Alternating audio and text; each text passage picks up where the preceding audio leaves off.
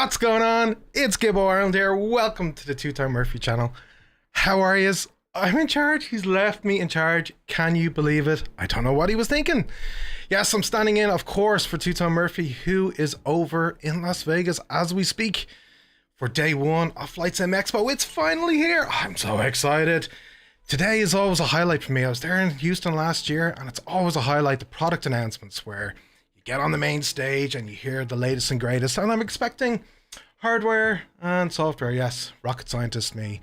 But yes, Murph is over in Las Vegas with everybody who's anyone from the flight sim community for FlightSimExpo, and we'll be joining it there in about 50 minutes for the kickoff of the product announcements. And I gotta say, I'm not bitter at all.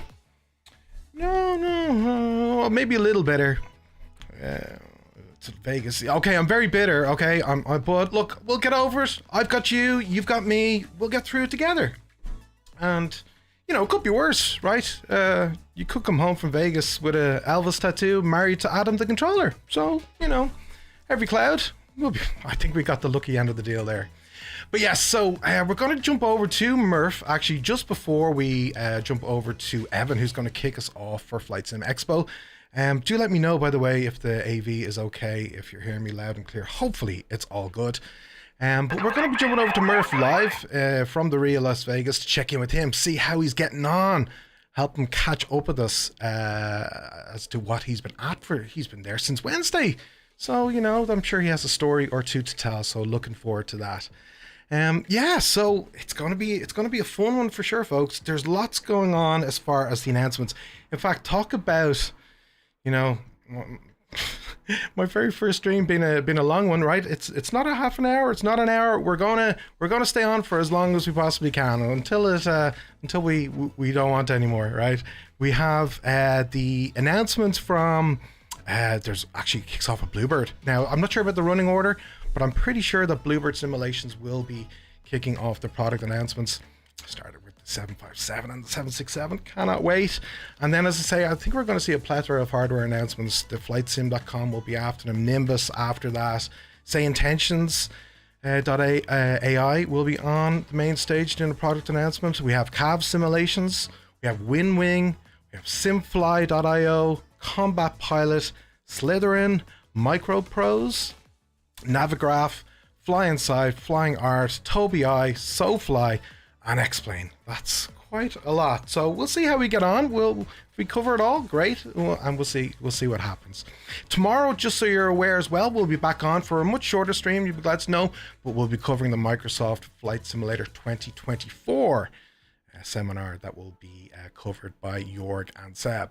And then we'll be back on. Oh, by the way, Murph is also going to take us on a floor walk, which is a fun part of the event too, where you get to see all the booths, and I'm sure he'll be running into lots of people as well. So we'll be doing some live interviews, and you can say hi to Murph in person as well, and we'll catch up with him covering that tomorrow. And then on Sunday, we finish off with a wrap-up of the Expo, and we'll also be doing live coverage of the Microsoft Marketplace team, who'll be giving an update again as a seminar for about an hour or so. So all the details are on Discord as far as the stream schedule for those, so we'll be sure to keep you up to date. So yeah, let's catch up with the chat. You're all so good, and I really genuinely appreciate you joining me and keeping me company. As I say, it's going to be a fun one. I hope you'll join me in putting your feet up and relaxing it and having a cold one. I certainly plan to do so, and I'll be handing over to Murph to do all the work in just a few moments. But we'll jump over to the chat just to say a quick hello to everybody before we catch up with Two Tone himself. So let's see who's in here. I can see all the buttons, folks. It's really a thing, right? It really is. There's a lot of them. So you're all so good for joining me, and it's impossible actually to keep up with the chat. But MuseFan is doing a fantastic job behind the scenes in helping me out. So Muse, I really appreciate it. Thank you so much. So if I don't catch everybody, forgive me, but I'm absolutely trying my best. The chat just doesn't stop. Zybok, Super Typhon, you're so welcome in. James 4747. Chucks and Stuart, you're very welcome in. Toto's here as well. Toto, great to see you. Nope, Gibbo is hosting, so not routed through Discord. Is there an issue? Let me know, Muse. Oh, you didn't get a Discord notification. Sorry, Kanzui. Don't know why. In fact, I don't know what's working and what's not working, so we'll figure it out together. Oh dear. Yeah, you're expecting the Microprose Falcon, Zybok. Okay, interesting. Well, what we'll do, folks, is there's going to be a bit of downtime in between each announcement. So maybe we'll catch up together and we'll speculate as to what it is that we will see. And we'll also remind ourselves, I think, as to some of the news, as to what's been reported is coming from that particular developer. Just to help catch us up and see if we get it right or not. Zaiti, you're very welcome in. Great to see you. And Red Aaron, thanks for joining. It's so great to have you. Patrick is here, of course. Up the Reds. Badger's here. Ailerons, how are you? Great to see you. And Airlock, Team Gibbo all the way. Great to see you too. Sterling is here, of course, and PH Roy, Huyen Afland. And let's see who else is here. I've missed so many, but there is Druma. It's funny, the names, man. I've never actually had to say them out loud. I see these names all the time, but saying them out loud. Martel is here. Good Abend, how are you? Great to see you. And Scorpio is back as well. Tritz. Yeah, Flower, how are you, sir? Great to see you. Over on YouTube, we're live on YouTube. It was a heart attack moment, folks. I'm not going to lie, because I was just getting black on YouTube, but we got there in the end. So great to see everybody over on YouTube as well. Big Al's Plane is here. The Ghost, Tashi, Wombat 49 is over there too. Aviate, great to see you. Goblin to Biz is here. Johnny Mons, Appia is here as well. Michael Hamilton, Maverick. Great name, Maverick. The Gelatos is here as well. I wouldn't mind one of those right now. And Neil Streeter. Hey, Streeter, how you doing? A great VOTSIM flight last night it was, wasn't it? Unfortunately, I wasn't able to join, but you did very well getting to from Newcastle to Germany as well. And the Ghost and David White. And T. Gladman is here as well. And Captain Stan. There's quite a number on YouTube. So you're all very welcome indeed. So, folks, I'll jump over to another screen just to catch you up, as I say, on what we're expecting to hear from the announcements in about 14 minutes or so. So just stand by and we'll jump over to this one. Okay, here we are. Right, so this is the schedule for what we're expecting to see in FlightSimExpo over the course of the next 3 days.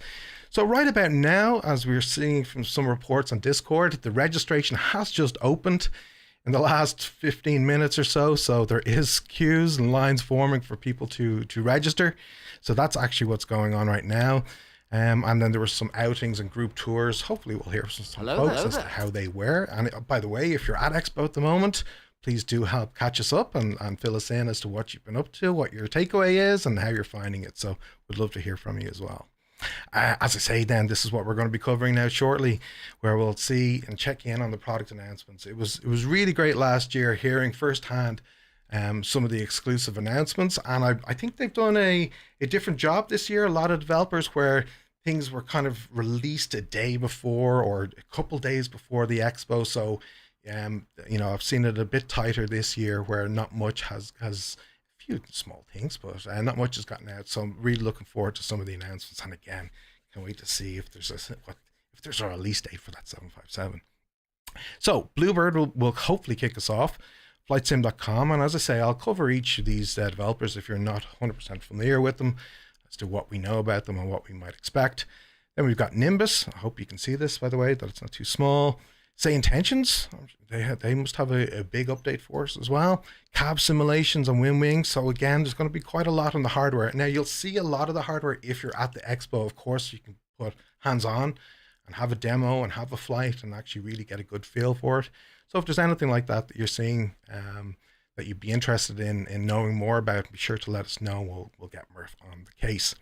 Simfly.io, they will have lots to cover. Combat Pilot, Slytherin, and Microprose will be all giving announcements. We're expecting the announcements to be, I suppose, 30 minutes, between 30 and 45 minutes, which gives a 15-minute break before the next announcer. So if you're in the room, it gives you an opportunity to go for a bio break or grab a coffee and then come back. Navigraph then will be giving an update, as well as FlyInside, Flying Art. We've heard from them lately too. Tobii, Sofly, and X-Plane. So lots going on. It's a 4.5-hour product announcement seminar. So it really is one of the highlights, I think, of the entire event. The other highlight, as I say, is that floor walk where you get to see the booths and you get to see other announcements that aren't quite making the main stage. There's a couple of them that we're aware of that are happening. Just Flight, I think, will have one, for example. So we'll make sure we get Murph on the case for that. And then the meeting and greeting, that's a huge part of the event too, where you actually get to say hi to folks, hang out with folks, and just the networking aspect of it is huge too. So I'm excited to catch up with Murph to hear what he's been up to and who he's been yapping away with. Tomorrow then is where the individual seminars, and unfortunately, FlightSimExpo don't want everybody to be streaming these. You're only permitted to do certain ones. We've got special passes for what we're doing, but there's lots going on with individual sessions starting quite early at 9 a.m. and then running right out throughout the day. And then there's individual events going on. Last year, for example, as I recall, I think Muse was with me. There was a livery creation one, you know, where you can go to these side park kind of webinars and see demos or interviews or panel discussions or tutorials. The event has loads and loads of that.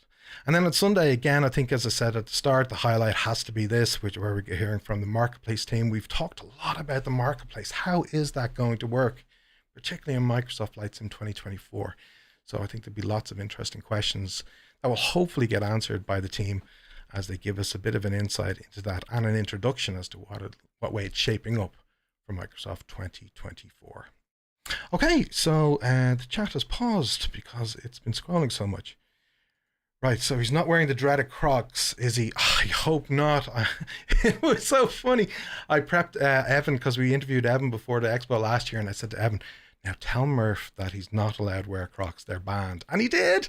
And Murph was absolutely sweating, and he didn't wear them for the event. That was too funny. Okay, so what we might do, we're going to jump over to Murph now soon. As I say, the event starts in about 40 minutes. But before we do, what I thought might be fun is, well, what has Murph been up to? What's his room like? What's his initial reaction to Las Vegas?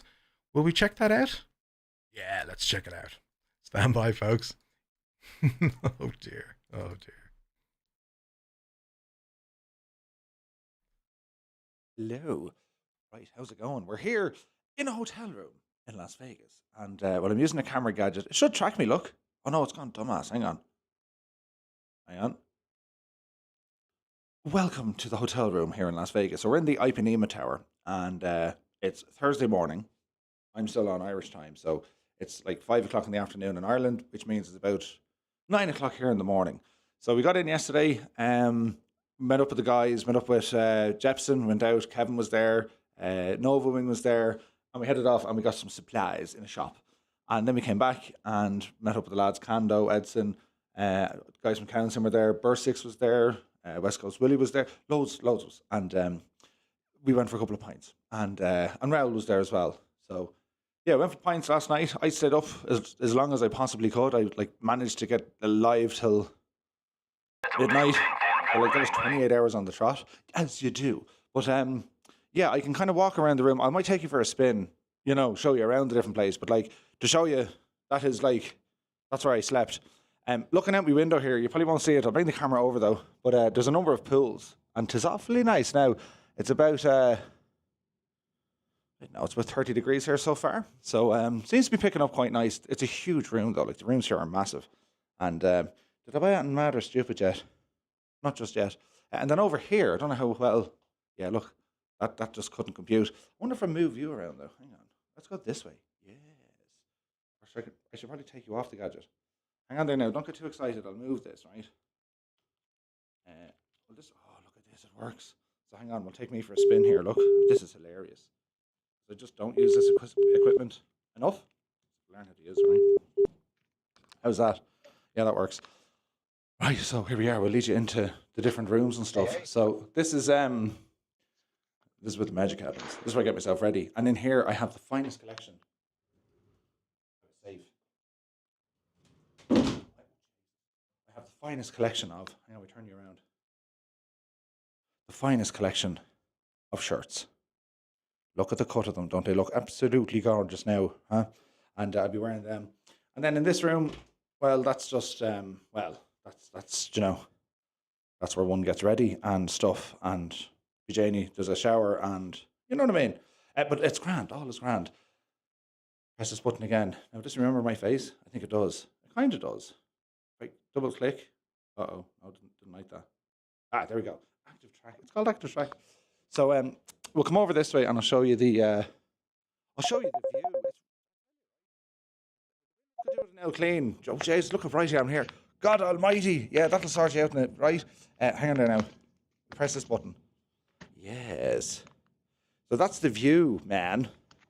So there's a number of different pools and stuff. I don't know what the crack is there. We'll end up in one of them later on. We have this kind of a dev conference on later on. So there's the other tower, the Masquerade Tower, I think it's called. The place is massive, like, you know, photos and all that stuff don't do it justice, but like, the place is absolutely friggin' huge. So yeah, I mean, you can feel the heat already. So yesterday was very much a case of just we'll move this guy around again. Lock onto me. There we go. Active track. Where would you get it? So yesterday was very much, you know, just getting things ready and set up and seeing where everyone was and like the venue, it's absolutely massive, right? There's my phone beeping. The venue is huge, and the plan now, I have to go down and figure out kind of where different rooms are, mainly for where the expo stuff. So there's a conference today for developers. I'd be involved with that. Why? I'll be in going, yes, I agree. And I think, in fact, yes, the motion should be carried. And then tonight, I don't know what tonight is, but we'll probably end up somewhere. Tomorrow's going to be busy. We've all the announcements to make tomorrow, so that should be fun. And then Saturday and Sunday are just kind of walking around and checking stuff out. All the stuff that I have here. Look at this. We can move the camera around. This is absolutely brilliant. So all this stuff, this is what I'm working on. And this is my morning kind of routine. My first morning. And there's a routine already. So yeah, I have to get all this stuff set up and then we'll see what the crack is.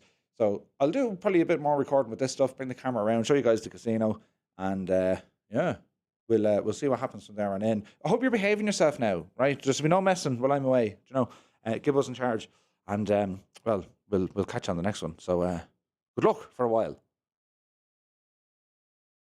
Gibbo's in charge. Yes, I am. Oh, I'm pressing buttons behind the scenes. I hope everything's working. I noticed that there's double alerts. Haven't a clue how to fix that. I'm pressing buttons. We'll see what happens. But folks, if the technology holds up, I think it's time. It's time for us to jump over live to Murph. We got a view of his bedroom, which was not strange at all. But yeah, we'll jump over to Murph and hopefully this all works out. So here we go. Murph, how are you? What's going on? Yes, now I got you. Yeah, the audio is good. How are you? What's going on?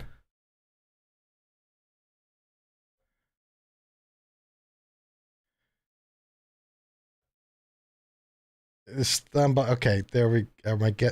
Yeah. Stand by now. Folks, can you just clarify? You can't hear Murph. Stand by, Murph. Hang on. They're not seeing you, and they're getting me now. I'm back. No audio. Murph, Gibbo audio is fine. There's no Murph audio. No problemo. Stand by call. There's always Murph. You've got a lot of buttons. I'm not gonna lie, and it's not at all in any way scary at all. But I think we got you now. How are you, sir? Good to see you. I'm good. So anyone in the chat, if you give us an L5x5, oh, look at the head net. I'm very pixelated. Hang on. Jeez. I think I've got. I might have better signal up here, so I'll ramble over here and see what happens. Yeah, it was terrible in Houston last year. I got to say, we just weren't able to do much live, so it seems to be a bit better in Vegas. Yes, if you stay put, it doesn't get as pixelated. That's good. Yeah, no, I think it's probably dropped again, has it? No, you're good, Murph. You're good. I think okay, everybody sweet. can hear him Okay. 5x5. Yeah, brilliant. Sweet. Okay, so welcome to Expo. Yeah, so you saw the video there from yesterday, and last night, anyway, we went out as you do, and look at the camera so close to me. I'll just stay here for a minute. We ended up. Where did we go to? We went to Treasure Island. Oh no, hang on. We went to the beer cafe, which is on the strip, and they have lovely beer. And do you know when it's very hot, they have these sprinklers that kind of just throw misty stuff in your face. Oh yeah. Right, so I thought there was a fire, and I was like, Jesus, look, lads, the sprinklers, we can't go in there. And like everyone just kind of turned around to say, what? And it's like, I'm Irish. That totally explains it. It's a free shower. So they're deadly, right? You know, you can't be seen just to be putting your face in them and just, you know, for ages, but like it works, you know. So yeah, then we headed down to Treasure Island, and we went into a place called Gillies, and Kando, they had a bull, and Kando wanted to ride the bull. He wanted me to ride the bull as well, but I had to bring him up to speed that time when I hurt my back. Do you know, did I tell you about my back? It's doing much better now, but I'm not pushing the whole counter forward where I am. So yeah, you broke it, didn't you? You broke it. Oh dear. It was like that when I got here. But yeah, what did we do? Yeah, Kando got kicked off the bull, which is hilarious. And then Jetson came in. Jetson walked. The man's a walker. And we headed down to the Venetian. And I'm proud to report, friends, I have conquered the mystery, which is gambling. I bet $5. I won $5, and I got a free beer. So I know how to gamble. So I'll be giving lessons. You know. And, sure. Be, it's not Snap now. Yeah, it's proper cards. Yeah. Okay. I played roulette. Oh, and, right. I went terribly cards. Okay. Good man. But, right, wasn't even. So today, then I got home ridiculous o'clock, and got up this morning, not knowing where I was, who I was, and how I got there. But then I came to. So I jumped into a cold shower, and I went down for breakfast, and the queues were just nuts. So really, I brought my breakfast up to my room, and I was just like, it's just like sitting there in your jocks eating your breakfast the night after. It's just like it's a terrible excuse, you know. So we're fighting fit now, and so where we're at now, registrations have opened. So people are coming down. They sign up. They get this kind of a fancy badge. That's my fancy badge. Yeah. And I skipped the queue because like I'm a celebrity here, you know. I'm not. But I'll tell you about it later. But it's a funny story. I skipped the queue, and it wasn't for any other reason other than I was very close to doing something childish. But anyway, so it came down. Came down anyway, and there's two rooms. So you're going to have the main exhibit hall. That'll be Saturday and Sunday, and that's massive. So we remember from Houston last year, there was in two separate hangars. Yeah. Well, this one room is the size of two hangars combined. It's wow. Massive. And we got the QA Pilot Content Creator Lounge. Our good friend QA Pilot had all this set up and ready to go. He's not here this year. He couldn't make it in person, but you can see all the work he's put in. And Symphonic, he got in like at 5 p.m. last night. He worked on till midnight, setting everything up to have everything ready. So we'll be around there probably a lot tomorrow, just to kind of see how the crack is, you know. And then the exhibition, we went into the room, the Brasilia room. You'll see it on camera, but like to put this into perspective, right? It's absolutely huge. As in, like if we remember where we were last year in the hotel, this place, it's like easily just sitting here for 2,000 people. It's massive. Wow. Okay. And so in terms of the venue, it's very, very good. And it's everything together. You know, they've got swimming pools. They've everything together. You know, you got a great choice of restaurants and bars and swimming pools and all that sort of stuff that gives you a headache and costs you money. But apart from that, it's been an interesting kind of couple of days leading up to, and even now today, that we're going to get more announcements kicking off in about 30 minutes. So a couple of announcements have already kind of got out there, right? In the do tell. That's what we're here for. So, I was chatting to my good friend Raoul from FSExpo, and we know these guys are working on something. Right? We know that they're in conjunction with SWS working on something. And another developer released a bit of information this morning on the Discord that they're about a month away from releasing a very similar product. And I don't know how to take it, because it's great. You know, there's lots of add-ons coming out here, but it's almost the exact same product. And it's from a developer who, I don't know if they have I don't say the trust, because I mean they've been doing very, very well, but like I don't know if they have the reputation to be able to say, listen, we're working on this very, very quickly and it's ready to go, versus a developer who's like super passionate. Do you know what I mean? Like we saw what Raoul did with his aircraft, and this one he's working on is no different. Right. So we know where that's going. Exciting news from Power too. They have their A320 immersion. That's now fully released. Today. I didn't realize. I didn't realize this Gibbo, but do you remember last week on the news, you were like, Murph, did you ever show that thing off, right? It's only when I went reading, the second thing was under an NDA, but it's grand, like, it's Ed's like, no, you're good. I was like, really? I should have read the small print, but yeah, it was brilliant. Oops. So, yeah, so it's where we're at now. We're paying, but it's grand, you know. So, yeah, there's a whole throng of people here. Like, there are so many people here. Yeah, tell us who you've caught up with. So we've seen some pictures on Discord. Look like you're having a great time. So who have you caught up with exactly? So we have Sunjammer, we have Old Veteran, Ali of course is here, Tango, all his crew, Mustafa is here, all his crew, Forder, all his crew, XP72 is here, Your Games is here, there's Seb from Coxburgh. He's just walking by. Where are we at? Over here for a minute. I'm going to put you live on the internet. Is that okay? Wait and see this now. So Seb came into the chat yesterday, and you had the best ever introduction of anyone in the history of introduction. You kind of stood up and said, "My name is Seb, and I have woke up 1 hour ago." Well, it was the truth. It was the truth. Yeah. How'd you get on after last night? Last night. You left us off the bar. Oh, I went home to my room. I had a Philly steak sandwich and full of soup. Philly steak sandwich. Yeah. Nice. Woke up at 4, had breakfast. So the body clock is still Messed up, man. Yeah. I don't know where we're at. And tell me, before all the announcements kick off, is there any announcements from Coxburgh? Is anything you can make us privy to? Even a livery or a door opening, something? I put the You got car anything? in swinger, baby. New business plan. No. You have a name of it? No. Can I guess what it is? No. Can I guess what it isn't? Yeah. I'll give you here for a while. Okay, so exclusive. Coxburgh are working on a new business jet. Yeah. Okay, I'll find Art. He'll tell me. No. You won't either? No, because then he will be fired for the 18th. 18? Brilliant. So yeah, so Arch NDA is here as well. He's super tall. Yeah. Yeah, it's like, yeah. Taller than me. Yeah, he's taller than, look, like, yeah. Oh dear. But Wow, if that I is do tall. this though, look. No, hang on. Almost. I'm fixing this. Look, see how taller I am. Well, You're not a small fella, to be fair. Murph, just to butt in for a second, DeBlaze is gift to 10 tier 1 subs, which is phenomenal. Thank you so very much, DeBlaze. And we're on a level 4 hype train at the moment, Murph, which is phenomenal. Thank you so much for your support, folks. Back to you, Murph. Sorry. Back to your man with a face. You're also very. Oh, we've lost him. I think we've lost him. Let's see if it reconnects. Oh, just stay put. Don't move. There you are. You see, if you stand still, it's fine. You're back. So the Wi-Fi here, it's I'll move slowly. You know. Okay. Very slowly. Yeah.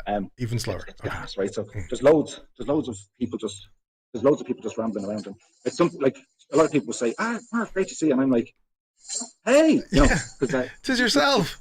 Where are the name tags? You're trying not to look at the name tag. Yeah. And then when you do have to look at the name tag, you're trying to do it without being so obvious. You're like this. Yeah. You need shades. You need shades for that. I have shades, but I got given out earlier on for wearing them. And look who we have. That's Slant Alpha, just rambled in. Good to see you. Hey, Slant Alpha, what's going on? I'm going slowly. So when did you get in? I got in yesterday. Yesterday? Long flight, yeah. All the way across from Baltimore, basically across the entire U.S. Direct flight, fortunately. Right. That's the benefit of living in Baltimore, where Southwest is the hub. So. Oh, yes, yeah. So what's the biggest thing you're looking forward to today? Is there anyone in particular that's As far as the announcements, not really. I think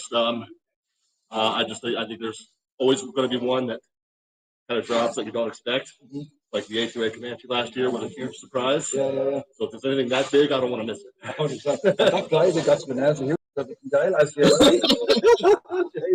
But yeah, it's I got in on Wednesday, and it's just been kind of rambling around and getting good social scene last night. Bunch of us out for dinner and drinks. Oh, nice. Yeah, just everyone just it's like we encounter these people that we haven't really met in person.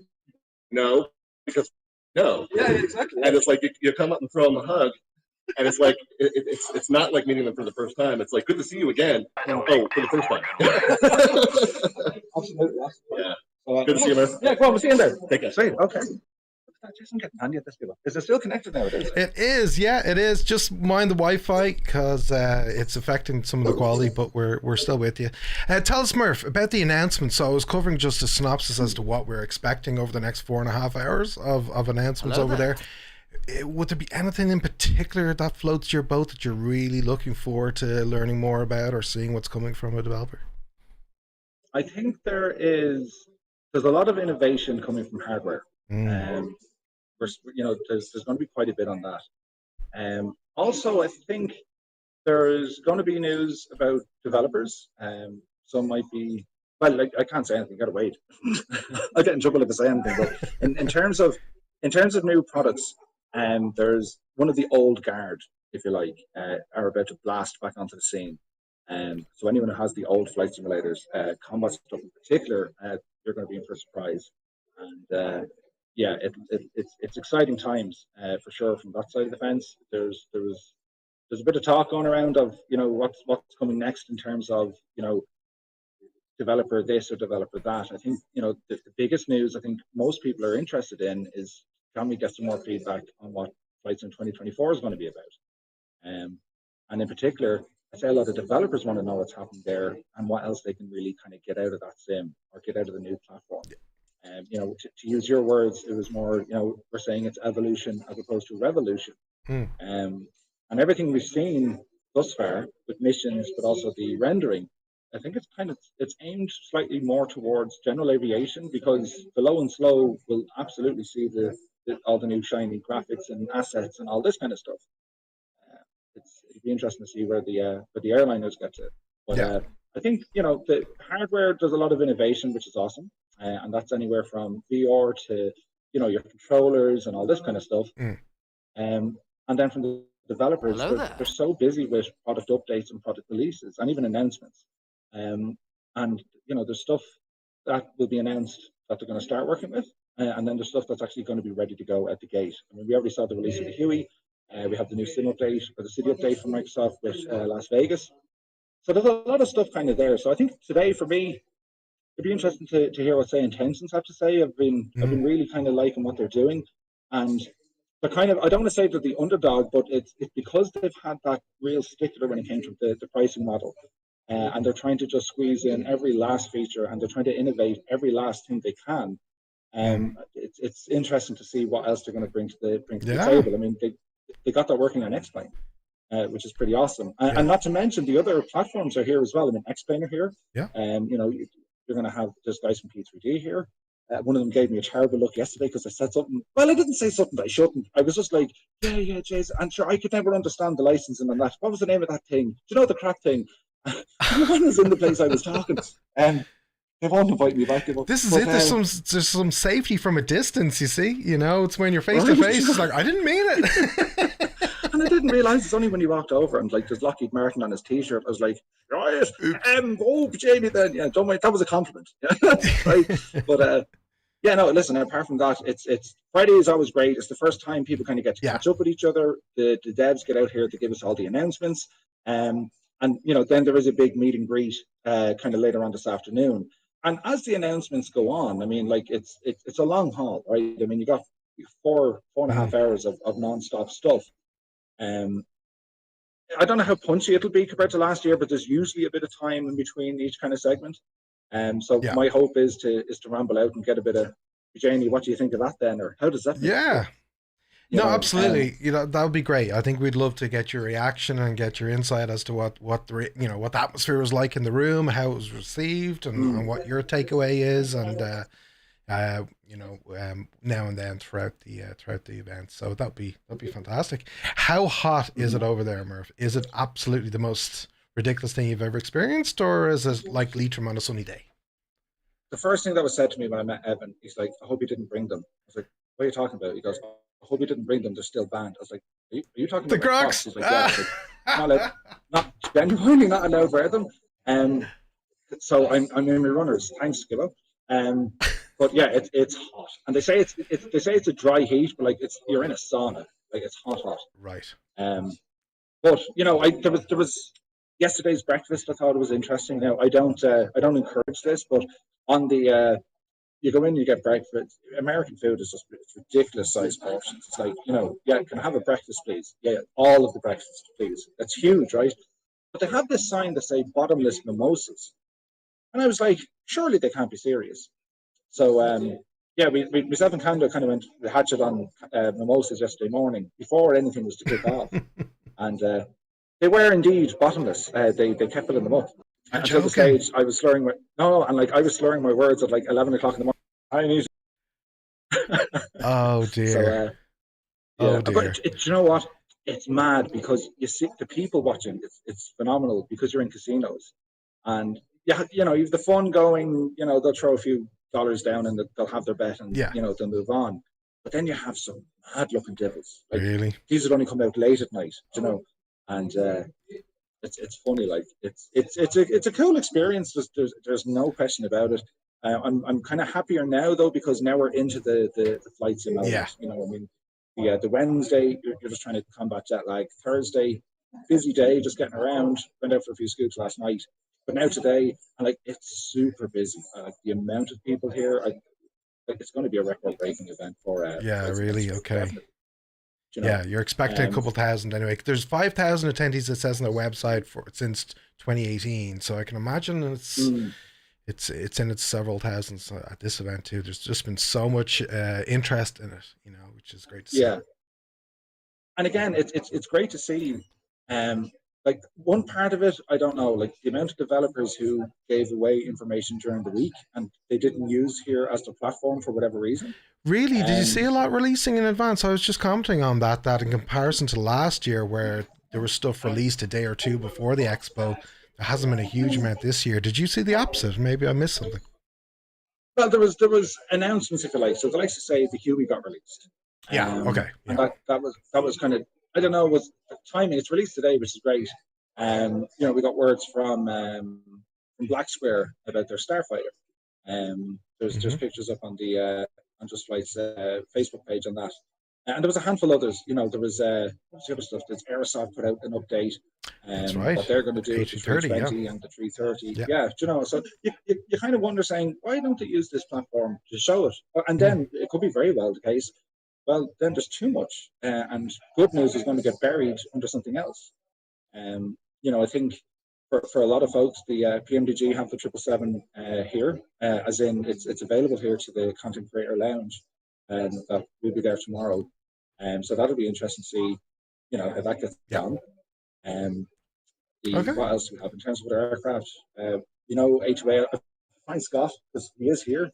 And they've announced what they're working on as well. So yeah, proper busy though. Yeah, Scott's been informed that you're there and is live. I've seen in the chat. Also, Jepson says to ask you about your win last night. I think you commented on that earlier. There's a question from Viper actually, just on a different note. Are you planning on seeing Hoover Dam or any other sites when you're in Vegas? Is that on the cards before you leave? Probably not, and the only reason being is I came over here solo, so Mr. Two-Tone was at home, and she kind of said, "Don't go off and see everything because we want to go back." Okay. You will go back. So yeah, I'll probably go out to Red Canyon maybe one of the mornings, howl into the moonlight or something. Arch NDA says, "Don't look over your shoulder," so I'm sure he's right behind you there somewhere. And Echo Tango says to tell you that the 777 is looking awesome. Ooh, nice. So, okay, 777 pre-release. So, yeah, that's when you ran the cards too. I can't wait to get back in front of the sim and start using all the stuff. Because I'm here, I'm nowhere near my simulator. So, the 777 was released to certain individuals today. So, I think the embargo has been lifted. So, we can start to see some coverage on that. Yeah. It's getting pretty pixelated when you move. But Murph, we know you need to go into the actual conference now shortly, but maybe we'll touch base with you after the Bluebird or the one after that and get your reaction and your thoughts if that works. 100%. So what I'll do, we'll go in, we'll have a listen, and I might move on from here afterwards. There's probably better reception up the road a bit. Brilliant. So we can run with there then. Yeah. Okay. Super. Well, have fun. And I won't get in trouble now. yeah, I won't say that and I shouldn't. I don't have to do anything now. This is actually Yeah, great. you're not on You know, I stage this year. That's good. That's good. Right? There's no panic at all. Yeah. So I'll heckle now. You know, I That's get to my heckle now. job This is usually. brilliant. Yeah. Get off the stage. Stay to your You're face. doing it wrong. Yeah. You know, so yeah, All no, right. we'll be back to you in a bit. But listen, good. for everyone now who can, if anyone can hear or see me, like, put the L Points of Guinness emotes into the chat because Gibbo, you're doing a fine, a brilliant job, you know, and it's not easy. Like when you said to me, it's like, how do you do this? I'm like, I overcomplicate it, which is grand, but like, you're doing a great job, dude. So well done, great stuff. Did I mention Murph? It's in 4K on Twitch. Just saying. Oh no, Murph. But on a serious 5 note, years, you know, 5 years, Murph, 5 years. 5 years you've been doing it. I haven't been able to get 4K. Murph, no, I do miss you. To be fair, like so much so, I have a little picture, you know, of you just ready here. I'll just put this there. Oh no. Yeah. So there now. Okay. Just a picture of you. Just keep me, you know. I can't see that now because just. Oh, you can't? Can you not? Oh, that's a shame. Okay. It's not Paddy. You're grand. You're grand. Right. Okay. Once it's not Paddy, it's grand. Okay. Well, we'll catch up to you then in a little while. Enjoy the conference and say hi to everybody for us all. And sure, we'll talk to you in a little while. Indeed. All right, dude. See you in a bit. All right. Take care. See ya. Bye. Oh dear. Oh dear. He's having a great time. He's having an absolutely fantastic time. And yeah, it was so funny because he was absolutely petrified going on stage when he was at FlightSimExpo last year because he had to present the A2A Comanche, which was quite funny. So, folks, we're expecting in 9 minutes or so the conference to start. We're expecting Evan to kick us off with his intros and his welcome messages and so forth. It's usually Evan rather than Phil that gives the welcome. Gibbo is overtaking the Twitch GibboIreland. Okay. So let's catch up on Bluebird. Let's just remind ourselves very quickly as to what we've seen, what we're expecting. I mean, it's pretty clear, I think, with Bluebird that we're going to hear about the 757 and the 767 perhaps. So let's just remind ourselves as to what they have said. So we'll jump over to their Facebook page because a lot of developers communicate in different ways. Some use Discord, some use Facebook. Bluebird is one that seems to use Facebook. So let's see what they're saying. They're all packed up and ready for the Expo. Looking forward to their presentation. I'd be lying if I said I wasn't a little nervous talking in front of a large group. I know the feeling, buddy. But I think the videos we've prepared will be very entertaining right until the end. So that's actually something that they've mentioned a little later on as well, to watch right to the end because there's a surprise. So what might that be? Just a little over a week left until our presentation. I hope to keep everybody entertained until the end. I'll also be interviewed by FS Elite. So the 757 is looking amazing. Now, unfortunately, I'm pretty sure we won't get a release date announced. Could be wrong. I could be just trying to throw us off the scent. But I'm not sure if we'll get a release date announced today. But you never know. You never know. But it is looking absolutely phenomenal. And I've seen more and more other developers as well. MK Studios, for example, have obviously got, yes, I saw the Huey got released airlock. That is massive news too. But I saw MK Studios has got their hands on this as well and is flying with it. So it is getting closer and closer for sure. Back last month, Bluebird did release a video update just on some of the details, in particular the sounds. So more development on the sounds. And again, I think we'll probably hear that in the presentation today. And they're excited to talk more in depth about the 75 and 767. And a little surprise at the end. No release date though. So yeah, that's what I'm saying. I don't think we're going to get the release date, but I'm interested as to what that little surprise might be. Have you guys got any ideas? Yeah. So we're keeping a close eye on it, Old Veteran, for sure. We will not miss it. We'll be straight over and checking in with the seminar at the minute it starts and getting all the news from Evan and then Bluebird. Is there anything else that we're expecting? No, I think from Bluebird, that's pretty much it. I mean, it's going to be one that I think a lot of us have been waiting for. This and the 777, of course, have been really high on my radar. And the A380. I got to get that in there. A380, I just cannot wait. So yeah, so not everybody that has product announcements are going to be announcing them on the main stage. Some of them will do it, from their booths or their smaller areas themselves. So we could see something from Fly-by-Wire. They absolutely will be there, and many others as well. So throughout the starting today, I think there really will be a flurry of information that'll come from all different sources. So even after the stream is over, be sure to connect in on our Discord, and stay tuned for all the announcements and what we're actually seeing and hearing as and when we get it. So let's check over and see actually how it's getting on for the start of it. It's nearly there. Oh, and it's live. So we'll keep a close eye, and I'll turn up the sound so I can hear as to when it's actually kicking off. So there, yeah, it's getting there, folks. It's getting there. Let's see what's after Bluebird, because it could go straight into it. So let's see. I'll check in with. Sorry for changing screens all the time, folks. So let's check in with what's going on after Bluebird. So after Bluebird, we have. Well, we don't have an exact running order, so the running order may change, but we're expecting, who is it? FlightSim.com. FlightSim.com. So let's have a little look about what FlightSim.com are all about. Just again, in case we can get an idea as to what to expect. So if I go to their website, flight, spelled differently.com. I know I was looking at it earlier. Right. So it's definitely hardware. Is it this? Is it something new? I think personally, I'm really excited by some of the hardware announcements that we can expect from a couple different providers, I think, on the hardware side. Murph has found his way to the front row. Good man, he got the VIP seats. He'll be blocking everybody with his mallet head, but anyway, not our problem. But really, in my opinion, what I'm excited to learn more about, and I'll definitely make sure that Murph checks this out for us, are the force feedback yokes. Force feedback sticks, I should say, not yokes, and yokes perhaps as well. I think that's going to be really huge. It's going to be developed for the masses, not just the elite at the elite prices. I think we'll start to see more come into a reasonable price range. So yeah, I'm excited to see what that all starts to look like, and what developments are in this space. FlightSim.com might absolutely be that type of vendor that can do this, and there's their affordable, as I just said, force feedback yokes and flight control consoles. So it'd be interesting to see their presentation for sure, and get hands-on as well. So we'll get Murph on the case tomorrow.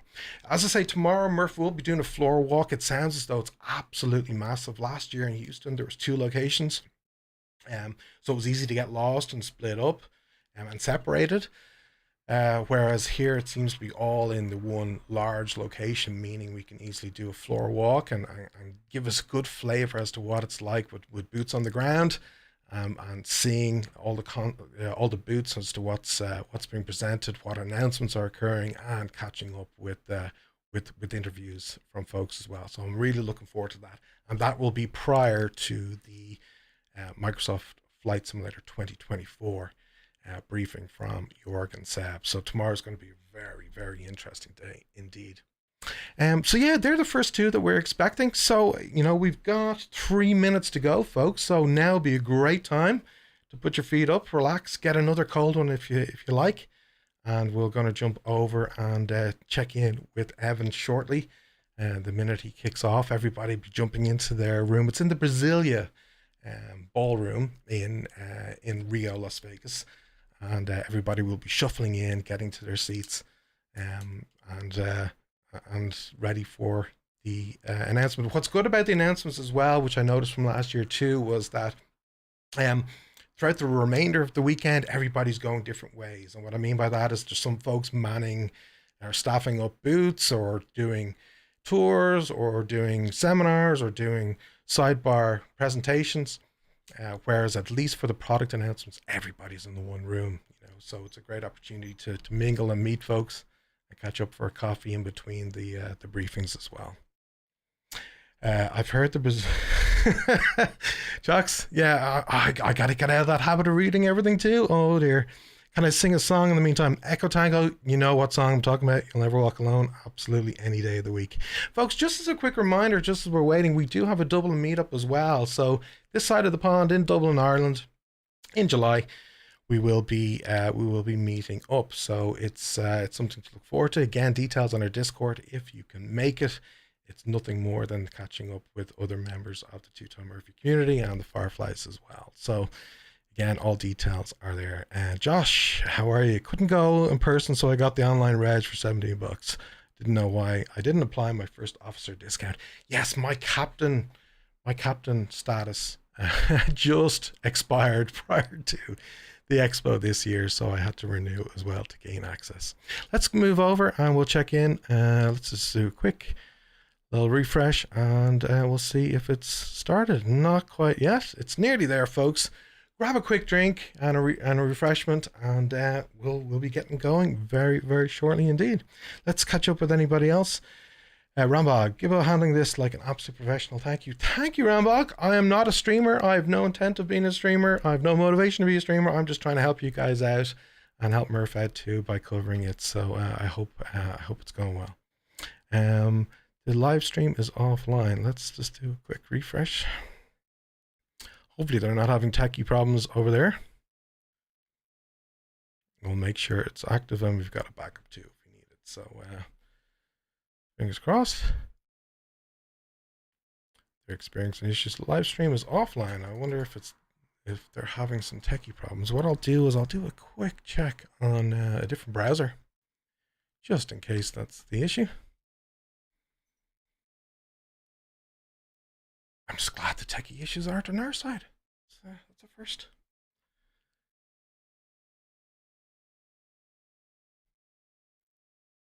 The live stream is offline. Right, so they're obviously just flicking over between their holding screens and the switching it on. So we'll just keep trying. It says it's live. And we'll unmute it so that we can hear. Oh, live stream offline. Okay, so they're having a little challenge. So we'll keep trying. I'm sure they're working hard on it. There's usually a load of media teams as well that are taking care of the camera work, that are taking care of the AV in the room, that are taking care of the streaming. And for a lot of streamers, of course, they're there in person in the room, so they would actually be given a stream directly from the expo, but without any additional coverage, just a straight feed. So that's all probably been flicked on now as the seminar starts. So yeah, we'll just keep trying. It says it's live, and hopefully we can get in.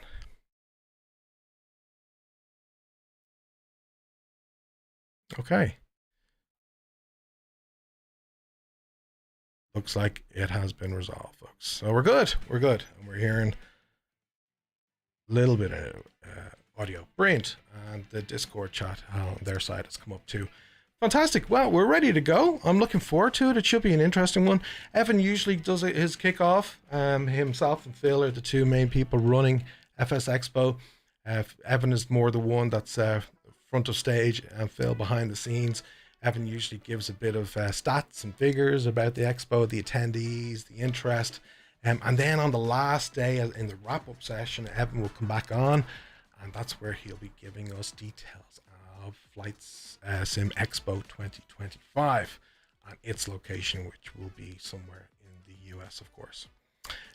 So yeah, it's getting started, and really looking forward to it. I cannot wait to learn more about the 7.5. I'm just super excited. And Scott, you're doing a great job, Gibbo. Thank you. I hope you're able to watch a little from the expo yourself. Dougal, thank you so much as well for the kind words. I really appreciate it. I'm winging this, folks. I don't have a clue, but I'm trying my absolute best. So thank you so much for being so supportive and being here with us and keeping me company. Yeah, so we'll be checking back in with Murph in a little while. Well, sporadically throughout the event as well. He's going to try and improve his Wi-Fi. I fed that back to him as far as the pixelation and the quality. So rest assured, we'll try our best. We're obviously confined by what's being given to him at the event as well. Although he does have a backup device which he can move over to as well, which I'm sure he is fiddling with in a seat at the moment to get up and running as well. So we're doing our best to give you as best coverage as we can. But as you know, even though it's a huge venue, there's thousands and thousands of folks there, so you can understand why the Wi-Fi is a little iffy. Let's catch up with the chat a little bit more. Hummingbird excuses. I hope you're giving me a hard time, Hummingbird, in my absence, because I can't engage with the chat. If I do, I do it as Murph, which is absolutely hilarious. I should totally have fun with that. And Blaze, thank you so much for the kind words. Really appreciate that. And can you get free Wi-Fi at the hotel in this? Yeah. So there's all the details of the there's some offers as well. So actually, on a serious note, there are offers available to you by being what they call a ranked supporter of FSExpo. There's different benefits that you can get as a captain and as a first officer, just even by signing up for the online seminars. All of which, by the way, you do have access to. It's just not possible for us to be able to restream them. They don't really want that, which is absolutely fair. But if you sign up, and it's $10 around that for the online package, you can gain access to all of these seminars. Let me just jump over so you can see some of them as well. So tomorrow there is actually tomorrow it really kicks off in earnest with all the individual ones with International Flight Dispatch. That's the other half of your long haul flight. Not sure what that's about. The Global Online Aviation Networks have a seminar, virtual content creation. Let's jump into that because let's see if you know who will be involved in that. I have a feeling he will. So this is where content creators on Twitch, YouTube, and other platforms have transformed our hobby. And in this panel, they will discuss why they create content, what got them started, what drives them to continue, what advice they might share for people who are considering live streaming or creating content for flight simulation. So the panel includes Q8, and Q8 will not be there, unfortunately, as we heard from Murph. That's very regretful. Forder will be there, Sim Hanger. Murph, I think Murph might be chairing it, or might be hosting it. I might be incorrect, but I'm pretty sure that's the role he's playing. Jamie, London Control will be there, Alison Johnson, Blue Game, Sim Fanatic, and XP72. So there's lots more seminars, as you can see, all available throughout Saturday and into Sunday as well, so that you can gain access to by signing up for your package. So yeah, we will be covering, as I said before, and I will for the last time, Jorgen Seb with their big announcement of Flight Sim 2024 tomorrow, and the following day from the Marketplace team as well. Other things, and don't worry, folks, I'm not forgetting about it. It hasn't quite kicked off yet. But other things that are going on is there's helicopter flight dynamic realism within flight simulators. That's a mouthful. Is that Sergio Costa that's involved in that? No, it's not. It's Rick Miller. So he will be explaining flight dynamics within a helo from a flight sim perspective. What else are they covering? Skills for home flight simulation pilots. So for those newer to flight sim, Howard's Flying 101 presentation covers training scenarios. So great stuff from Howard. He'll be leading a session that's geared towards newbies to our hobby. So that's a phenomenal opportunity for those to join. We're building a PC live. So Viral PC will be building a computer live on stage and then giving it away. That's awesome. That's really great. So that's from 5 to 6 Irish time tomorrow, or on Sunday actually is that one. AI in home flight simulation. Let's see what that's about. So Say Intentions will be doing a further session beyond their main announcement today on the main stage, where they'll be going into a bit more of a deep dive to do with AI. So I think we're getting ready to start, folks. So without further ado, I'll hand over. We'll make this big screen and I'll be back throughout, and hope you enjoy.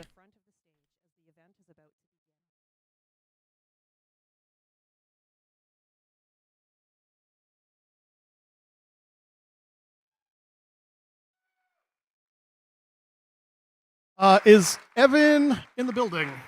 Is Evan here? Evan is supposed to be up here right now. Apologies. Evan? Has anyone seen Evan? He's supposed to be up here with me. But what the heck? What, sir? What the? Okay. Who are you? Is it this way? Is it that way? Oh, Hi. I'm sorry. Can I help you? Yeah, I'm looking for the baseball stadium. Baseball stadium. Yeah. Yeah, there was, I play for the Oakville Z's, you know, the major baseball league team, the Oakville Z's. And I guess they're building us a new baseball stadium here. I'm just trying to find it. Well, it's not here yet. Oh. There's some construction going on, but there's no baseball stadium yet. No, that can't be right because there was this big flight sim convention that was going to happen at the Tropicana, but they had to cancel it because they're building a baseball stadium. Well, that's kind of true, although we did get thrown a bit of a curveball.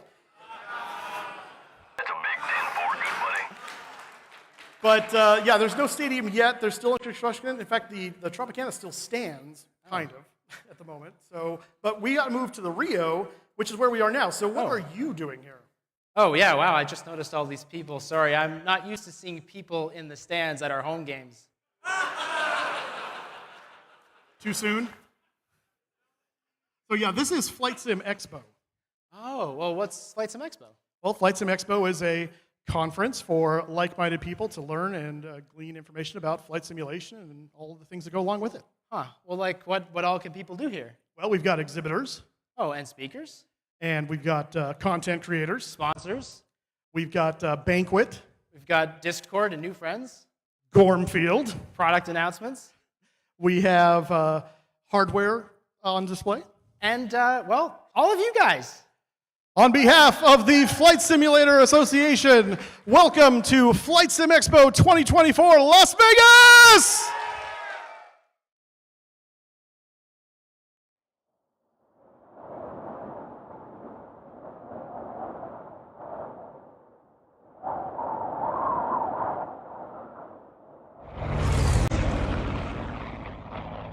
Hey there, friends. Rob from Slant Alpha Adventures here, heading over to FlightSimExpo 2024. Who's coming along? We'll help guide you there. Thunderbirds check. Lights with Joel on the way. Meet you guys up there. Is that a horse? Redmond 1, Seattle ground, runway 34 right, taxi via Bravo. Start 1 ready now. Canopy sound ready now. Burners now. Let's go pick up our friends from the Microsoft community team. Rob, join it up. I'm right on your 6, boss. We're on approach, Jane. Blues detach. Smoke on ready now. All set, down, ready to go. Redmond 1, Seattle Tower, runway 34 right, clear for takeoff. All right, community crew, here we go. Jane, CD, and Chewie are formed up. Murph, do you copy? We're coming in hot. Look at the state of this. This is a very fast plane. You have a Murph in your 6, but I'm catching up. Mustafa, on your right. Nick Flight X is with you. Woohoo! Actual goal on your left. 1B is with you. Thunderbirds, nose coming up. Cornfield, no! Stall. We're gonna go get some fuel. See you at the Expo. Right turn. Mexico 1-1. Thunderbird 1, flight of 6F-16, ready to join it up. Thunderbird, smoke gone, ready now. Thunderbird 1 flight clear through the Las Vegas class Bravo airspace via the FlightSimExpo route. We're getting close to Las Vegas. Thanks for the gas. Right turn. On behalf of the Flight Simulator Thunderbirds, I want to welcome you to fabulous Las Vegas for FlightSimExpo 2024. Stand by for the burst with the blue out. Stand by, blue out, ready now.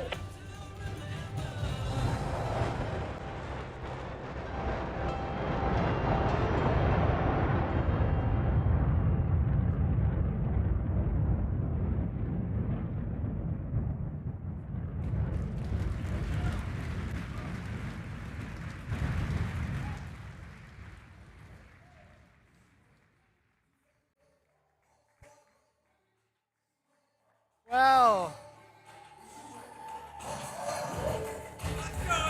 welcome everyone to FlightSimExpo 2024 and FSExpo Friday.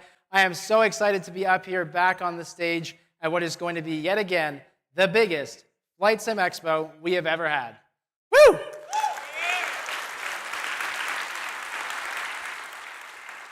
A big thank you to the Flight Simulator Thunderbirds for that awesome welcome video to get us all hyped up and ready for what's going to be a super exciting day.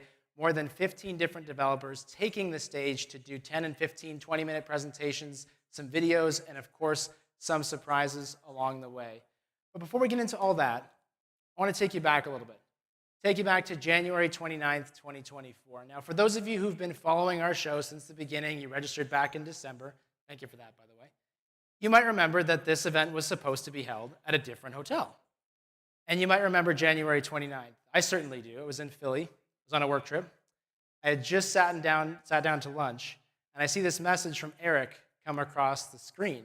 And it says, do we know if there's going to be a change in venue? Because there's this memo from the Tropicana saying that they might be closing on April 1st. So first things first, I finished my sandwich.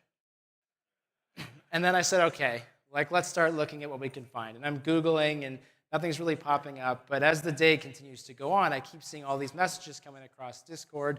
Folks are starting to see things. And this is kind of an issue for me, because as you guys know, I don't necessarily do this full time. And so I'm seeing all these messages, people are calling me, I can't answer the phone. It's like, oh my gosh, what's gonna happen when I get home? So I finally get home. It's like 10 o'clock on the East Coast. I'm afraid to look at Discord. I'm like, people are gonna be canceling, they're gonna be panicking, what's gonna happen?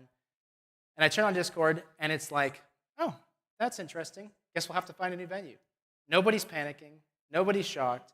It was just like the calmest reaction ever. And that was such a cool thing for me and Phil to see. Like, here we are without any ability to communicate with you guys, massive change, and everyone's like, yeah, whatever, we'll make it work. So later that night, we posted the official announcement. We did get the phone call from the Tropicana. Yes, it was happening. Yes, the venue was closing. We made that post, and instantly, the reaction from you guys was like so supportive, so phenomenal. And that really helped push us through the next several days, what was going to be just a rapid-fire series of things. We started getting all these messages, people saying, hey, you know, you could look at this venue, you could look at that venue, and this is going to be tough because I can't really see, but is there a David Ballard out there somewhere? You're going to have to really wave. Right there. So David, he posts this thing that he sees on a freaking Las Vegas bulletin board going, hey, the Rio's looking for guests if you guys want to reach out to them. And he sends me an email. So I emailed him. And like 24 hours later, we have the draft of the contract that I signed to get us here. I mean, how cool is that?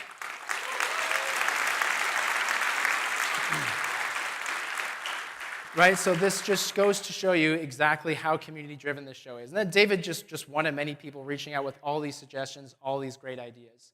So 11 days later, we post this survey. We say, hey, we got a few options. Here's what we were able to figure out. Let us know what you think. Do you want to go to the Rio? Should we look at a couple other options, or should we wait?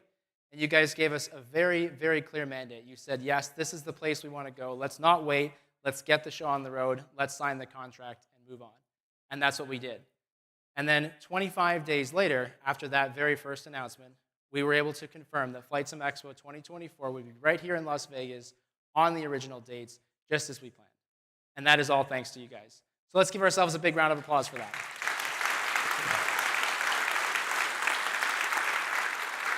And that brings us to where we are today. This is FSExpo Friday, June 21st at the Rio in Las Vegas.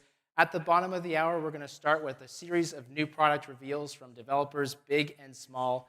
Following that is our attendee welcome reception happening right across the way. Free drinks, free appetizers, sponsored by AnyBuilds. That's what's going on today. I'm going to ask all of you to please let the exhibitors set up in the exhibit hall they have today for that purpose. You all get access to the exhibit hall starting at 9 a.m. tomorrow. So on Saturday and Sunday, you have exhibits in the exhibit hall. You have seminars right here on this stage. There's the FS Elite stage located in the exhibit hall, workshops, and a whole lot more. We'll be talking all about that. That all goes from 9 a.m. to 5 p.m. on Saturday, 9 a.m. to 3 p.m. on Sunday. So that's a big picture view of what's happening this weekend. Let me give you a couple of important reminders. First of all, restrooms located either immediately to the back of the room out those doors, or there's a second set of restrooms to your left. Feel free to get up and use those whenever. We do have 2 scheduled breaks this afternoon, but by all means, whenever you feel comfortable, or I guess uncomfortable, feel free. Just respect your neighbors as you do that, please. There are also water stations located throughout the perimeter of this room and through all of our event space. Definitely important to stay hydrated, so those are for you. Please feel free to use them. And in terms of emergency exits, the doors that'll be off to your right, those go through a quick service corridor and to the outside. Alternatively, you can go straight out the back and then head that direction to get outside. There is free attendee Wi-Fi in the space. You can connect to the Rio guest Wi-Fi network. No need for a password. I am sure that on all 2,000 of you try to connect to that, the speed is going to be phenomenal. So perhaps if you have cell data, consider using that. But for those of us from overseas, if you have trouble connecting on your cell data, the Wi-Fi is there. It is for you. It'll work throughout the entire meeting space. Now, those of you watching online, for us, you can watch on our website, our YouTube channel. It's youtube.com/FlightSimExpo. You may also be watching with some of our partners, FS Elite, Flights with Joel Mustafa, and plenty more. Everything that you're going to see today is free for the entire community online. Starting tomorrow, all of the Brasilia Room seminars on this stage are available to our online-only event. So for those of you who are watching online, you haven't had to come to Vegas, you haven't had to pay the hotel, you haven't had to travel. If you want to support this show, we have a really easy $15 payment you can make to get access to every single seminar on this stage, live or recorded. And if you'd like, you can also become an FSA captain, help us out a bit more. For those of you in the room, you get access as well to those live streams and recordings. So if you find that you can't be in 3 places at once, which is what this show kind of requires, then you do have access to watch everything right here in this room back after the show's over. There's also free parking available at the Rio. That's 24/7, whether you're staying overnight or you're a guest. No special anything required. Just park and come on in. Closest parking lot is the convention center lot. That's located kind of just out that way. So you can park, walk straight in, and you're already here. So we have a lot going on this weekend. Let's talk about what's happening on Saturday and Sunday. Like I said, starting things off is the exhibits. I think that's probably what most of you are here for. We have more than 70 booths that will be available starting at 9 a.m. tomorrow. If you're already here, you already have your badge, there will be no lineup tomorrow morning for you to wait in. You can walk straight into the exhibit hall. So please help us out. Don't come too early. We won't let you in. The exhibitors need their time to be ready. 9 a.m. is when the exhibit hall will open tomorrow. It's open until 5 p.m. Everything in the exhibit hall is available to you as a FlightSimExpo attendee. There were a couple things that were pre-registration, but you can still walk up and still get access to those. So literally everything in that exhibit hall is available to you all day, Saturday and Sunday. That includes our Virtual Reality Experience Center, sponsored by MSI Computers and SimFab, and again, a whole bunch of other things happening all throughout the course of the weekend. Also in the exhibit hall is our FS Elite stage. This year we have 2 different stages. We have this one in the Brasilia Room, which is our community-inspired seminars. Those were voted on by you. Seminars happening here all day, Saturday and Sunday. And then in addition to that, we've got developer Q&As, live demos, and stuff happening in the exhibit hall. That is right in the middle of the action, so you'll be able to enjoy those all weekend long as well. I'll talk about where you can find the schedule here in just a couple minutes. Also, our on-site workshops, so the home cockpit building workshops and the X-Plane workshops, those are all available. They are in rooms kind of around the corner, so you've got to go out these doors and then turn left to the Conga and Lambada rooms. Those were also pre-registration. However, there is some walk-in availability for the X-Plane workshops. Signs outside those doors will tell you what time those sessions are starting and ending. Feel free to step into any of those if you'd like to over the course of the weekend. And last but not least, there's a lot going on here at the Rio. So when the show's over, we have discounts available to all FlightSimExpo attendees. You might want to take a quick picture of this slide. It has the codes on it. So Penn and Teller, the magic show, very family-friendly. That is, I think, 30 or 40% off. And then there's Comedy Cellar, 2 shows of that per night. As a FlightSimExpo attendee, you save 30% or 40% on those with the codes that are up on the screen. You just walk up and buy your tickets if you haven't bought them online. So great things to do at the end of the show. And there are 2 other events, 2 other nightly shows here, WOW and Chippendales, that are also happening, I think, every single night. So again, lots going on. If you're trying to figure out how the heck you make sense of all this stuff, one of the really exciting things this year, we got this piece of feedback last year. People really wanted the schedule on their smartphones, so we've done that. You can go to FlightSimExpo.com/onsite or scan that QR code. You'll get access to see every single seminar happening both here and on the FS Elite stage throughout the weekend. So that's a really easy way to see what all is happening at the show. There's also a printed event guide with a map and a schedule. We're going to be handing those out tomorrow morning as you walk into the exhibit hall. Also, my favorite subject, of course, is always food, especially because I haven't eaten today. Anyway, with respect to food, variety of hot and cold food and drink options available for purchase from the concession stand. That'll be open on Saturday and Sunday. So there's lots on property. There's more than 15 on-property restaurants, but the concession stand is right here, and the restaurants are way over there. So if you do want to do that, it's $4 to $16, the range of options, including taxes and service charges. You can room charge that, credit card, cash. It'll be available in the exhibit hall all day on Saturday and Sunday. Friendly reminder as well, if you booked through our link on our website here at the Rio, you do get a $25 F&B credit automatically added to your room, so you can use that for the concession stand or at any of those other restaurants. Just a reminder, like, they don't do that for other groups, they do that for us. So front desk staff won't know, the restaurants won't know that. That's just a thing that happens in the back end. Do check your bills. This is a difficult thing for a lot of hotels to get right because they're doing it just for us. If you see something that doesn't look right, let us know after the show and we'll help work on that.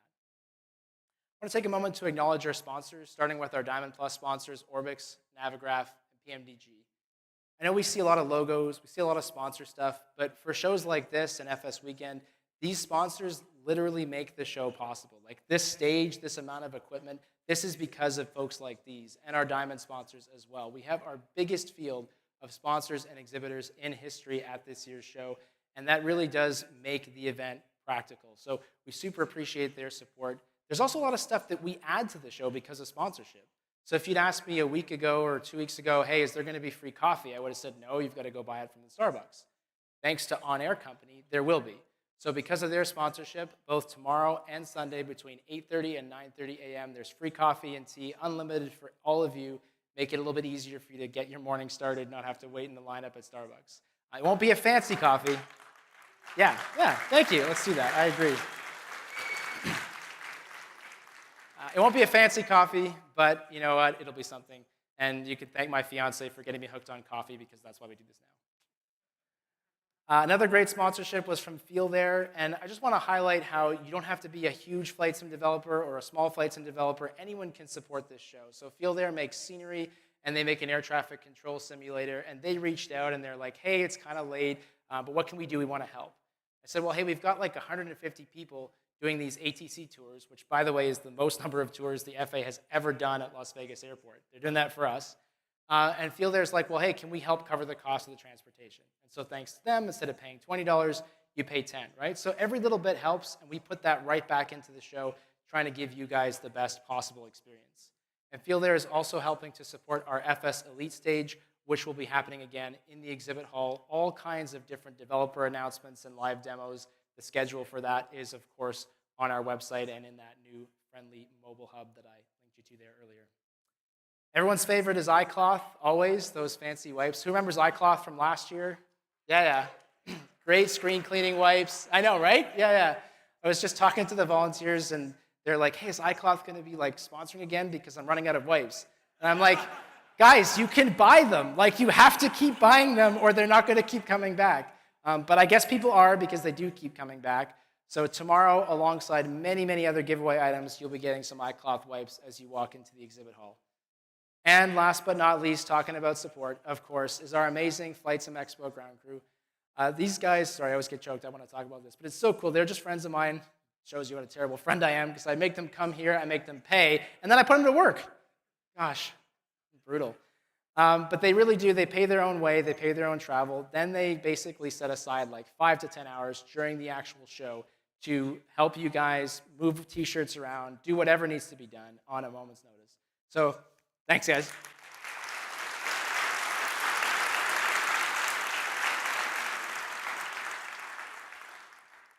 There are apparently something like 17,000 years of flight sim experience in this room. Now, who here has been flight simming since like the 1980s, Sublogic days? Hands up.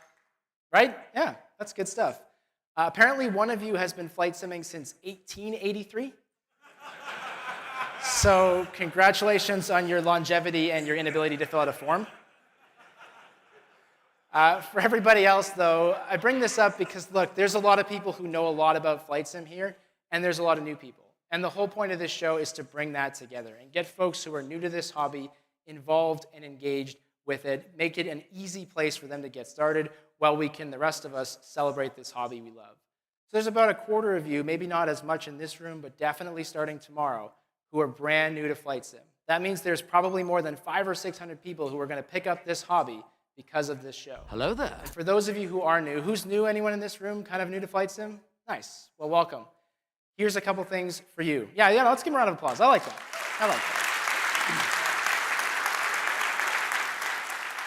So about a quarter of you are brand new to Flight Sim, and here's a couple of seminars that are going to be super helpful for you. The other thing that we love to do for new simmers is our show floor tours. So put on by, again, some of our amazing volunteers. At 12 o'clock on both Saturday and Sunday, you can meet by the registration desk, and a volunteer is going to walk you through the show floor, explain some of the exhibitors who are super helpful for those brand new to the sim. It's totally free, no sign-up required. Just head out to registration at noon. Same tour both days. You can do both. You can do one. But that's a great way to kind of get a lay of the land here at FlightSimExpo. I always put this slide up, North America's community-driven flight simulation convention. I actually changed the word conference to convention, so it's a new slide. Yeah. And I put this here just to kind of call back what I talked about when we were dealing with the whole venue thing. You know, we talk to developers sometimes, and there's going to be some on this stage who've never been in a room of flight simulators. They don't know what to expect. Sometimes I'm talking to developers, and they're kind of hesitant, and I'm like, is it the money? Is it the travel? And they're like, no, I just don't know what it's going to be like. Like, are people going to be mean to me? You know, what's the reaction going to be when I say something? And I say to them, this show is so positive. People here are so friendly, so happy, so passionate. And so please keep that going throughout the course of this weekend. Make every developer walk away feeling like there's that special magic to this show and to this hobby, because that's why they're here. And of course, that's why you're here as well. So with that in mind, it's about time to kick off FSExpo Friday. Now, those of you who were here last year, you may remember that I was kind of helping to run FSExpo Friday, but I also had a helper. The helper was Mustafa, and I thought he did such a great job that I fired myself. I'm making him do it all. And the good news for you is you don't have to hear my voice again until the end of the day.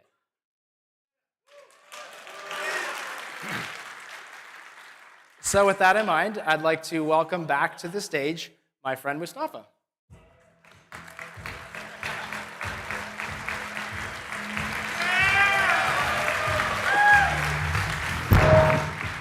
Good to see you again. I haven't seen you in like... I know. I feel like I haven't seen you in a year. Yeah. It's been great. And of course, the illustrious, the one and the only, Gormfield. Only about a small fraction you understand what the joke is here, but you'll get it throughout the week, don't worry. I've already had, I don't know if I should say the name, but there was one somewhat high-profile flight sim platform developer who would like Gormfield. So you might have to think about that. We'll talk. Yes, that's what I said too. And I'm going to welcome as well on the stage a couple of other friends. We've got 3 seats there on the table. So let's please welcome to the stage Factual Gull and Overkill Simulations.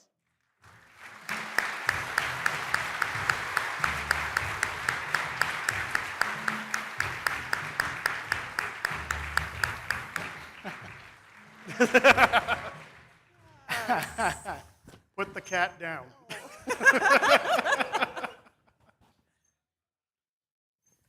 Very nice. So, thank you. 3 of our wonderful media partners up here who are also flight simmers, also content creators, they will be seeing this content just like you for the very first time today. And they will be here hanging out with you, reacting live, sharing their thoughts, their comments, and their feedback as we go through the presentations in rapid-fire format. We're going to have one right after the other, 2 quick breaks, and it is going to be go, go, go all afternoon. But of course, it wouldn't be FSExpo Friday unless we had at least a couple of surprises, right? So I have one to kick things off. Let's have a look at this. Hi, I'm Alana. At 2:30 p.m. on Sunday, we'll be announcing the date and location for FlightSimExpo 2025. Be in the Brasilia room or watch online at that time to find out where next year's show is going to be. Ooh. Who could she be? And where is she? Those are the only hints I'm giving. We have been doing this show for 5 years now, and one goal of mine over the last 5 years has been to buy different shorts. I have not done that. These are the same shorts I wear every year. But one other goal has been to announce where next year is going to be at this year's show. So this year, we've signed our contracts, we've got everything in place. We will be announcing where FlightSimExpo 2025 is going to be held right here on this stage at 2:30 on Sunday. You have to be here or watching us online to find that out. You're welcome to try and pry it out of me. I love hearing your guesses. Feel free to share where you think it's going to be, but I'm giving away no spoilers, or I probably will not make it out of the show alive because Phil will kill me. Gormfield thinks he knows. He does he? He does. No, he's wrong. Oh, Sorry. stupid cat. Anyway, like I said, time for FSExpo Friday, time to kick things off. I'd like to welcome to the stage our first presenter from Bluebird Simulations. That would be Shervin. So Shervin, would you come up on the stage, please, and join me here?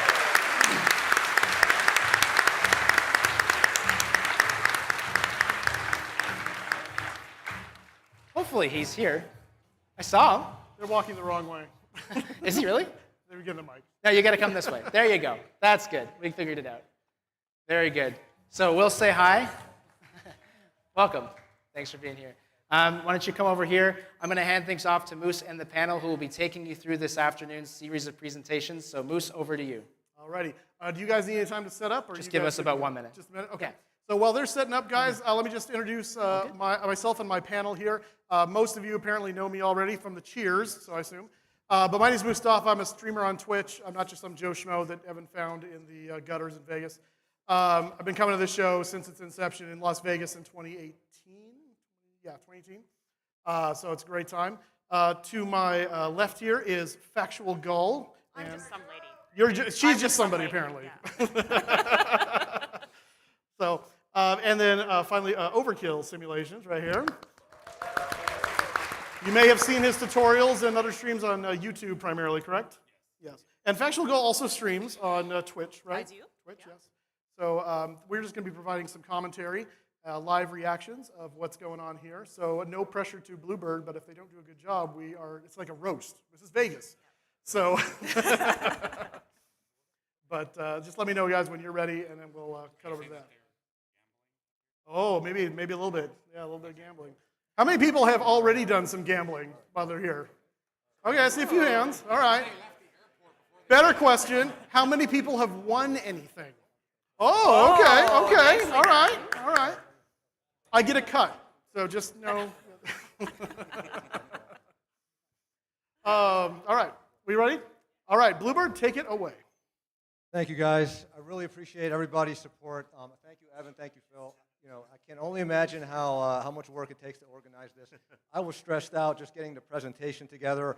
I was staying up late and walked into the room. My wife was sleeping. It was like 1 o'clock in the morning, and I tripped over the bed and woke her up, getting this thing ready. So I really appreciate all of the things that you guys have done. I hope the presentation. I really hope will keep you guys entertained. We have a lot of stuff to cover, so I'm going to, get through this really quickly. But I am curious, how many here have heard about us? How many know who we are? Woohoo! All right, good. All right. So I'm going to just do a quick just introduction. So I started Bluebird back in September 2020 during the pandemic. Had nothing better to do, right? So called a couple of friends. Originally, it was 4 of us, and it's grown now to over a dozen people, and we're from all over the world, and all of us share. I have Human here. He's one of our amazing system programmers here. And we all share a passion for flight simulator, for development, for aviation, and really the products that we're going to bring to the market really will show that passion. Every plane that we make, we put a lot of love and work into it to make it truly one of the best planes that you can get for flight simulator. And again, with our first project that we announced in 2021, or we started in 2021, was the 757. We actually announced it in February of 2022. Now, you might wonder what we were doing between September and June. We were actually working on a different project that we ended up canceling, thank goodness, for the 7.5. I think it turned out to be a huge blessing for us. But again, one of our things for us is accuracy and immersion in every product that we do. So I'm going to show, hopefully this comes up. I want to show the 757 trailer that we created. One of the hardest things for me making these videos is the music. I hope, it's like spending hours going through all of this. So I hope you guys enjoy this.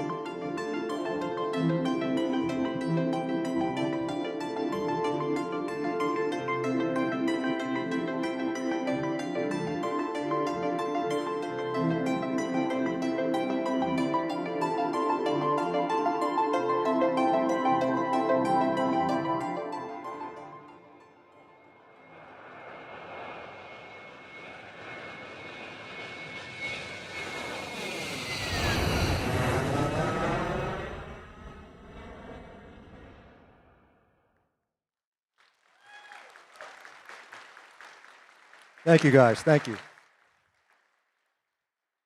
That video took us a long time to make, but I'm glad you guys enjoyed it.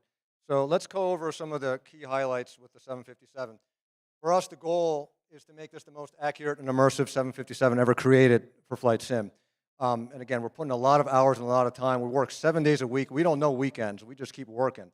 When we started, for those of you that might not be aware, 10 months ago, we did a restructure. We brought on new programmers, very talented system developers. I've been flight simming off and on for 30 years, and I've been doing development for over 20 off and on. And I'll tell you, like, the team that we have is one of the most talented, and I'm very privileged and lucky to be working with such talented people. When we did the restructure, we worked on the electrical system, the avionics, and the flight management system. So with the electrical system, we simulate 20 electrical buses, and I love to say circuit breakers. I know pilots don't use circuit breakers, but when we were doing this thing, from building it up from scratch, it made sense to add the circuit breakers. So it's a very complex electrical system. Dare I say, one of the most complex in the flight simulator. We have accurate flight dynamics tested by real 757 pilots. We have over a dozen 757 pilots. I think one of them was supposed to be here today, flying from Seattle. I don't know if he made it. I don't know. Glenn, are you here? There he is. All right. Awesome, awesome. Thank you, Glenn, for coming. Yeah, we have, we're going to have a lot of pilots testing the flight dynamics to make sure that it's as accurate as possible. Custom sounds, of course, Boris has been doing a great job. I personally have recorded sounds. Boris has recorded sounds. The pilots that we have recorded sounds. We have a huge sound repository on the 757 and 767 as well. So we want to really make sure that that immersion with the sounds is there. The night lighting, so that we spent a lot of hours on the night lighting. You got to see some of it in the screenshots with the exterior exterior night lighting, and also the interior. You got to see some previews, but we're still working on that. There's going to be over 25 dimmer switches in the flight deck alone that you can play around with, and we're just making sure that all the light, the ambiance is correct. So now this is kind of a broad statement. Fully simulated aircraft system. Every system that we touch, we want to make sure is as accurate and fully simulated as possible. We did a demonstration a while back in one of our videos of the air conditioning system, for example, that takes into account if the flight deck door or windows are open, or if the passenger doors are open. That affects how the rate of air is transferred between the different temperature zones. So you're going to see it, whether, either heating up or cooling down quickly. Also, the outside air temperature will be affected. If the window shades are up or down, that affects the temperature inside the cabin. And then, so again, every system that we touch, we're going to make sure that we really simulate it to a high degree. And the last thing I want to mention is the terrain map. We did a preview of this a while back, I think in our January video. We have a really accurate terrain map that you'll be able to use.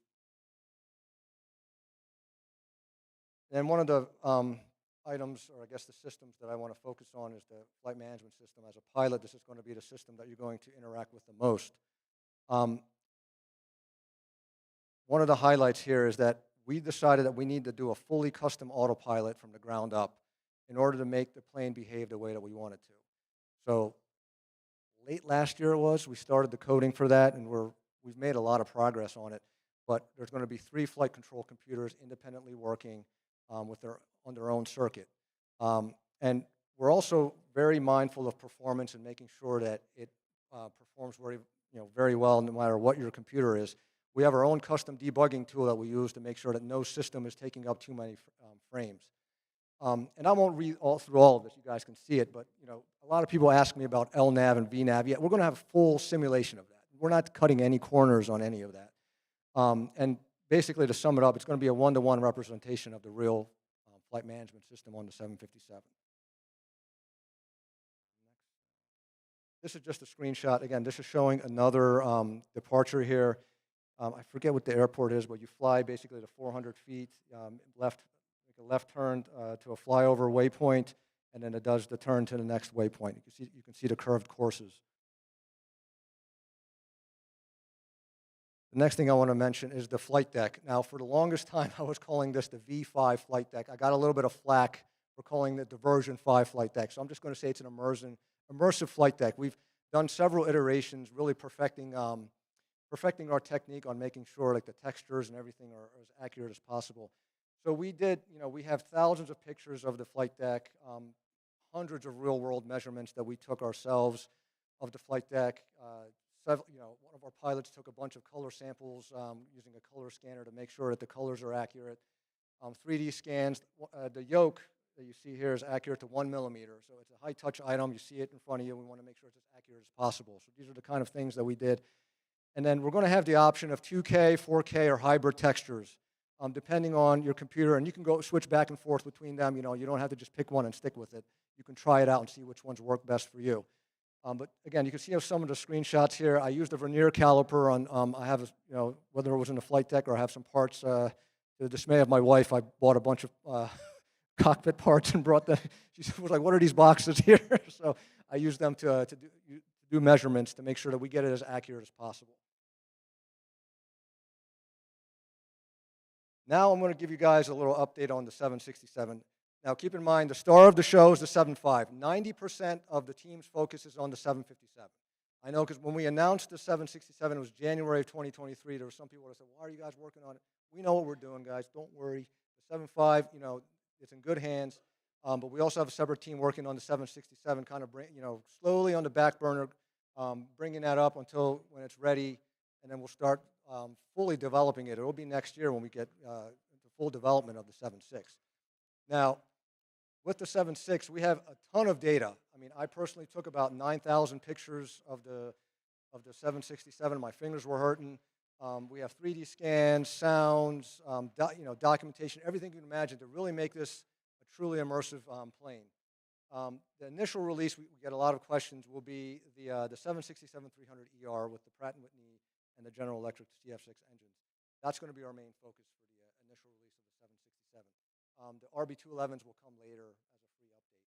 And we will have like a paid expansion pack for 200 and 300 cargo, again, later down the line after the 767 is released. And again, accurate flight dynamics tested by real pilots, no-brainer there. And then, of course, again, our goal is to make this the most accurate 767 ever created for flight sim. For those of you that remember the Level D 767, that was one of my favorite planes. I love that plane. I would fly it all the time. I mean, this is going to fill that void for you guys, I promise. Later on this year, we plan to show textured previews of the 767. Now, we'll show just a quick video, 1-minute video, just showing some screenshots of the 767, just to show kind of where we're at right now and with the level of detail we're putting into it. But keep in mind, none of this is textured. This is all within the source program called Blender. It's not in the sim or anything yet.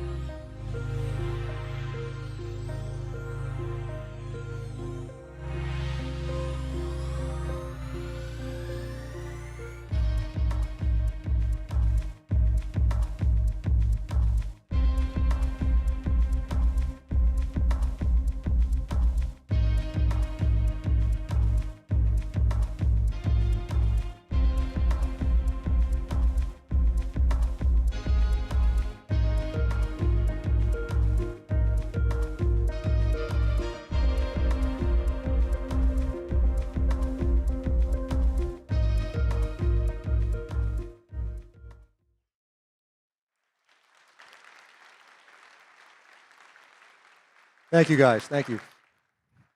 I think I'm doing a lot better on time here. So I want to go back real quick to the 7.5 and also give a quick shout out to MK Studios. Thank you for lending us your Keflavik scenery. It was amazing. We had a lot of fun taking different videos with it. So thank you, guys. I don't know if you guys are in here, but thank you. So now, guys,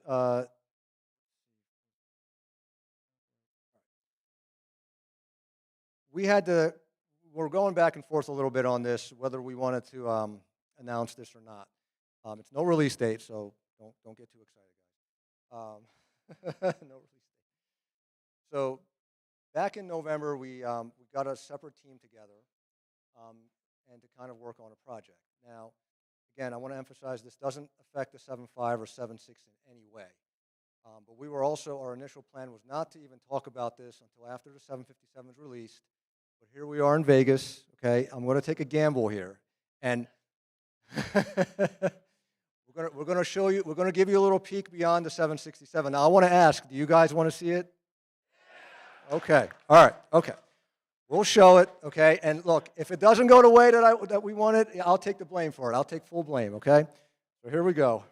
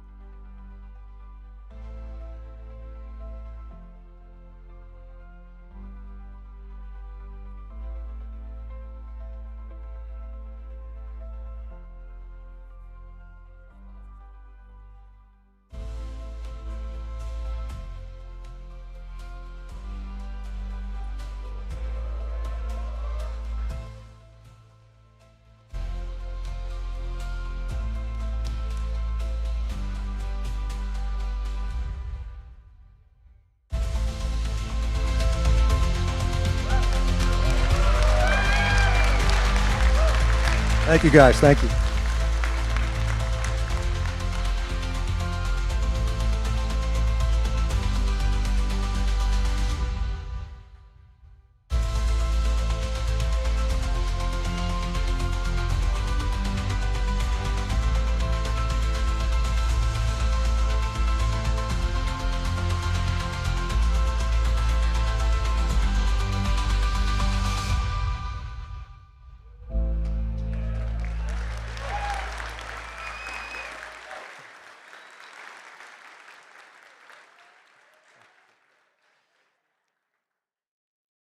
I'm glad we got that reaction. I really did, because some of the team was like, "We're going to get some booze." I'm like, I don't know. We'll see. But no, we had a lot of people ask us, "Are we going to do a 787?" And I'm like, at first, this was like last year, so I wasn't really committed to it. But I think we have a lot of documentation on this. I won't get into. I can't talk about it, but we have a lot of resources on this plane. So any plane that we do, we want to make sure that we have the correct amount of resources to accurately simulate it. So this is going to be really good, but I'm not going to lie to you. It's going to take a little bit, guys. So we still have, the 7.5 to work on, and then the 7.6, and then this is on the back burner. But it'll be there from when we're all ready to get the whole team on there to work our magic on it. But I'm glad you guys like the previews. That's all I have. I have 2 minutes left, but really, I want to again say thank you so much to the community. You guys have embraced us.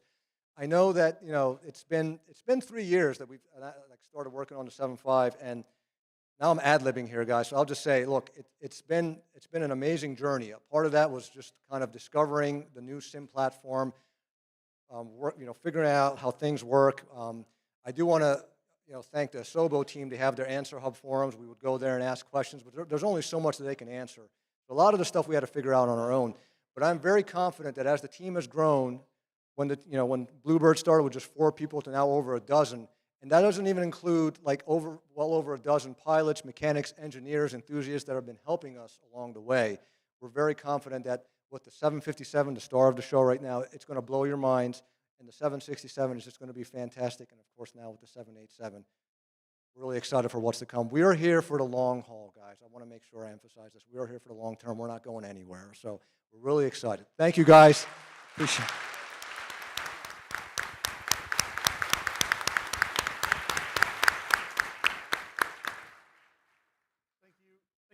team at Bluebird.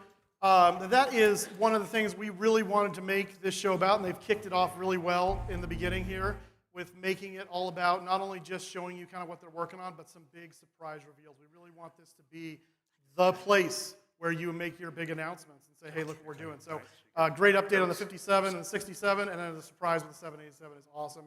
And he had me at level D. When he said he's all about that, that's what I'm looking for. I'm study level, so I'm excited. What about you guys? I am super excited. I am so glad that the label 787 came out at the end because I was just, it's a plane. So admittedly, I need the help with the airliners, yes. But I do watch a lot of YouTube and Twitch channels, as you both know, of people who fly airliners and not the smaller planes like me. And so I really just appreciate that attention to detail, even things like just the measurements, the cockpit, the lights, the sounds, all of those pieces. Admittedly, I'll likely be appreciating this as a viewer for the next little while before I jump into it. We'll get you into the airlines. But I also appreciate, thank you. I would really love that. And also, this is a team that builds aircraft from the ground up. They're not building the plane as they fly. Yeah. As it flies. No, that's true. That's from true. the ground up. Yeah. Always smart. Yeah. What are your thoughts there, Overkill? Well, I'm absolutely blown away by all the progress in Bluebird simulations, but I gotta ask, 57 or 67? 57 hands. Hands up, 57. Hands up, 57. We've got a 57. Do we have a 67? Do we have a 67? All right, hands down, 67. Hands up, 67. All right, let's. I was going to say the 57. 787. I'm waiting for what? All right, 787. That was the. You got to bring up the big. It is, all right. I was trying to keep it to what's coming soon. Fair enough. Fair enough. But no, I'm absolutely blown away. And then when I saw the sharklets on the engine there, like that was a giveaway. That was the 87. It's like, okay, here we go. Yeah. So awesome. It's gonna be good times. It is gonna be a good time. So thank you, Bluebird. Looking forward to what you're bringing out. Next up, we have is it Fabian? Yes, from FlightSim.com, and they're a first-time exhibitor featuring one of the new force feedback yokes that's available. They're going to be available to check out at booth 307 in the exhibit hall starting at 9 a.m. tomorrow. But go ahead and let's hear from you.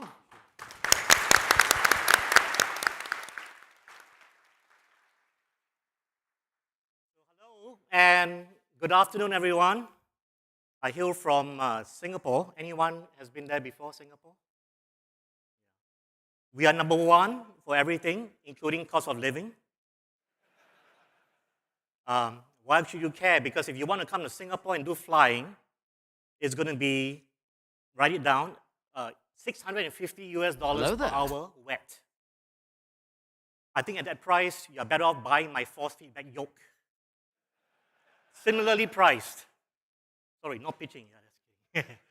So, my name is Fabian. Allow me to introduce myself since I'm really new to this community. My previous background was a management consultant. Today, I run a flight school, which is simulator-based only. I own the Redbird MCX, and what we do is that we train students in Singapore, as you know, because it's so expensive to learn to fly in Singapore. 15 hours in the sim. We fly them to the US, and they earn their PPL, private pilot license, in 30 days or less. So if you think about simulation, I can assure you I've been doing it for 7 years. Most of my students get their private pilot license in 30 days or less. My fastest beat my record. Well, mine was 19 days. His was 16 days, 0 to 40 hours. So don't mess with simulators. This stuff works. Another evidence of simulation working is not to boast that I aced my private pilot in 19 days, instrument in 10, multi-engine in 5, and eclipse rating, single pilot in 14 days, all thanks to simulation. Here's evidence of myself with my jet, and no, this was not taken in an air show. Here's me again, and the reason why I'm here is the reason why all of us are here. The joy of flight. Some of us are more fortunate, I've had the good pleasure of flying all over the world in my little private jet. And by the way, the acquisition of the Eclipse was my single worst financial decision in my entire life. Stick to simulators. Seriously. That's how you go from millionaire to broke. But, I mean, how do I tell you the feeling when you're in the front of the cockpit, landing in Iceland, Greenland? I mean, places that you will probably never see except in Microsoft Flight Simulator, isn't it? Now, I'm not sure whether you heard what I said. This is Greenland, Iceland. What do you realize? Greenland has no ice and Iceland is not green. You will never know this. Evidence that I really flew there. This is Nassau in Greenland. Probably not your choice destination, even as a simmer. So life has been good, pretty awesome. Allow me to introduce my company, FlightSim.com. We are based in Singapore, and Singapore is not part of China, just to be clear. So what we want to do is to revolutionize flight simulations as a whole, and our major segments are serious flight sim enthusiasts, which all of you count. I mean, you traveled, I don't know where you came from, right, for a freaking game. I mean, you guys are nerds. You deserve an award, all of you. You guys too, you know. I've never seen a community take gaming so seriously. I mean, what do you do when you crash? Do you cry? No idea. Yeah. Well, that's correct. Maybe you restart because it's a Windows computer, remember? It's not guaranteed. Restarts are not guaranteed on Windows. Sorry, Bill Gates. So our goal is to build quality hardware. So forgive me if I say that our yokes are affordable. You know, my reviewers get blasted when you use the word affordable. Affordable is relative. But let me tell you this. How I defend my affordability is very simple. My force feedback yokes are cheaper than your iPhone 15. Okay? So please, don't give Apple your cash. Give us your money because you get a lot more utility. Talking about products, we first introduced the CLS-60 and the CLS-120 just last month, in fact, on Indiegogo and our website. I just want to share with you some facts that you may not be aware of. Number one is modeled after the 172.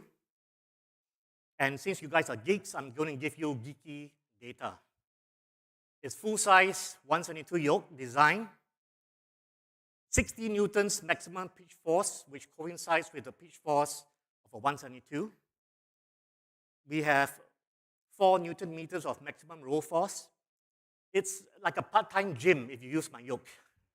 You don't have to go to the gym. You can cancel your membership. The shaft length is 165, true to the original 172. But there's more. We built it to be modular in design. For example, the motor can be upgraded from 60 newtons to 120 newtons without buying a new yoke. The yoke handle can be replaced if you break it or if you want to upgrade. In fact, I'm going to show you our newly released 737 yoke. And we also built flight consoles for those of you who find home cockpit building too difficult. All our products are backed by a 1-year guarantee. And the pricing is affordable. Okay? Just sell away your iPhone 15, we're all good. The next line of product is our FC100 flight console, which works pretty much. Did I skip something? Yeah, okay, sorry. The FC50 is designed for single engine, simulation and our SC100 for twin engine simulation. Some quick facts, I just want to take a photo because I'm running out of time so quickly. It basically replaces your keyboard and mouse for most of the major functions, whether single engine or twin. Of course, for the twin, we have dual throttle prop mixture.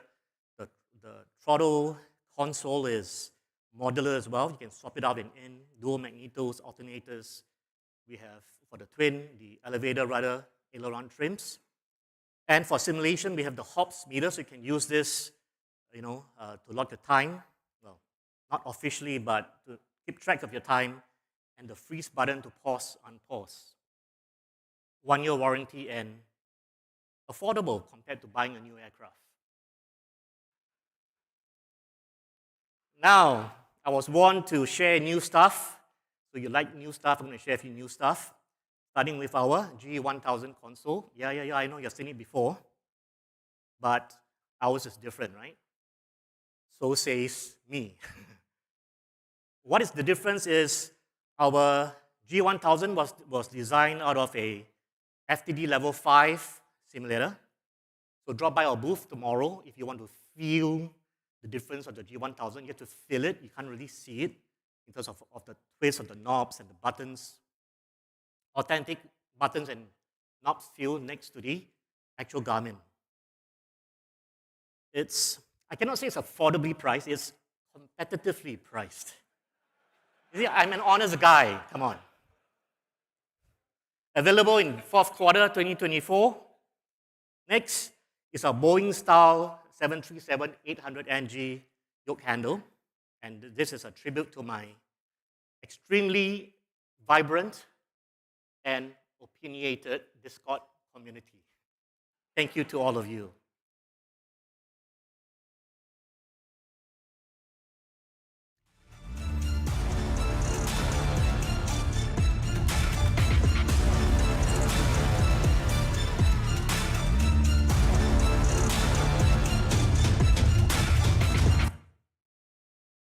Sorry for the abrupt cut of the music. It was a free video editor.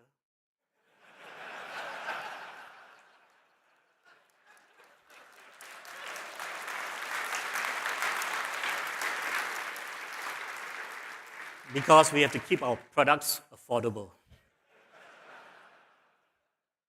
So this is what it looks like, retrofitted on our CRS60 or CRS120, and it is available tomorrow. Come down to booth 307.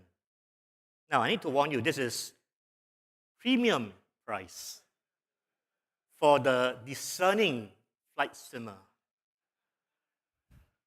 I did warn you. In other news, we are joining the foray out there with force feedback stick base, yeah.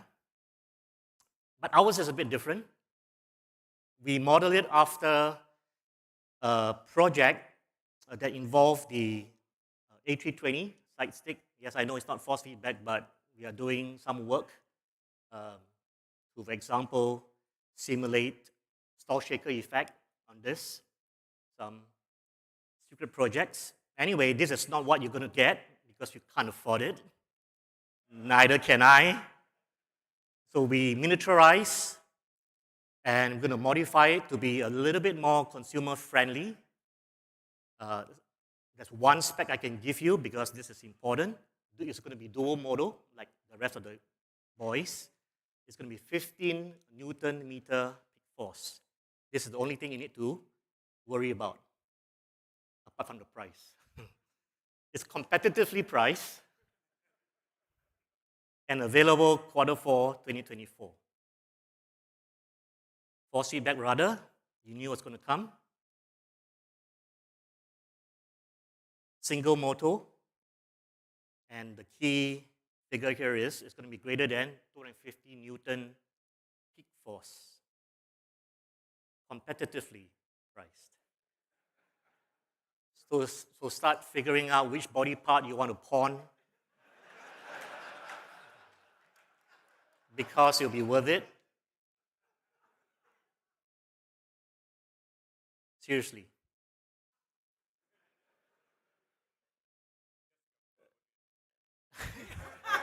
You will need that for the rudder. Please don't get rid of hands and legs. We need those things. Your eyes, anything inside here, not so important. God gave us like redundancy in this area. And I thought I would do something nice since we are here and we came all the way from Singapore, is to leave one of our force feedback yokes in Las Vegas. I hope you don't mind. Yeah.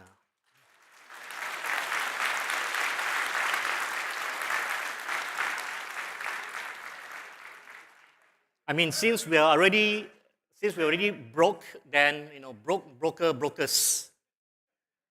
I would need to create a new category for us, brokers after this. So take note of the URL. This is only for you guys. Please don't spread it around. I mean, you can spread it around. You'll benefit me, but not benefit you. You understand the math? FlightSim.com/FlightSimExpo. You will see a secret page with your name and email address. Please be sure not to have any typos, because if you have a typo, then you understand what's going to happen, right? I'll have to bring back the yoke back to Singapore and pay shipping, okay? So, yes, we're going to give away a lightly used, of course, what do you think? Brand new? Come on. Lightly used CLS 60 force feedback yoke, $7.99 value. It'll be $9.99 on 1st July, by the way, because we are losing money for every unit of yoke that we sell. I'm not bullshitting you. I'm an honest guy. Don't you know? Right? So yeah, we have to raise the price because we really lose money on $7.99. So those of you who get your hands on this yoke at $7.99, let's thank your lucky stars. This will be the first and the last time you ever have a force feedback yoke for under $1,000. I'm pretty sure of that. If it's above 1,000, it's in the wrong currency. You know what I'm saying? Okay. This is US dollars. So that's it, ladies and gentlemen. It's been my great pleasure to be here along with my partner, PAX. Take care, all of you. FlightSim.com.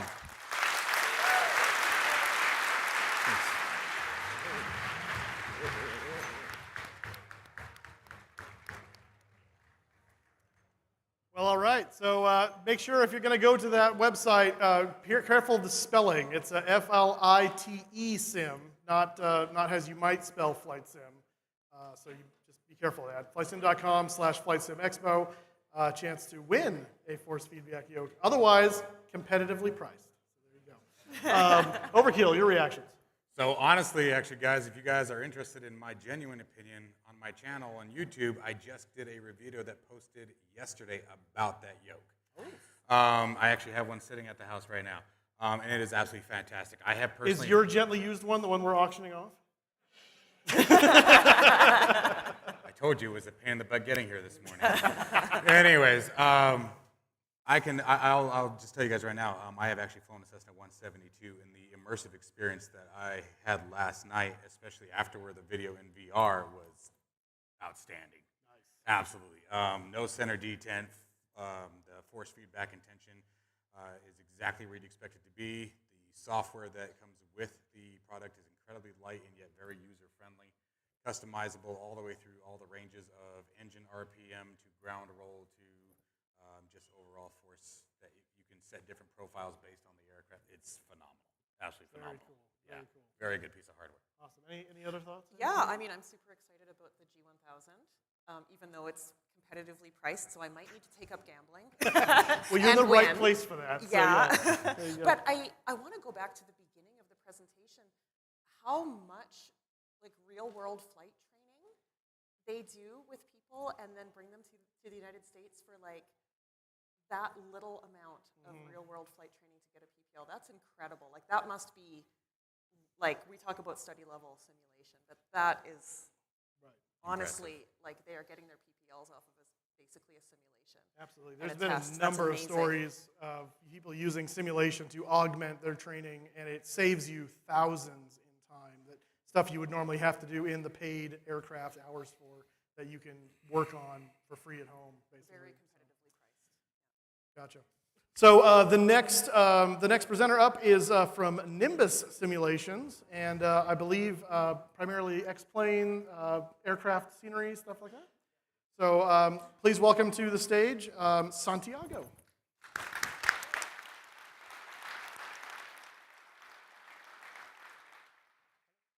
It's a great pleasure for me to be here to see so many flight simmers and fellow aviation enthusiasts. First of all, who we are. Well, my name is Santiago Naru. I am the founder and director of Nimbus Simulation Studios. We mainly produce add-ons for X-Plane. We started in 2010. We have a little bit of our history here. We try to create products that bring new experience to users. We try to innovate, to have a good balance of performance, visuals, and an overall experience for the user. Right now, our portfolio consists of 3 aircraft, 9+ airports, and other projects. I will be talking about all of them a little bit.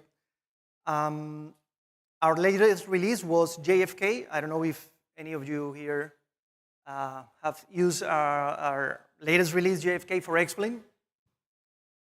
If you haven't, you should. So here is a video showing our current products. This is mostly taken in X-Plane 12.1. So here we go. This is JFK. As you can see, we are trying to create the most realistic environment day and night. Our latest airports doesn't have night textures. We only use lights, so everything works like in the real life. So if you park the airplane below a light, it will going to illuminate it. All the weather conditions affect the visuals of the airports, so it's more immersion. This is dolls. You can see the animated people inside. Custom vehicles, custom 3D models, custom textures. Everything is handcraft and custom for each airport. This is Atlanta. And what is coming next is one of our, I don't know if any other airports use things like this, but we can set our destination, our departure time, and it will be displayed on the screen. So if you are in the cockpit preparing your flight and you see that you are delayed, it's going to show on the screen. You can see right now it's delayed 9 minutes, so it's a little bit of extra pressure that we all need. This is Atlanta, and we also make aircraft. This is the Islander, small, beautiful airplane, nice to fly. The next one is the UH-1. Many of you are fans of helicopters. So here we got it.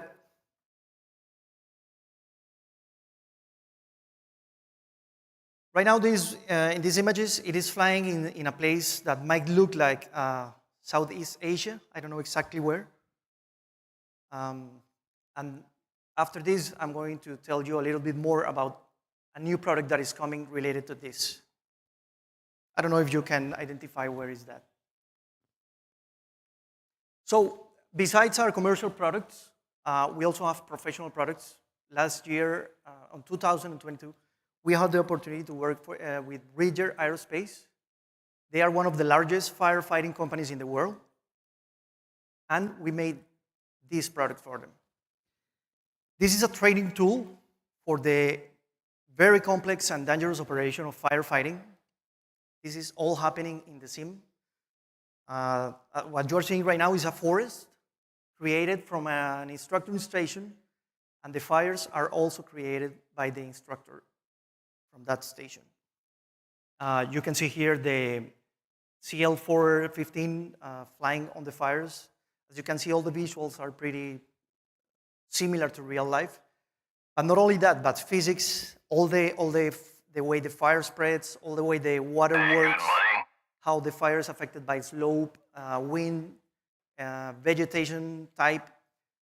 Many things are working behind the scenes here to make this very, very accurate, because they really needed a tool that represented the real life conditions of a fire or of a forest fire.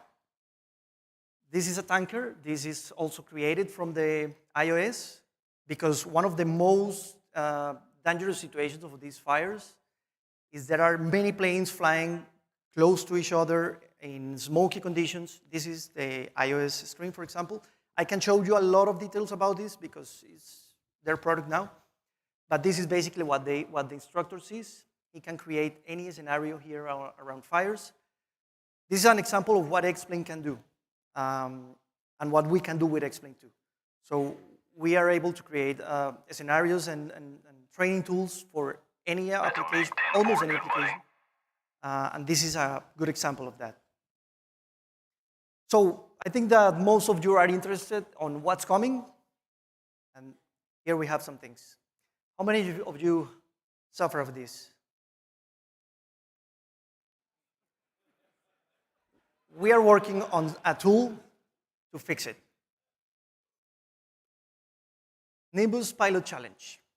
This is basically a mission editor and a mission flying tool. This is in X-Plane. This is the way to create a mission. This is a short example, but you can create several kinds of missions. You can select what kind of airplane that mission is created for. This is an example of how to place objects inside the sim. This is not a scenery editor. This is a mission creator. So all the objects that you add from this tool can be interactive. They can move. They can react to your presence, to your actions. And this is the way to place them in the sim. As you can see, there are 3 objects right now there. And this is part of what's coming too, which is probably the most fun. In the missions, and if you remember what I told before about the Huey flying in South Asia, it's a Vietnam scenario that is coming to with a mission, with missions for it. So I think this adds a new layer of fun and excitement to the simulator. Why is this a solution for the post-flight emptiness syndrome? Because you are also going to be able to share your statistics, your flights, your missions. You will be able to share what you create with others. And you are going to have a tool that will give you jobs inside the simulator, not only what you create in your mind, which I think is what most of us as simmers do. We invent a scenario and we fly it. This is going to materialize that. This is basically what is going to have mission, jobs, and on duty. I need to keep going because I don't have too much time, but this will be posted later so you can check it out in more detail. What else is coming? This.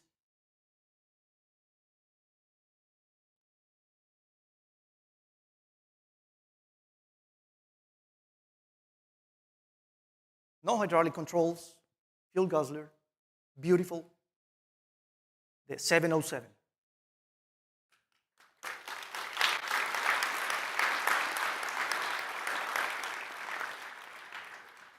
I'm not sure if you are going to be flying this airplane more from the cockpit or from the wing, because I don't know, for me this is iconic, this view.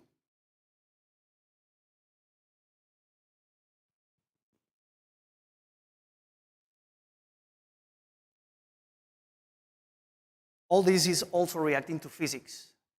So the result of the vibrations, the wing flex, the engine movement, the cockpit vibrations is going to be very realistic, and it's going to be working also in VR because it's not attached to the camera, but it's the actual model that is vibrating and shaking.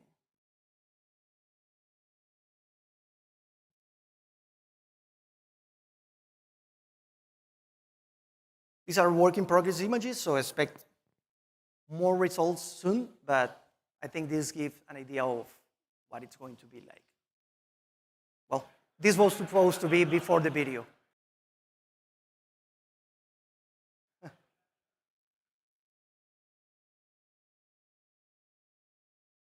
And the other thing I wanted to show you, I just have a few seconds, is what's coming today. This is our latest release, and it's going to be, oh, can I have 30 more seconds?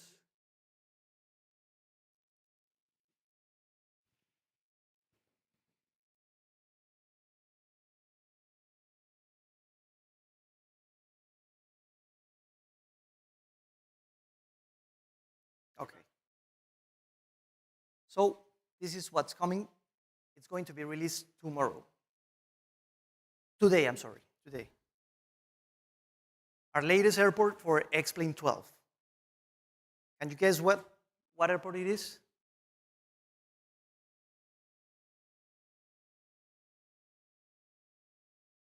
Not Las Vegas.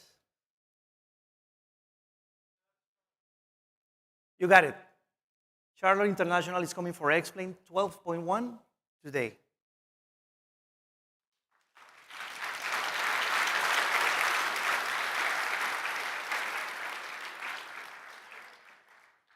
We are using all the available tools that X-Plane 12.1 give us from default. We are using not default 3D models, but the default option for moving jetways. So no extra plugins or no extra trouble.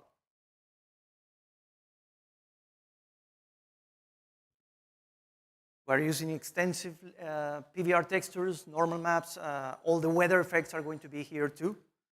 So when it rains, when it snows, you're going to see the effects on the airport.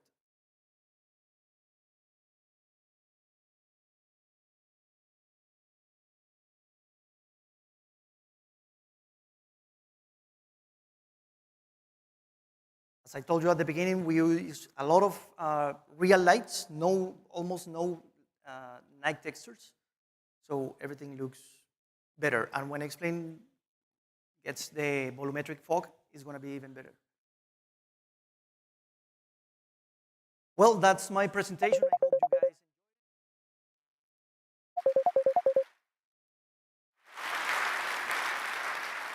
enjoyed. One more thing I forgot to say. We are also going to start developing scenarios for Flight Simulator. So keep that in mind. Stay tuned with our social media. We are going to be showing more information in the next days. If you want, you can access our social media. Thank you very much. Have a great weekend. See you later.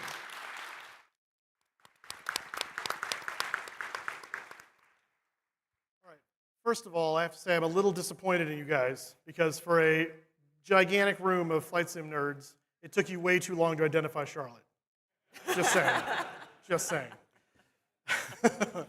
All that to say, thoughts, guys? It looks like some really cool stuff, like some firefighting stuff, Mission Creator, 707. The thing that really stood out to me was the firefighting. I think it's so interesting. It's a little bit different, and it's so relatable too. As someone, just hit my mic. As someone who, who comes from a part of the world where there's like forest fires and wildfires every year. This is something that's super relatable. I think it's something that is happening more and more in aviation, and I love that we can, have access to that in the sim. Look great. Gives you a really cool mission opportunity for something that is a real aviation thing. Yeah. Let you overcome. I'm definitely on board with the firefighting. That's a big one for me. I can't wait for that. I've been saying that in every flight simulation that we've done. Firebombing is awesome. But I'm a little disappointed how quiet everybody stayed with a 707. I know, right? Right? Like, okay, that's cool, guys. Glass cockpits. I get it. Yeah, it's fine. It doesn't have a TV screen. I don't want to fly that one.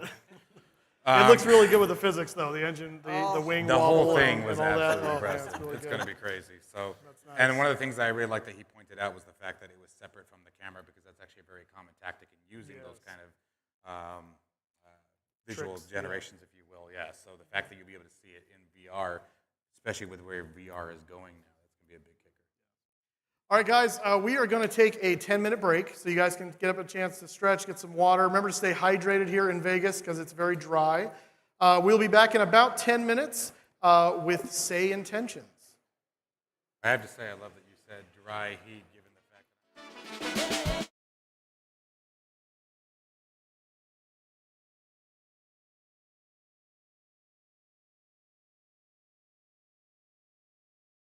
Hey, it would help if I turned on my mic, wouldn't it? So what do you think of that, folks? There was lots going on, lots announced, wasn't there? It was definitely straight to the point, one after the other there, and we stuck to schedule as well, so we got it right with the lineup. So we heard from Bluebird, we heard from FlightSim.com, and then Nimbus Simulation Solutions after that. So we're expecting Say Intentions next, Cav Simulations thereafter, and Winwing. They're the next three that we're expecting. So yeah, there was lots going on, and we'll definitely need to recap on that. I think Murph might have stepped out and is busy trying to send me his feed, so we'll be able to connect with him shortly. So while Murph's sorting that out, let's just do a quick recap on what we heard, right? So there was, let's start. I took notes. Look at me. It's like I'm working. But we heard from, first of all, we heard from Shervan and Bluebird about the 757 and the 767.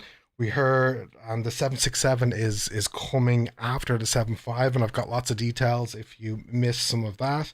Then we heard from Fabian of FlightSim.com, who was an interesting fella with his competitively priced. So, yeah, what does that mean? We'll try and figure that out. So there's a number of products there. Force feedback yokes. There was a 737-800NG yoke that's modular. There was also 2 flight consoles, a single and a twin, with the pricing increasing after December, he said. Then he went on to talk about a G1000 console. He talked again about the 737NG yoke handle. No prices, but it was a premium price. Then on to force feedback stick bases, coming in Q4 again, competitively priced. Force feedback rudders, and so on. But yeah, those prices. It was interesting to look at your chat throughout that presentation, because some folks are going, nope, not for me, can barely get the Alpha and Bravo past the wife. And then others are saying, actually, in comparison to cockpit builder type peripherals, it's actually not too badly priced. And then we had Nimbus Sim and Santiago, who was speaking about various things in X-Plane, some of which you had to use your imagination for. They didn't quite sort out the AV. Folks, about the AV, we're getting our feed straight from FlightSimExpo. I'll do my absolute best to see what I can do to improve it. I'm conscious that there might be a sync issue. The audio levels are peaking here and there. There's only so much I can do, but I'm conscious that it's not the best, so I'm trying my best on this end. But just to come back to Nimbus for a second, they cover JFK, Atlanta, the Islander, the CL415, 707, the fuel guzzler. That looked very, very interesting. I'm sure Murph will be very excited about that. And then at the very, very end, an airport release of Charlotte International. So there was lots going on, and yeah, that was pretty straight to the point, which was great. Murph, you're a little in and out, but hopefully you've got a bit of better coverage. So we're going to jump over to Mr. Two-Tone himself and actually hear his views. So there you are now, Murph. I'll make you full screen. And, how are you? Yeah, what did you make of all that? What was it like in the room? Well, first, let's do like an AV test. So am I coming through okay? Can you hear me good and clear? That's the hope. I can hear you perfectly. Chat, is he 5x5? Is he okay? Will we make do? Yep. Thanks. Do I sound lovely? You sound your usual self. Let's put it that way. Yeah, I wouldn't say lovely, but yeah. Yeah. I sound great. Do you know? Yeah. You sound like it's all kick off. Yeah, kick off. What do you think? Yeah, it's 44 degrees outside. This is a great idea. Right. So we'll start off with Bluebird, right? I mean, that was exciting. The 7.5, a 7.6, and then towards the end a 7.8, right? I suppose there's a lot of hype, I think, for a developer that hasn't actually released anything yet. The renders look incredible. The video they did was super. I can hear myself crackle, but that could be just me. You're all good. Until we actually get to use the product, it's we'll have to wait and see, right? Yeah. It looks very impressive, and I'm super excited. And like, they're working on so many things. And like, when Bluebird started off on this journey, this was all like they said it wasn't going to be study level. They said it was going to be, they'll do a good job on it. They've completely 180'd on that. I mean, they're talking about, no, this is going to be like a 1-to-1 replica, a digital replica and they have, like he said, like they've like a dozen real world pilots, you know, and that's coming to the sim right now. Whether or not we see it, you know, in the coming weeks or months, we don't know, but it's very, very exciting. And then you got the 7.6, and I don't know, I'm unsure. Like I think there's some of the dev team on. I could be wrong now, but I think some of the dev team were originally the old Captain Sim back in the day. I think. Could be wrong. Really? Oh. Okay. But as far as I know, yeah. Oh dear. But I could be, that could be like complete and utter rumor, right? You know, You made it up. Yeah. I made it up, right? But anything for the story, you know. But no, it very, very impressive, right? And I got to say, like the reception that they got was huge, and it's great to see developers get up there. I mean, because they're taking a huge risk. Yeah. I mean, especially when they haven't brought their product to market yet. So they're saying it's going to be this, it's going to be that, they're going to do the other, and it's very like, I kind of get Phoenix vibes from or the vibes from Bluebird, because these guys are going the extra mile. I mean, dude was measuring stuff. He's buying components, bringing them. The wife is like, "What are you doing with that?" I just want to measure this here with a ruler, which is brilliant. So it's really, really exciting, and it looks incredible. And the sound bit we had, you know, doing the flight pass was like, oh, yeah, it sounds. Then the FlightSim.com. So I had a great chat with him yesterday. Really funny. So what you saw on stage, yeah. So like what you see on stage, really, really nice.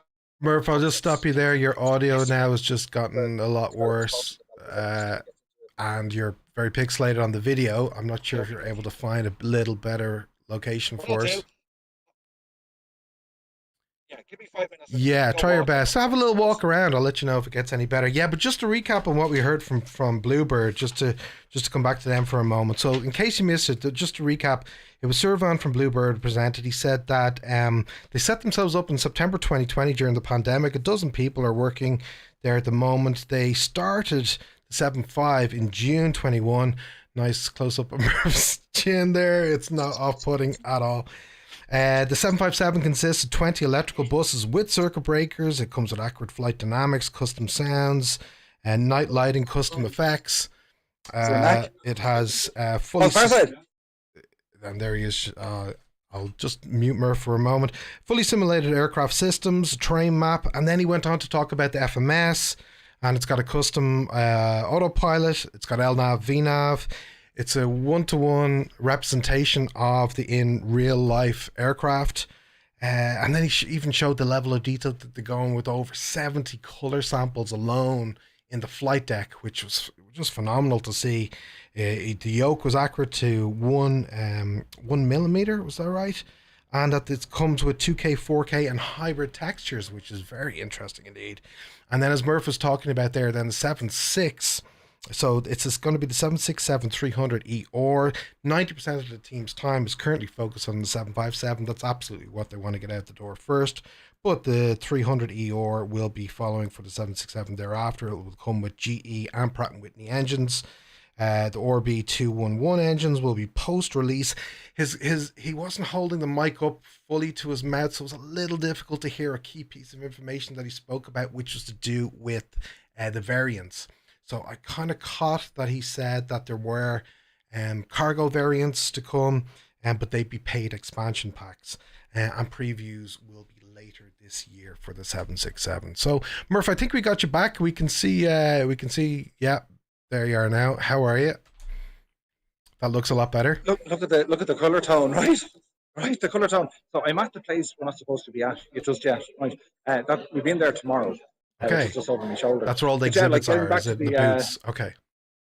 That's where the exhibits are. Yeah, I hid my bag in there as well. I hope no one goes rooting through it.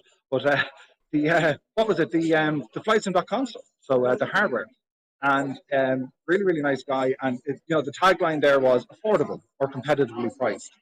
And that was interesting because you can only really compare his products to what's there with maybe Brunner, which I think is, I don't know what the Brunner stuff is, like that's thousands, right? So yeah, again, it's, hopefully tomorrow I'll try and get my hands on it to see what it's all about. Ali sitting beside me was like, I've already ordered that. Ali is like the hardware queen, right? She'll just get all the stuff. So yeah, it's it'll be interesting to see. And then of course Nimbus jumped on as well. So yeah, it's and like from being here. Hang on, I need to move. My left arm is knackered. Hang on. Oh. Better, right? Being here on the ground, it's mad because you're getting the reactions of people in the audience live, right? And we saw this last year, right? I mean, you can hear the enthusiasm gasp, yeah. from folks. You can hear the gasp, right? Yeah. And yeah, it's super exciting when you get these kind of releases and just these tidbits of information. And again, going back to Bluebird, there's so much there. We haven't seen it yet. You know, we haven't got our hands on it yet. So yes, you remain very excited, but we've got to try it out first. Yeah, you know, and in fact, that's part of. I was explaining to folks that tomorrow you're going to do a floor walk for us before the Jorg and Seb announcement, which is great, and that'll give you the chance as well as meeting people and interviewing folks, but also to get hands on with some of these peripherals and actually give us the real insight as to what they're like firsthand, you know. So that'll be great. And just coming back to them for a moment, in terms of this type of peripheral where it has force feedback, like in my humble opinion, that's the future of our peripherals. That's in a couple of years what I think we'll all kind of want, where you have that actual real feel for what flight is like. But is this the provider that you think we should be looking at strongly, or is there others in the same ballpark that perhaps we'll hear from over the weekend? There's definitely others, and this is very exciting because the challenge you were saying yesterday, it's very difficult to announce hardware because we all saw what happened with Honeycomb, right? As in, it's going to be this, you can buy it, and then you have a massive logistics issue. So he's aware of this, and it's kind of good because he said it's very hard to get trust, very hard to earn trust now because there's been this issue already in the industry. So the fact that this developer is aware of that, and he's super aware of that, and like he's very much like it's his product, start to finish. He's a real world pilot. Little bit more confidence can be shared there, definitely. But when it comes to the other hardware options, I mean, you're absolutely right. You talk about kind of the future or the accessibility. You know, us as users, we want high fidelity. We want realism. We want things to be the best they possibly can be. Force feedback is huge, and it's not just force feedback in like a yoke or a joystick. I mean, this is going into pedals. Yeah, it's crazy. Which is, and like he's talking about the forces need like 250 PMs. Like you get a workout from using those pedals. I would anyway. You know? Yeah. So no, it's very exciting, and I suppose like tomorrow, it's handy tomorrow because in the morning there's a panel. I'm on a panel, trying to host a panel. What's happening? There's Arch over there. This is huge. We'll bring them in a sec. On the panel, it's just content creators and content creators do what they do. But after that, yes, a floor walk, get around to every exhibit. There's over 70 booths in the place here. 70. Wow, yeah. You'll have a lot to get through tomorrow for sure. No, really looking forward to that. Murph, the break is finished and Say Intentions are on stage, so we might jump over to them unless you've got anything else you wanted to mention. I'm going to go over now and find a refreshment, and I'll be hanging around, so shout back. So maybe we'll touch base with you in a little while in the next break. Sweet. All right, sounds good. Thanks, Murph. All right, dude. Bye. All right, folks, sorry about that. We will jump straight back to the live feed. I'm going to do my best just to try and improve the sync, so we'll do a quick refresh. And here we go again. 1219, contact departure. Safe flight, sir. KLM 310 identified. Climb and maintain 8,000. Turn left heading 320 vectors to Stigma. Skyhawk 1720 Sierra Papa, you're leaving my airspace. Squawk VFR, frequency change approved. Safe flight, Brian. Delta 1219, can we give a descent below this storm? Delta 1219, roger, descend and maintain flight level 230, and let me know if you need more than that. KLM 310, climb and maintain flight level 360. That aircraft passing below at your 10 is a citation. Should be no factor. Delta 1219I can give you direct boomer if you're interested in a shortcut. Might save you a few minutes. That sounds great. We'll take the direct, Delta 1219. Delta 1219, roger. Cleared direct boomer. Descend and maintain 1616,000. Lufthansa 31 Hotel Langen Approach, erwarten Sie Landebahn 25 Center in Frankfurt sinken und halten Sie 11.000 Fuß.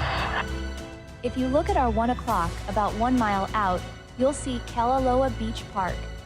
It was part of the former Barbers Point Naval Air Station. The beach is a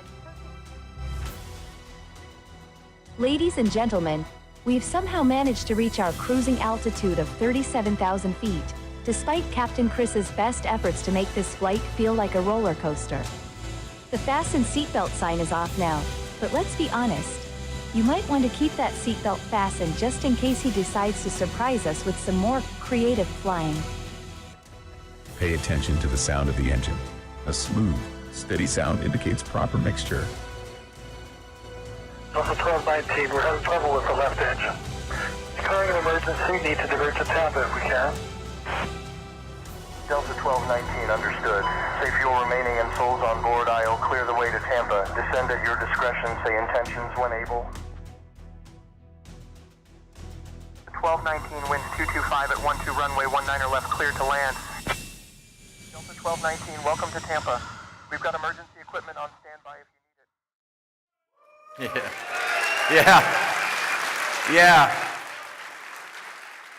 Come on! How cool is this? I gotta tell you, I have my moments when I'm sitting in the cockpit and I'm flying with that thing and I just go, this is so cool, right? It's like the little boy in me just comes alive when I hear this stuff. It's so cool. Well, like I said, we got a little carried away with our original goal, but I'm glad that we did. The ATC side is incredible. IFR, VFR, 24/7 coverage, 88,000 airports, oceanic, PIREPs, chatter, traffic advisories, as you heard in there, region-specific procedures. You can pick up a flight midair if you manage to lose VATSIM coverage midair. Just pick it up midair or on the way in, and vice versa, no problem. On the immersion side, speaks and understands 14 languages, you guys. Come on, we're the first ATC in the world to speak some of these languages. It's incredible. Full VR support. The controllers have distinct personalities. Some of them are super friendly. Some of them are not so friendly, just like in real life. Yes, we model that. By the way, we also have Kennedy Steve. His voice, with his permission, is the ground controller at JFK. Very cool. Yeah, and the personality is there. The personality is there, and it's hilarious, yes. Full multiplayer support. One of the important pieces of this for us was 0 menus, 0 clicks, right? We wanted this to really feel like legitimate ATC. Tablet, mobile view, regional accents, those beautiful neural voices that you heard are unlimited. 0 impact on your CPU or your frame rate, and you can pause, accelerate, walk away, whatever you want. Like I said, a little carried away. We're not done. We got a lot of work to do, but we've got some great stuff coming up. Things like traffic injection, full AI sequencing of that traffic, living world AI, and tons more surprises on the way. Those who've been our customers or have been following us know we announce something pretty cool just about weekly. All of that is coming this year. All of this is built on top of best-of-breed cloud compute AI platforms. Right? OpenAI, AWS, Google Cloud, Microsoft Azure, all of these play critical roles in bringing together the multiple AI platforms needed to make this thing live and real. I'm going to talk about that here in just a second. Actually, let me add that one of the downsides of this, which we're going to talk about in just a second, is that this platform is eye-wateringly expensive to run. We'll talk about that in a second. We bring together also, let's see, which slide am I on here? One on the left? Oh, there we go, I'm on that one. Yeah, I mentioned these platforms that we bring together in addition to the partners that you saw on the previous slide in order to build this wonderful flight simulation ecosystem. But AWS, Google Cloud, OpenAI, Azure all play critical roles in what we're doing. We bring together all of this into the AI, or bring all this AI into the cockpit. But we realized not too long ago that the same technology that we're using to deliver ATC can do tons more. So we brought in tour guides, like you saw in the video, right? Cool stuff, right? It is legitimately really cool if you're flying around VFR and those tour guides are pointing out things as you're flying through the air. It's really neat. Flight instructors or mentors that will guide you through procedures and things like that while you're in the air. By the way, fully interactive with both of these. You can ask them questions. They'll answer back. literally have a conversation. Not too bad for $29.95, but hold on. I don't want any applause yet. Not at that price, right? We've never been happy with that price. But we've made promises where we've said, look, as the price of the technology comes down, we promise we're gonna make that okay, right? We're going to solve that problem. We can solve it in two ways. One of them is by bringing you more, right? There's more we can bring you for that amount. So I have two more things for you. The first one is, as of today, it's live now, we're adding AI cabin crews. Kind of cool, right? You heard in the video the cabin crew kind of ribbing the pilot a little bit.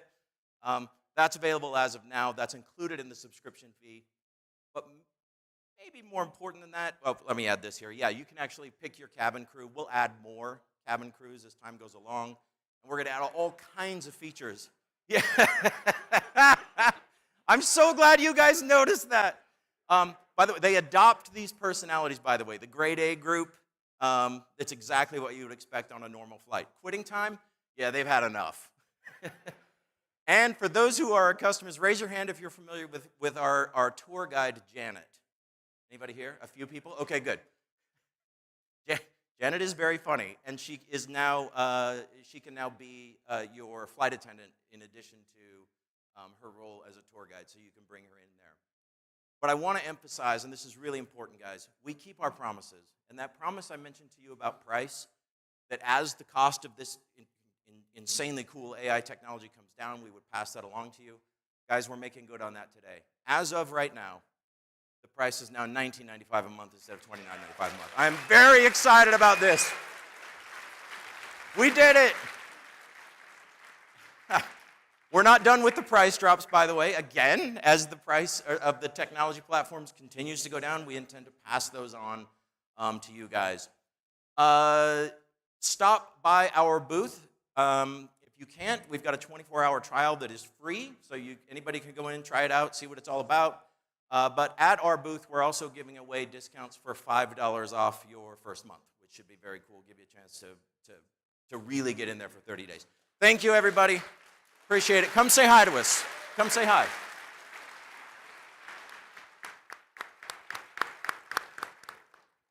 All right. Thank you very much from Say Intentions. And I got to say, I'm probably never going to be a real-world pilot at this point. But now I can cross off being made fun of by Kennedy Steve off my bucket list because I can just do this. So fantastic. Dreams do come true. What are your guys' thoughts? It's definitely a nice milestone in the ATC world. There's a lot of really great ATC things happening in flight simulation. This is definitely a big one. The price drop, that was pretty kicker. And then the 24-hour free trial, it's a hard argument. If you guys are afraid of getting into air traffic control, this is definitely a good first step.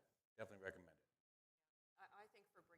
Into the community, into flight simulation, the different languages, the different accents, being able to use an AI ATC if speaking with a real person isn't comfortable for you to begin with, or maybe ever. Right. I think this is a really exciting, way to engage with ATC. And myself, I keep hitting my mic. The one person who I know in my real life who is an air traffic controller, used to be military, now civil, is a woman who sounds kind of like me, and I don't really hear that in other simulations. So I kind of like being able to customize Very cool. this AI. The one last note before we go on to CAV simulations here is that he mentioned something I had never thought of before is, as someone who uses VATSIM a lot, there are those gaps where you take off at full ATC and suddenly you're on your own, or vice versa, and never thought about, oh, I could just pick that up and take the rest of the flight that way with, say, intentions, or do it until I get to somewhere where VATSIM comes online. So very cool flexibility built in with that. So we next have CAV, is it CAV simulations? CAV simulations is here. James Cavanaugh is going to present, and they do some hardware for Airbus panels, it sounds like. So take it away, sir.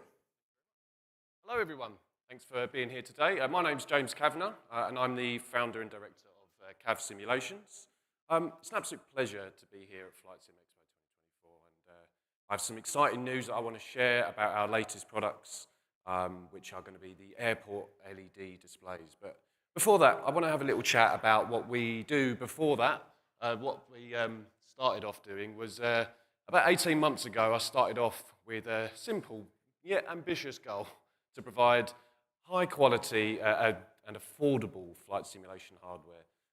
Our initial focus was on creating bespoke LCD displays for the Airbus A320 family.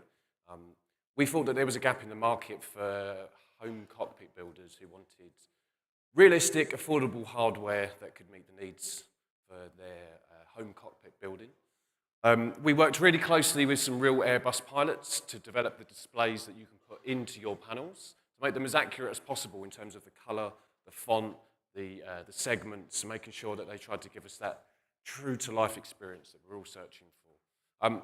They've been received very well so far. They've been on sale for about 18 months, and we've been blown away by seeing how you've been putting them into your products, putting them into your panels, and I really encourage you to keep sharing those pictures with us. But we offer the full range of the cockpit now, from the FCU, the EFIS, the RMP panels, the TCAS panels, the battery, the rudder trim. It's all there for the entire A320 family.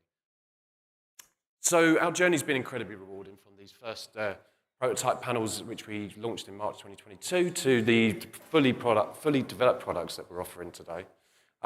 We've worked hard to try and balance getting the cost and the accuracy, ensuring that we give the quality that you all expect. They are out and ready. The next thing that I'm going to be talking to you is about what we're releasing today, which is our airport LED boards, but more on that a little bit later. We really think you're going to enjoy that. So, what are these airport LED boards I'm talking about? These are PCB boards covered in LEDs, denoting all airports that we will be bringing out. At launch, we're doing Heathrow, Innsbruck, Munich, Amsterdam, and of course, Las Vegas. These will show you real-world, real-time, live air traffic data on the comfort of from the comfort of your own desk. But not only that, we are giving you the option to just press one simple button and it will show you the virtual world as well, so you can see yourselves moving around the airports in real time. I want to talk a little bit more about those, and I am going to be doing, I'm tempting fate, I'm going to be doing a live demonstration of the real products here. So let's dive into a few key features of these boards. Each one of them is meticulously designed to provide an accurate and detailed representation of the airport layouts, including the runways, the taxiways, and the parking stands. The LEDs are all color indicated, with red for parking stands, green for taxiways, and the runways are multicolored, which will change color based on the airline that is on that runway. You can switch between, as I said, the real world and the virtual world with just a simple touch of a button. In the real world mode, the display shows the live air traffic, giving you a real-time view of what's happening at the airport. And you can track your own movements around, as I said, by switching to the virtual world by the press of a simple button.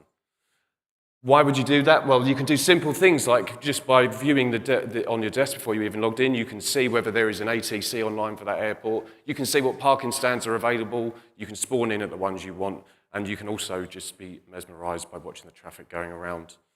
Installation is incredibly easy. We've designed the system to be completely user-friendly, with no expertise of any kind required.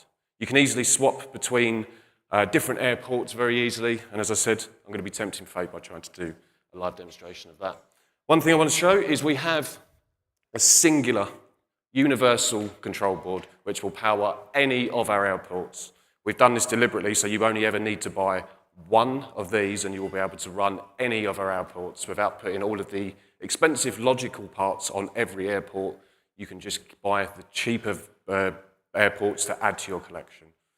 It's the heart of our system. As I said, it's designed to support any of our airport displays, which we think will help keep the costs down, making it, if you want to expand your airport collections, you only never need to buy just the one of these.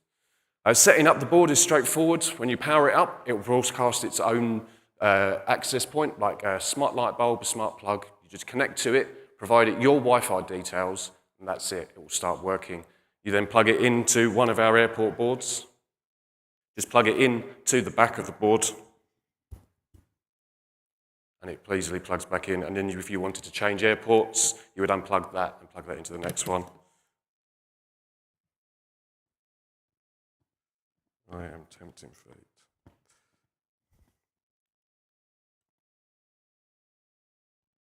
And then there, It just mounts like that. We've got PCB mounting holes as well in all the corners, so you can put it in a frame, hang it on the wall, put it on your desk, and have it wherever you want. One of the standout features of our system is the flexibility it offers. As I said, you only need to purchase one.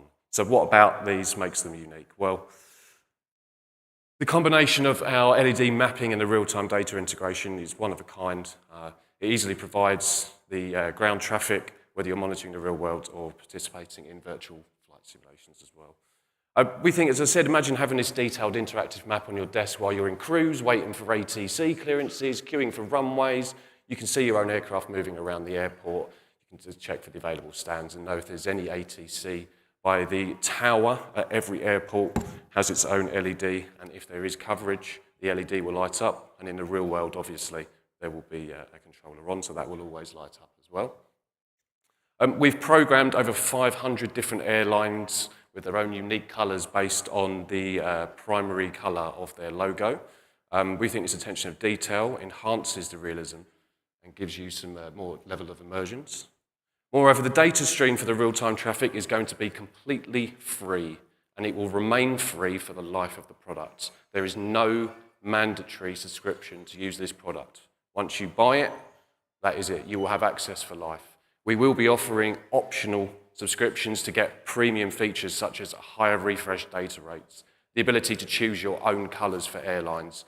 If you work or participate in a virtual airline, you can give your own airline its own color as you wish. If you don't like the pre-programmed colors, you can change them to whatever you want for your own airline as well.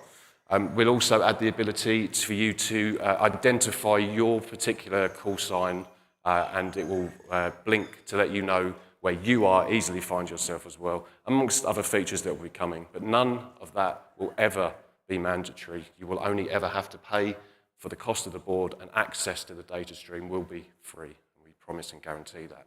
Now, let's tempt fate by trying to do a live demonstration.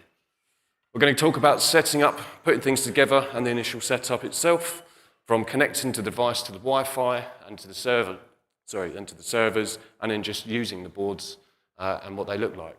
So I've got the next slide is going to put up a live camera here, hopefully. Yes, it does. So hopefully you'll be able to get a better look at the board. So I'm going to show you here Las Vegas. We have other airports available, as I said, but the time zone difference, I'm pretty sure it's about midnight in Europe, so there's not going to be much traffic. So we're going to focus on the Las Vegas boards. So let's give you a closer look at one of the universal control boards. It's a simple, camera's in the middle, isn't it? It's a simple product here.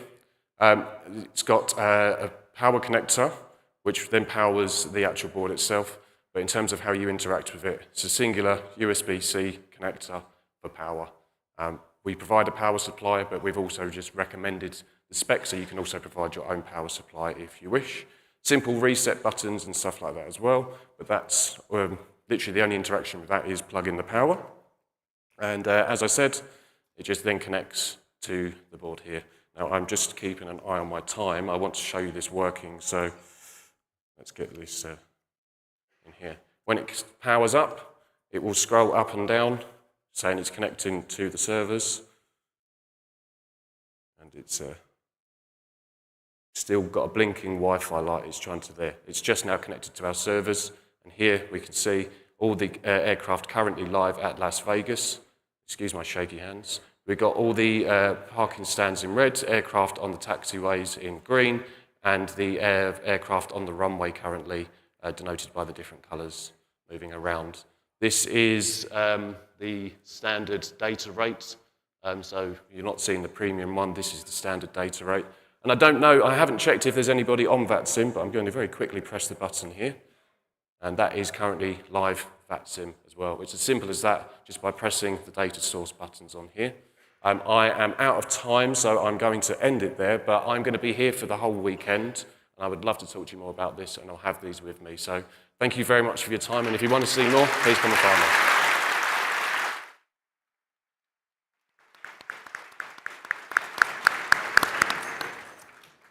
All right, kind of a unique, not only just panels that are helpful for those of you that are into the home cockpit simulation stuff, which I've been in some of these like home cockpits and they can be elaborate. So there's definitely a market for that if you're one of those guys that needs LCD screens for that.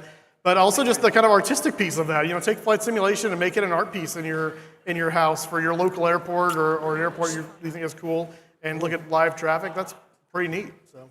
Yeah, I think it's really cool, like how creative people can be about. You know, I'm sort of expecting, you know, hardware, software kind of discussions here at this presentation about, you know, how we can use some of this in our flight sim, but even as a like design feature, I think that's kind of an interesting thing that they've done. Yeah, absolutely. You hit it right on the point, especially with the artistic piece too. That's the part that sort of came to my mind. It'd be kind of cool to have that behind me while I'm doing the on-camera stuff. Like this being serious, like it would sort of brings the rest of the room to life. Exactly. I like it. Yeah. Kind of like having a flux capacitor behind you moving around. But we don't talk about that. We don't talk about that. So up next, we're going to have the folks from, let's see, what is it, Winwing, I believe? Just check my notes here. Yes, Winwing is going to be here next. And they are just about set here. They are going to be displaying in booth 420 this weekend. So be sure to stop by. They are doing some really nice flight sim hardware. And so we're going to hear from them right now. Take it away, sir. Hello.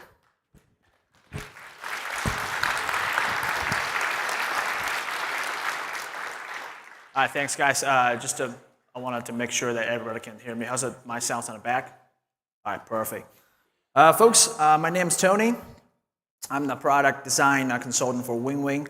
Before I begin our presentation today, I would like to thank the management member of the FSExpo. Thank you for this great opportunity so we can stay on the front stage today. I believe this is our first time participate in such a great event. And I would like to thank the audience here. You guys helped me a lot during my tough years and in my upbringings. And the flight simulation has always been a part of my upbringings. So a little background about me. I'm currently serving as flight crew members for one of the U.S. major air carriers. Flew almost all the Boeing aircraft, 73, 75, 76, 777. Now back to the 73. So. This community has taken care of me during my tough years, like I talk about it, right? So, all right, let's get back to business then. Let's see right there. All right, cool. So, Winwing begins as the one of the hardware companies that we are specializing in the commercial level flight simulators. We have the closed loop loading, the load control feedback systems, OpenGL graphic implementations. Flight model researches, and we are doing using the rear aircrafts to research the flight models and the actual aerodynamic numbers that we're using it. So, with all those things, we have successfully obtained the level 5 FTD certifications from Civil Aviation Authority of China. So, now all of those things seems to be a little far away from a flight simulation standpoint. I mean, home use flight simulation standpoint. So, but in reality, we are be able to brought down the cost and bring up the accuracy of the hardware and the software at the same time. So, as we navigate our business throughout this region, we receive numerous requests from our friends, from the flight sim enthusiasts to ask us, is there any possibilities that you guys getting into the hardware market for the flight sim region? So with the sheer volume of requests that we started looking and to provide a full set of flight sim gear for the FlightSim 2020 or X-Plane platforms and the DCS platforms. So this is part of our products over here, or Cessna 172 FTD level 5s, Diamonds, the level 4s. But now we're actually be able to do something that's really great and with a lower cost. So this is what we did in the past couple of years. It's a one-stop shop solution for the hardware for the military simulations. As you might can tell, that's an F-18 seat over there. We're talking about this, the ordinary people when we're seeking the realistic training level for flight, flight experience at home often face unrealistic high prices, right? Sometimes even they say it's a competitive price. I totally get it. Yeah, it's somewhat higher than what we can afford. So, not just about the price, also the complexities of the project. Let's say I'm buying a bunch of the hardware. How did I connect them? How did I make it work? Is there any options that I can just plug and play? Yes, we can do that. So, can we produce the highest qualities of flight simulation hardware close to training level while maintaining an acceptable profit margin, keep us competitive with other companies? And we have the answer for you. Oh, I'm sorry, the audio have problems. Oh, it's not.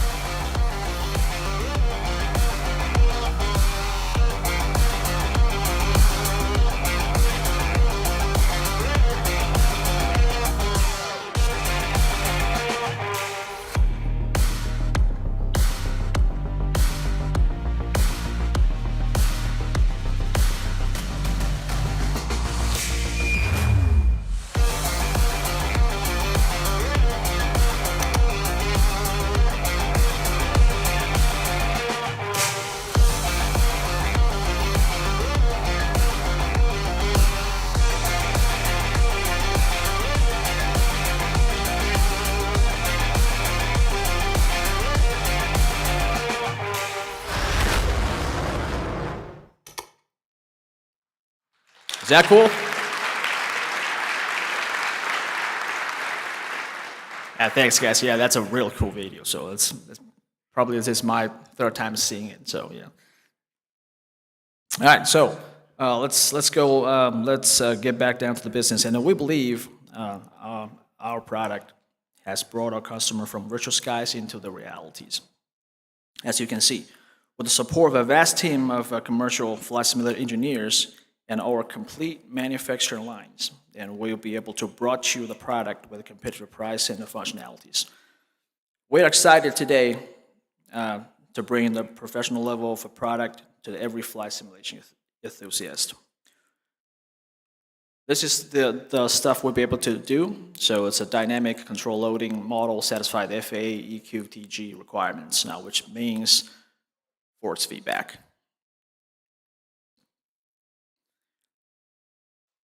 Now, for the product that we'll bring next, this is our Airbus product line for the EFS left side and the right side. My next click will reveal the price. So let's see if that's really competitive. How about that?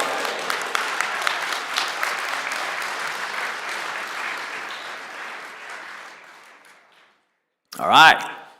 I will get back to the CDUs. All right. Let's see.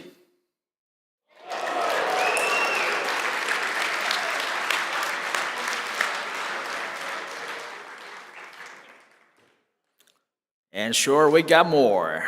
Oh, sorry. That one's to be determined. So, all right. Yeah, free.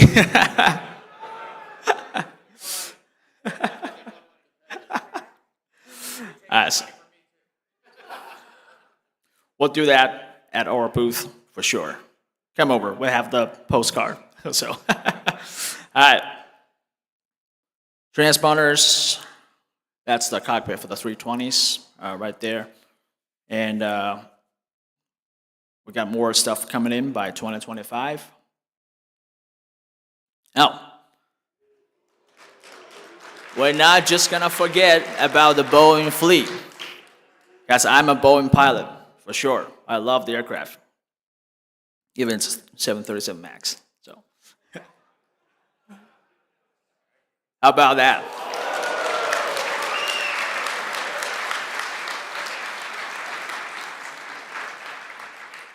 Now, wait a minute. There's a thing here. It says start from 129.95. So, meaning there's one higher product on it. So for anybody familiarized with the Boeing MCP. Now, there's one switch on the panel that has been electronically connected to the auto throttles. So on those Boeing aircraft, once you click the auto throttle disconnect button on the throttle lever, the one switch gonna kick off. Now, for the higher version, for this one, I mean the more expensive version on that one, we are able to simulate that function. But with the price of that one, it's not yet to be determined. But it starts from $195.95 right here. So, if it's left and right side for the Boeing, how about that?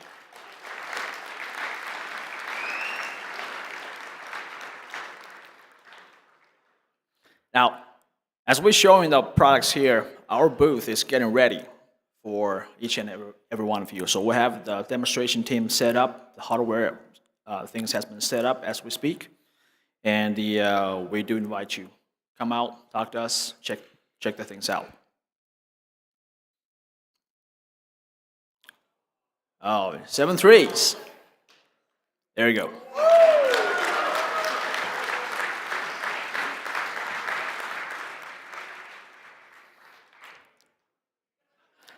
Yeah, this says never dead, out of date. So yeah. We're gonna fix that problem soon. So a copy of 7.3. There's more stuff coming in 2025 for sure. Same as our Airbus fleet.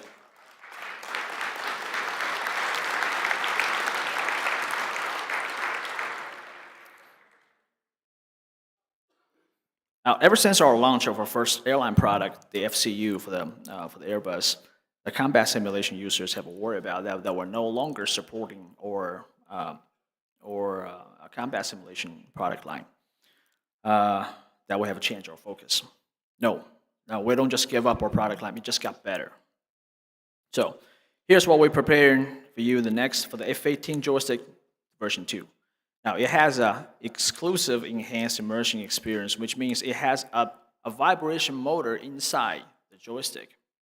And we have developed a model which will correspond your actual flight conditions, in the simulator, in the DCS, or in other games, that will give you a vibration feedback, which you can feel. You lower the landing gears, raise the landing gears, weapon deployment, you takeoffs and landings, all the touchdowns.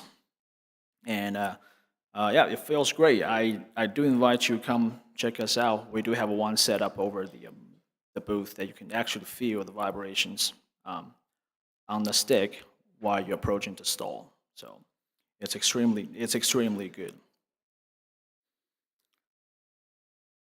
And this is our vibration motor adaptation schedule. As you might see, we have a fully adapted all the DCS now, and we're working with we're working on the Microsoft 2020, and it's supposed to be finished by today, so June 24th. Okay. And the finalization day for the War Thunder is going to be on September 9th. So within this year, the majority of the simulations, whether it's airplane simulations or space simulations, that will be all adapted with our vibration models. This is one of our new product this year, the Ursa Minor airline joysticks. As you might tell, they kind of mimic one of the airliners that out there. So it has a left and a right stick, so we separate them, because we understand that the Airbus have a different shape for their side sticks. So we just, give the pilot two choices. Now, they might choose right, they might choose wrong the first time, but they'll choose right second time, for sure.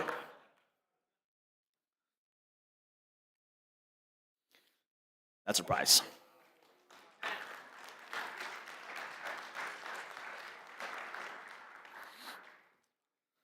All right, so as we're coming towards the end of the presentation, I want to talk about another matter before I actually forgot. So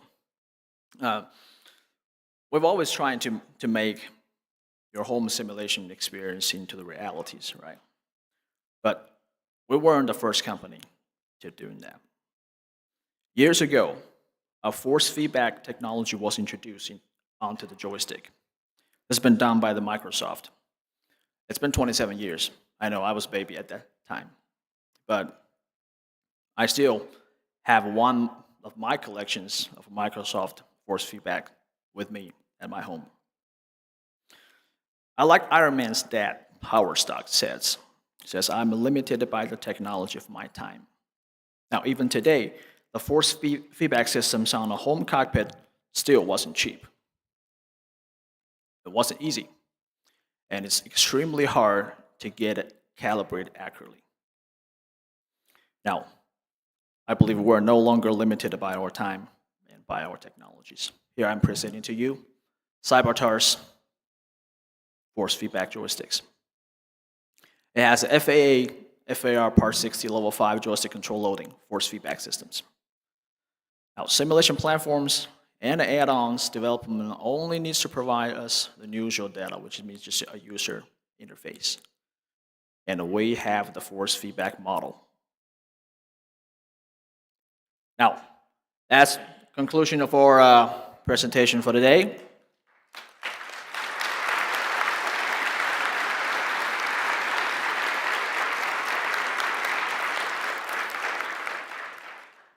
And I believe our relationship has just started. So, I like President Reagan used to say, trust but verify. So I think this is a brilliant phrase. Now we have to show you a lot of stuff, but in the end, the product has to speak for itself. So we invite you today to come over to our booth today or tomorrow in this great time of FSExpo. Come over, talk to us, and check it out so you can touch the product, feel it, and see how those things work together. And we hope and we'll love to meet you in person. Come talk to us, and you have a great experience over here. My name's Tony. Thank you for your time.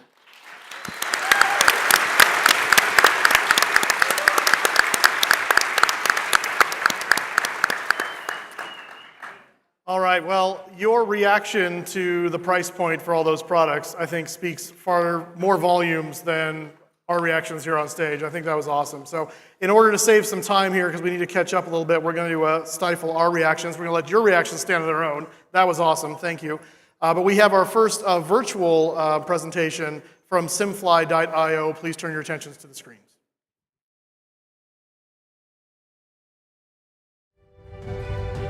Roger. 5474, turn ready, 255. Hello everybody, and welcome to this video. This is Roberto Capodici. I'm the spokesperson for SimFly, and I will let you know and I will show you what SimFly is all about.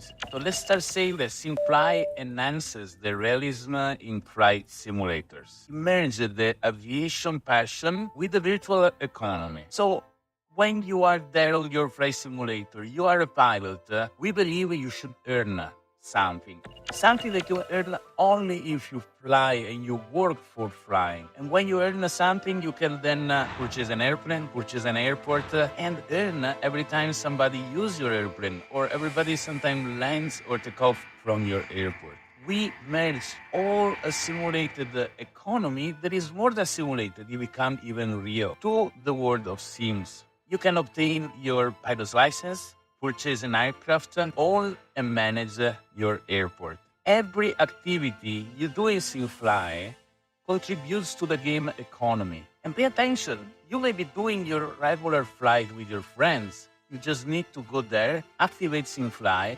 start the flight, and then go and enjoy the flight with your friends. While you do that, you are producing PAX token.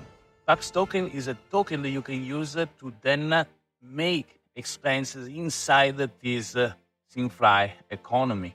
But it's more than that, because you can also trade it and sell it to your friend and sell it to other users that want to take a shortcut and be there faster. So you can monetize your flight time thanks to SimFly. SimFly is a fly and earn system that leads to real rewards. There is a marketplace. You can use your PAX token to go in the marketplace and shop for more assets. You can customize, buy, sell pilot license, aircraft, and there are over 40,600 faithfully reproduced real airports. This is a unique investment opportunity in flight simulation. It is a dynamic marketplace for all the asset management. It's a revolutionary flight simulation project. You can transform your virtual aviation interactions and extend the simulation from just flying an airplane to be also part of a career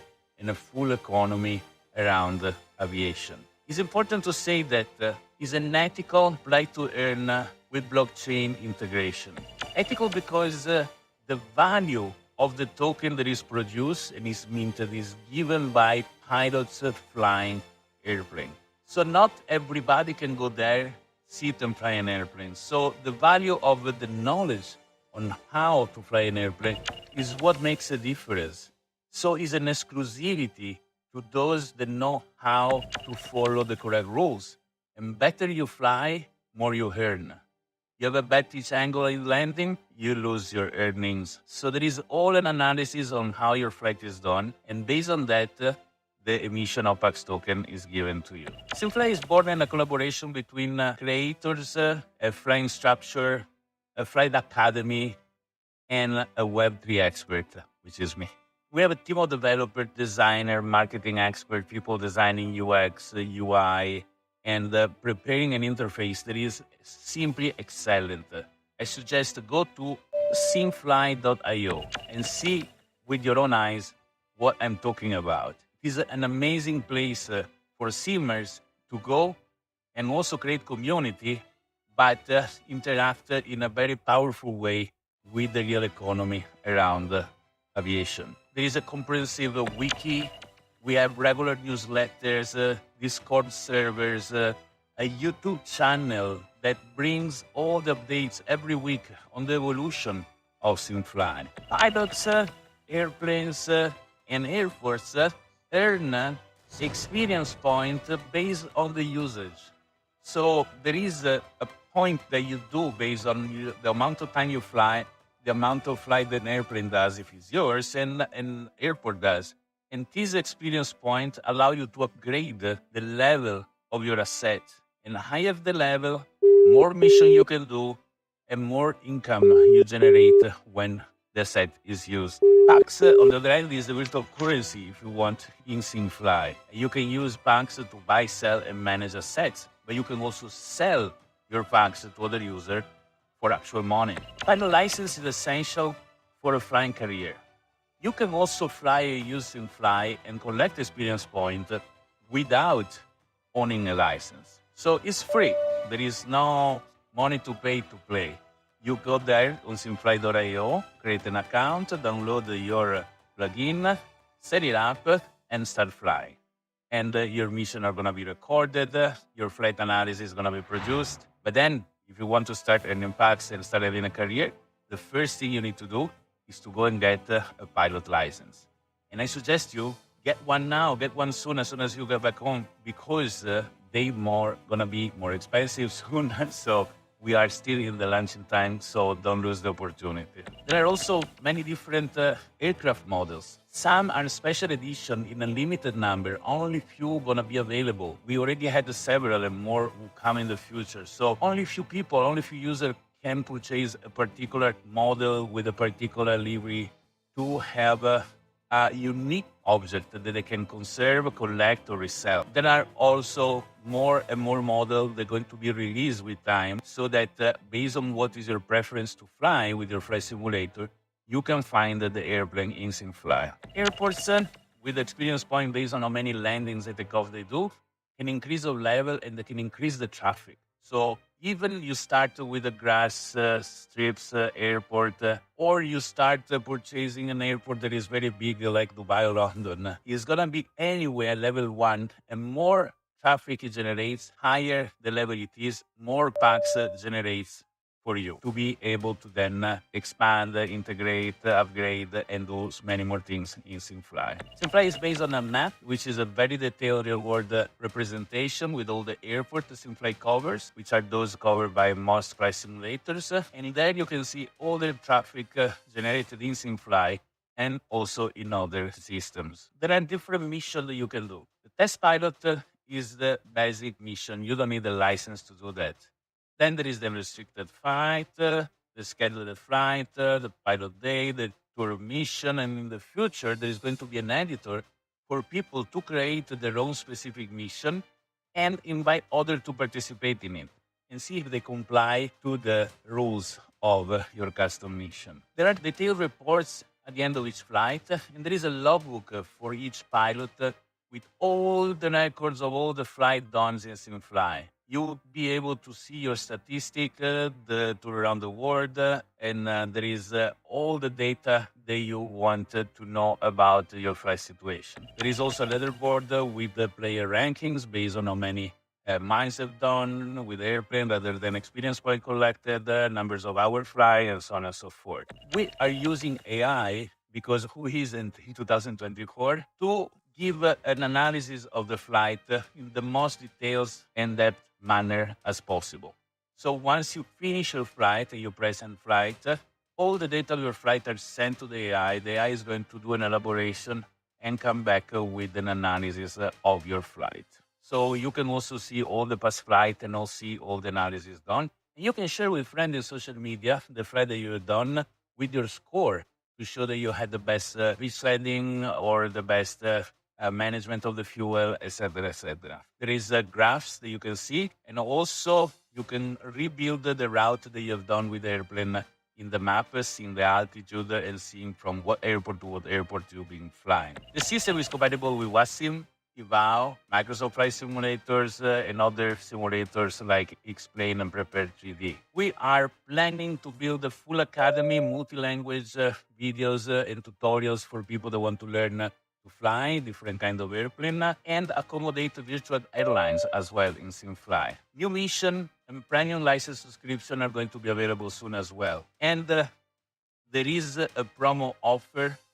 There is a discount on all the sets valid for a very short time. So you can use the coupon code that you see on the screen now and use it to buy at a discounted price your license, your favorite airplane, and your favorite airport, unless somebody else already bought it before you. So rush up in simfly.io, get at the discounted price your asset, get your account, register in our Discord server, follow the newsletter, and subscribe to the YouTube channel. Thank you very much for watching, and SimFly, take off and get more.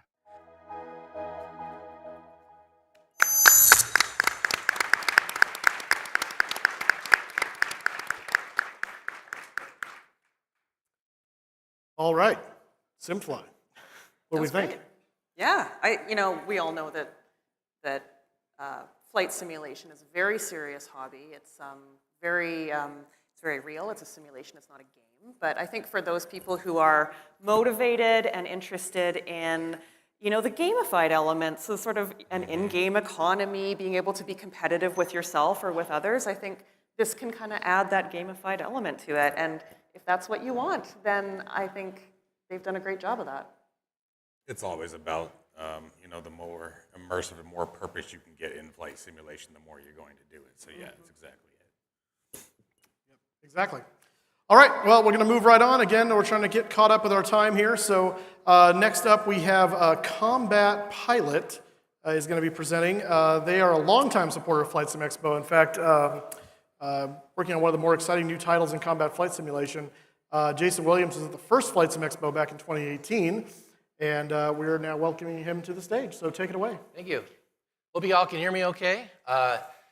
First of all, I want to say welcome to FlightSimExpo 2024 in the town that I personally call home, fabulous Las Vegas, Nevada. So welcome, and I look forward to meeting you all this weekend out on the show floor.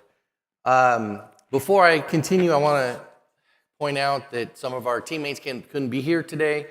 I want to say a very big thank you to Fritz and Fred and Tomas and John and Stefan and Uncle and Chris and Carl, Dakota, and Chase. We would not be here today without your very hard work over the past year. So thank you very much, guys. Now on to the presentation. It's been a long time since there's been a new, original, hardcore World War II flight sim franchise. It's been over 20 years since that happened. And we're the first comprehensive Pacific Theater combat flight sim also in 20 plus years. We're not a variant of an existing product or engine, and we're not a rehash of an old established IP. We're going to be the first hardcore combat flight simulator utilizing the Unreal Engine 5+. In other words, our project has no baggage, there's no confusion on who we are, and there are no limits to what we want to do. Now, the origins of Combat Pilot began with a partnership that was formed between Carlos and Barbed Wire Studios and myself, Sky Street Productions. Barbed Wire Studios has formed a subsidiary called Entropy Aero that will be responsible for the development of Combat Pilot. In our first year, we secured funding for our first year of operation. We recruited a small but dedicated team to the cause, and we began work on our prototype, which is what you will see at our booth, number 416 on the show floor. So we've spent about a little over 12 months actually working on the project full time, and you'll see the fruits of that labor at our booth. Now I'll turn it over to Carlos to give you a little more of a technical side of things. All right, hello everybody. I'm Carlos Flores. I'm the CEO of Barbed Wire, and I currently oversee the technical aspect of Entropy Aero. And here's a brief history of time of 2023. We've worked on 4 main pillars, them being technology, how can we push our product, implementing everything together into a cohesive product, developing the content that builds our game, and doing the PR and marketing to make it aware to all of you here. In terms of technology, we're taking advantage of the full potential of Unreal Engine, from DirectX 12, ray tracing, PBR, multi-threading, physically based sound systems and virtualized geometry. No more problems spotting aircraft in the sky as they switch LODs. From implementation, we're still working on the game mechanics, plotting the damage model, developing our geospatial solution, but we do have a tool set that we are using to derive the flight mechanics of those airplanes which are really hard to find information about, like the Japanese.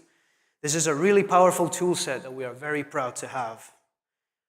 When it comes to content and peripheral support, we do have Tracker on our hubs, but we also have support for TrackIR, and we're working on VR and motion support and all the goodies.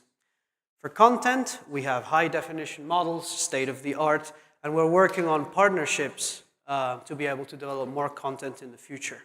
Research, translations, beta testing, the full Monty, so to speak.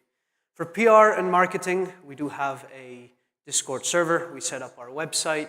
We have newsletters and surveys that you can sign up to that help us a lot in focusing our development. We're here at the FSExpo, and we also plan to set up Patreon and other merchandise. Jason will give more details about that in the future. Now we're going to talk about our approach. We do have a very unique approach, and in order to make it a bit clear, we're going to identify 3 main challenges that we plan to surmount. The first one is having a huge amount of different aircraft in the sky to a high degree of fidelity. It's 2024, making detailed content takes a lot of time and money. The second challenge is keeping up with technology. This thing's going to have a shelf life of 20 plus years. How can it be relevant in 2040? And the third challenge is how to provide a simulation that is true to history and that people can rally behind and say, this is a realistic flight sim.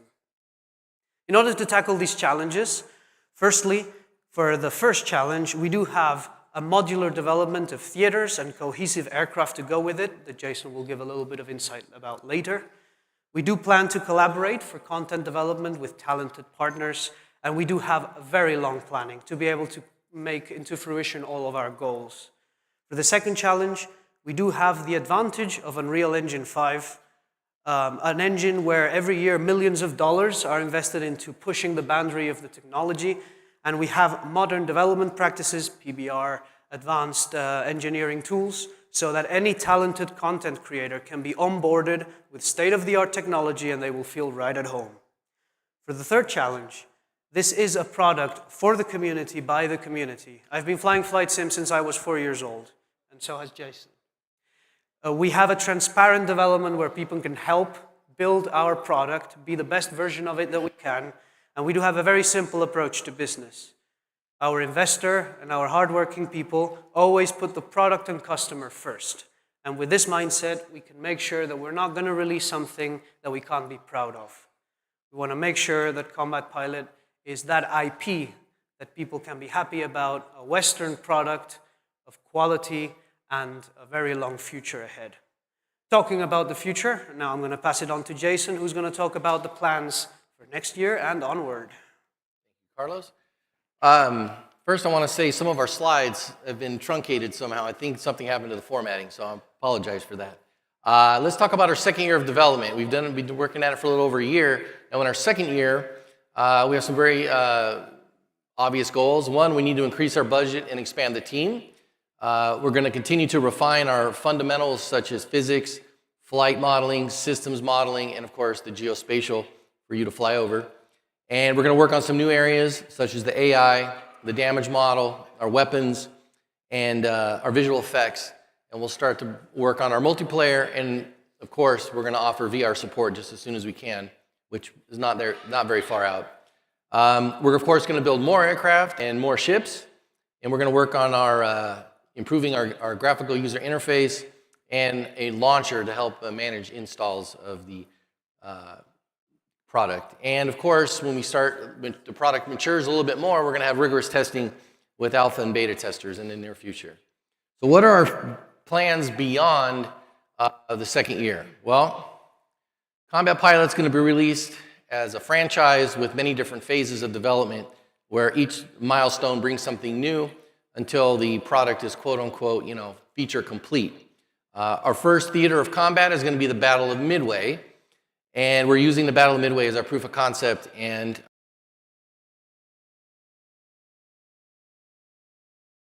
our playground for our first bit of content that we're going to make. And we're also going to increase our community development and improve our web properties that some of you may have already seen. They're a little rudimentary at the moment. On the development side, we're also going to find, as Carlos mentioned, qualified content partners to make important aircraft and ships. And in the not too distant future, we're going to launch a Patreon and merchandise operation to help, because a lot of people have contacted me about somehow contributing to the bankroll of Combat Pilot. So we're going to give you an opportunity to do that if you're so inclined. And now that we have Midway established and we're working on a prototype, we're already planning for years down the line. So our first large-scale theater outside of Battle of Midway will be the Solomons. So if you're a fan of Guadalcanal, we're going to go there. And now for a short video of our demo. Hopefully it works. And I think I need to click it one more time. Yes, sir. All right. There you go.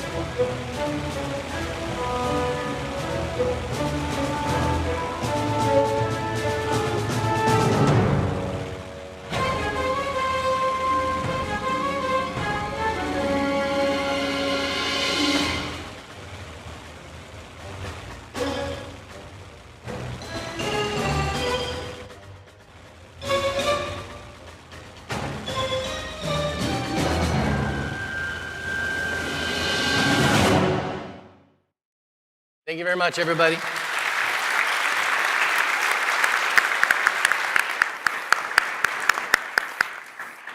All right. Thanks, guys. So at the last break, we're not taking a break right now, don't get excited. The last break, I was talking with a few people, and one of them even mentioned it's time for us to have a combat flight simulator, kind of like we had. Microsoft had combat flight simulator years ago. That was kind of old school stuff like this, and I did not know this was happening. So this is really cool to fill that spot. So that's exactly where I was going with it. It's been a while since we've had especially a good Warbird combat simulator. You know, we have a lot of modern jets, modern combat, things like that DCS World, and still offers both sides of it. But yeah, dedicated Warbird, it got my attention, definitely. Yeah, definitely very cool. And it's come so far in a year. For them to say that's the first year of development, what's on deck for the second year, that's pretty incredible. Yeah. Exactly, it's going to be neat. So something to look forward to and check out, especially if you are into combat flight simulation. I know a lot of us are into airliners and GA and stuff like that, and shooting at other planes isn't necessarily something you're always thinking about, but it can bring a whole new fun aspect and camaraderie to shoot your friend out of the sky kind of thing. So next up, we're going to have this. I'm actually very curious about this one because I don't know what this company does, actually. There's no information here for me other than they're called Slytherin. My assumption is it's Harry Potter related, but I don't think that's actually what it is. So they're finishing up, getting it ready. Guys, just let me know as soon as you're all set to go. Real quick, though, while we're stalling here, are you guys good? We good? I'm good. Okay. All right. Hi, everybody. My name is John Coughlin. I am representing Slytherin Games. We are a war game and military simulation and strategy game video publisher and developer, and I'm going to be showing you guys Scramble Battle of Britain. This flight sim community Slytherin typically we make a lot of strategy games, so this is our first opening into the flight simulation space. I'm just curious because we don't have a ton of marketing data on this yet. Can anybody who has heard of Scramble raise your hands for me?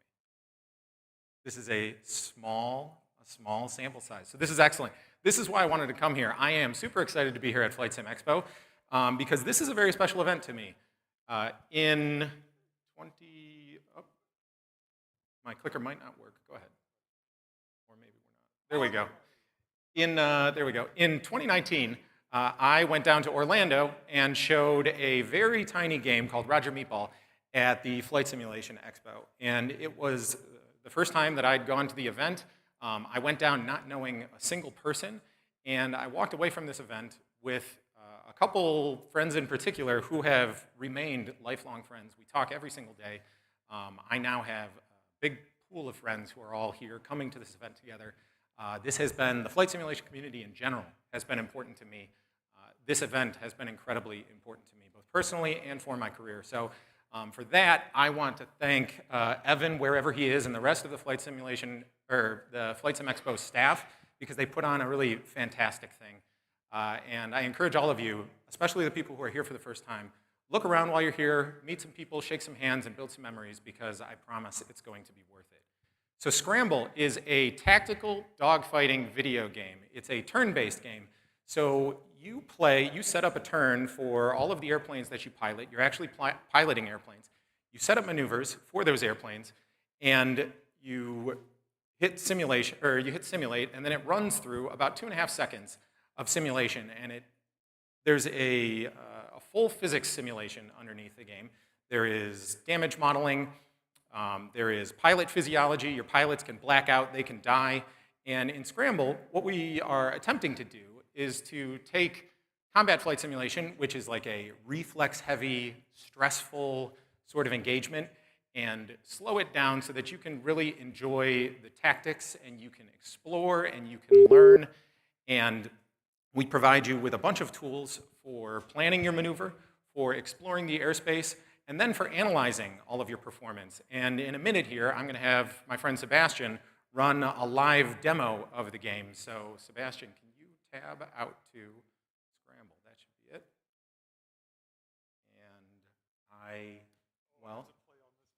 Yeah, I guess Sebastian is probably going to have to play on a different display. So Sebastian, can you go into the tactical mode and just take a look at the sky? So Sebastian and I started up kind of mid-match because we wanted to make sure that there was some compelling action going on here. And so in Scramble, at any point, you can pop out and you can view the airspace as this sort of 3D diorama. Sebastian, could you go into review mode real quick? So when he goes into review mode, and then you can go into review mode, you can loop the action to see what your previous turn was. Sebastian, can you hit that review button again and toggle back? You can also, in the middle of any single turn, you can go back into a full match replay, and you can scrub frame by frame through every moment of action. This allows you to do two things. It allows you to analyze your tactics, analyze your performance, try to figure out what your enemies are doing, but it also gives you a ton of flexibility to capture some great screenshots, capture some video. We have a full suite of cinematic tools that should allow you to take great photos. And so now, Sebastian, I'll have you hop back into the regular, the tactical mode, and we're gonna just let Sebastian run a turn here, and I think he's probably in a pretty good position, so you can go ahead and advance.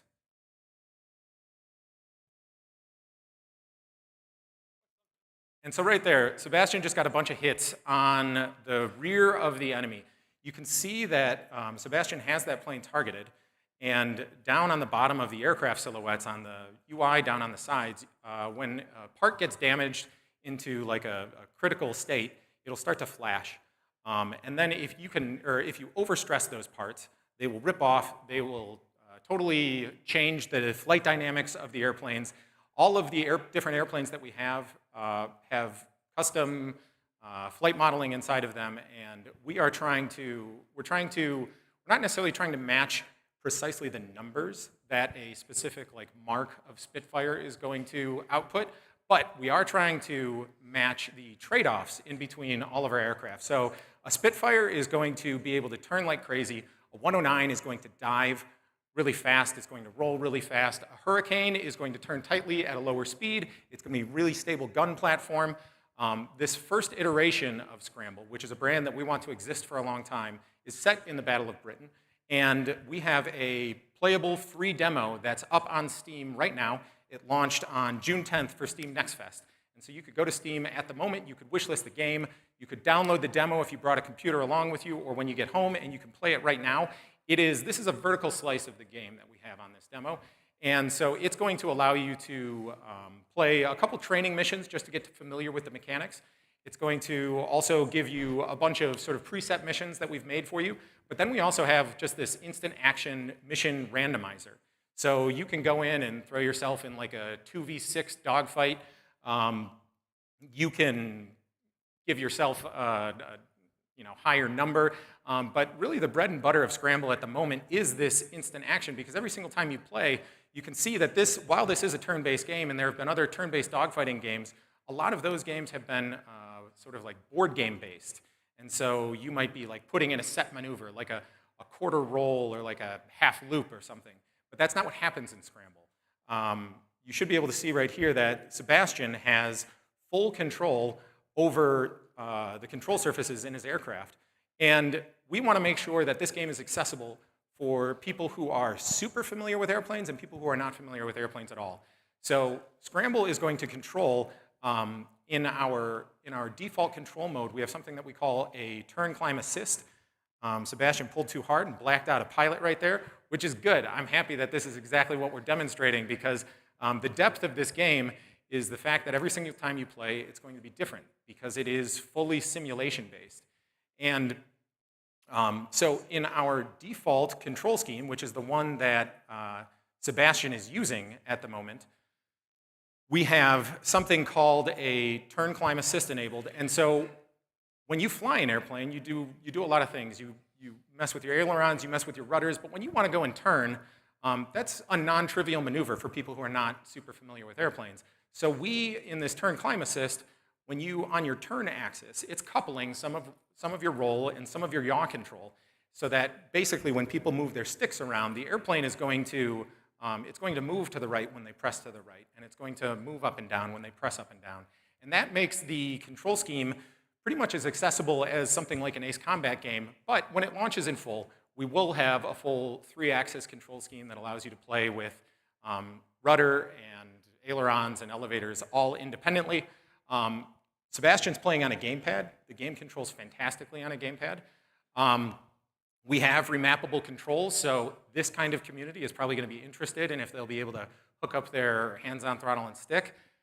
I'm sure that you guys will be able to figure out how to hook up all of that stuff yourselves. It's all going to be independently mappable, so you'll figure it out.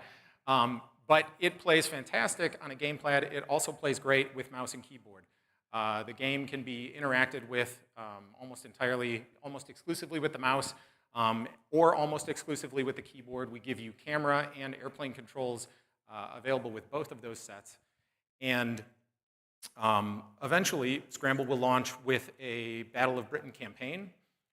It'll have, you will be a squadron manager. You will maintain a squadron of pilots from the beginning to the end of a Battle of Britain campaign. All of your pilots will be unique. They'll all have specific traits that either boost or limit their capabilities in certain dogfighting situations while they're in the sky. They will get fatigued. They will die. We'll have permadeath in there, and so it'll be a pretty big, robust thing. So to close, I'd like to make sure that you guys all know that. Oh, I thought that was. Is this? No, that's the game. That's the slides.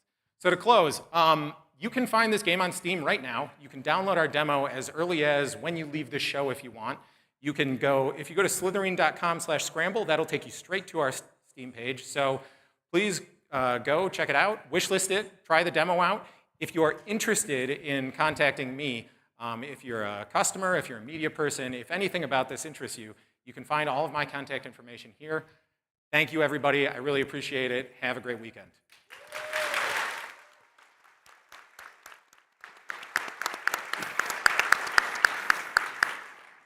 All right, so it was not Harry Potter, so that's good. But I just thought it was funny. All three of us had a reaction to "They Can Die" for a bunch of flight simulator people. We don't die in Flight Simulator. What is that? So, but a very interesting new kind of game. Very strategy. It actually reminds me of being like the watching Top Gun and watching them review all of their maneuvers and stuff like that. So, very cool. What are your thoughts? Yeah, definitely right along the same lines of where I was going with that. We have a tool that we use when we do our combat analysis in DCS that looks like they've sort of implemented right into the game, so that was a good call. I think it's cool that it's so accessible to people who may not know a lot about the planes from the Battle of Britain. Right. They may not have a lot of fancy flight equipment right away, so someone just getting into flight sim and thinks this is interesting can just hop on their mouse and keyboard or their game controller and hop in and give it a try. Absolutely, absolutely. So with that, guys, we are going to take another approximately 10-minute break. Again, get some water, get hydrated. When we come back, we're going to be hearing from the likes of Navigraph, FlyInside, Flying Art, Tobii, and plenty more. Hope you guys are finding this enjoyable and exciting. I know I am. We'll see you back in 10 minutes.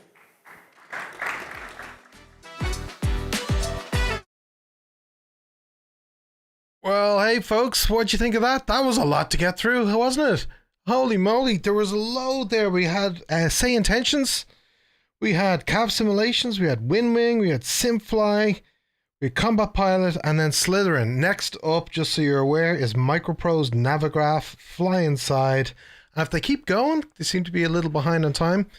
There's also Flying Art, Tobii, Sofly, and X-Plane. So yeah, there's still a lot more to come. Thank you so much for sticking with us and being here. There's definitely a lot to cover. I don't know where to start. I gotta say though, chat, you're brilliant. You're absolutely brilliant. The comments, every one of them I was reading, and I was chuckling. I was chuckling. Yous are absolutely brilliant. Yous tell it like it is, and that's the TwoToneMurphy community. So fair play to yous. I'll briefly recap. We do have Murph standing by to fill us in on what it's like on the show floor. Very quickly, again, look, I've been taking notes. I mean, my hand is falling off me. Say Intentions. So, we have what they announced was AI cabin crews. They announced emergencies.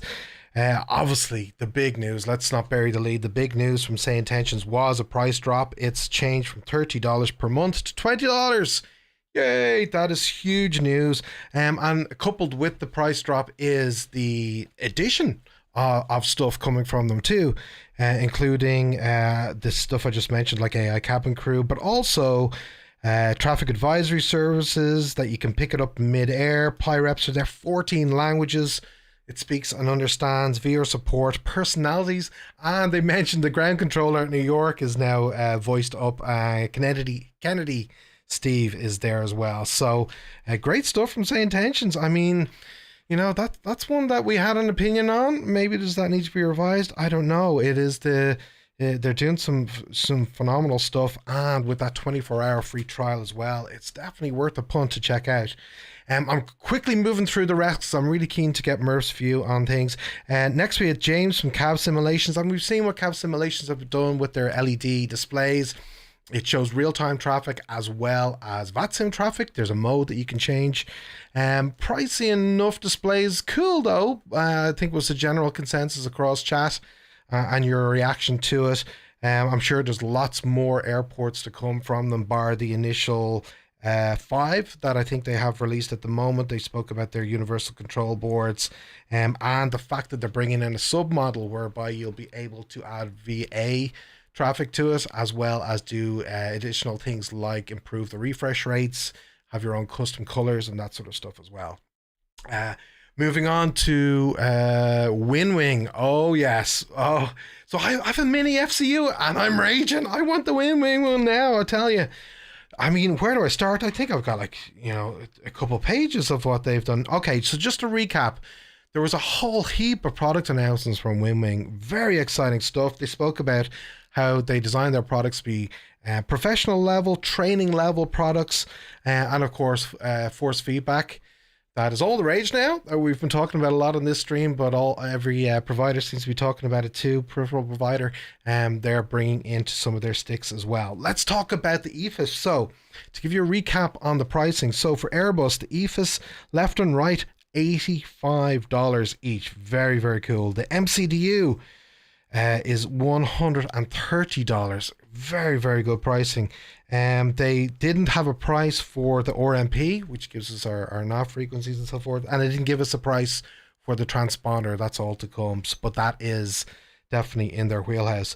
They also have Boeing releases as well. So for the 737, the MCP, $130.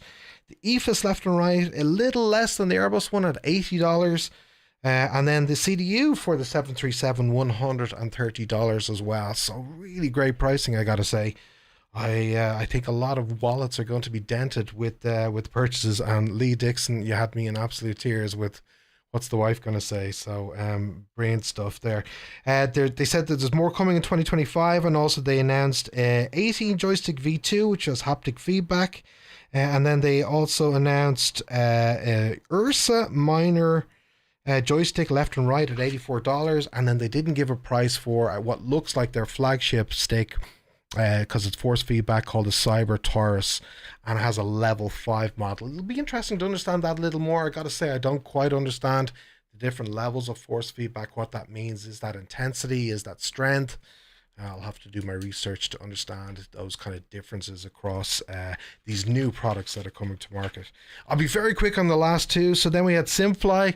Yeah, the reaction was very interesting in chat. As I say, we had Roberto. To summarize without getting into it in too much depth, basically what SimFly were proposing was that with their software you would earn for flying, that you would be able to, by flying, be able to eventually purchase an aircraft or scenery. It's a simulated economy.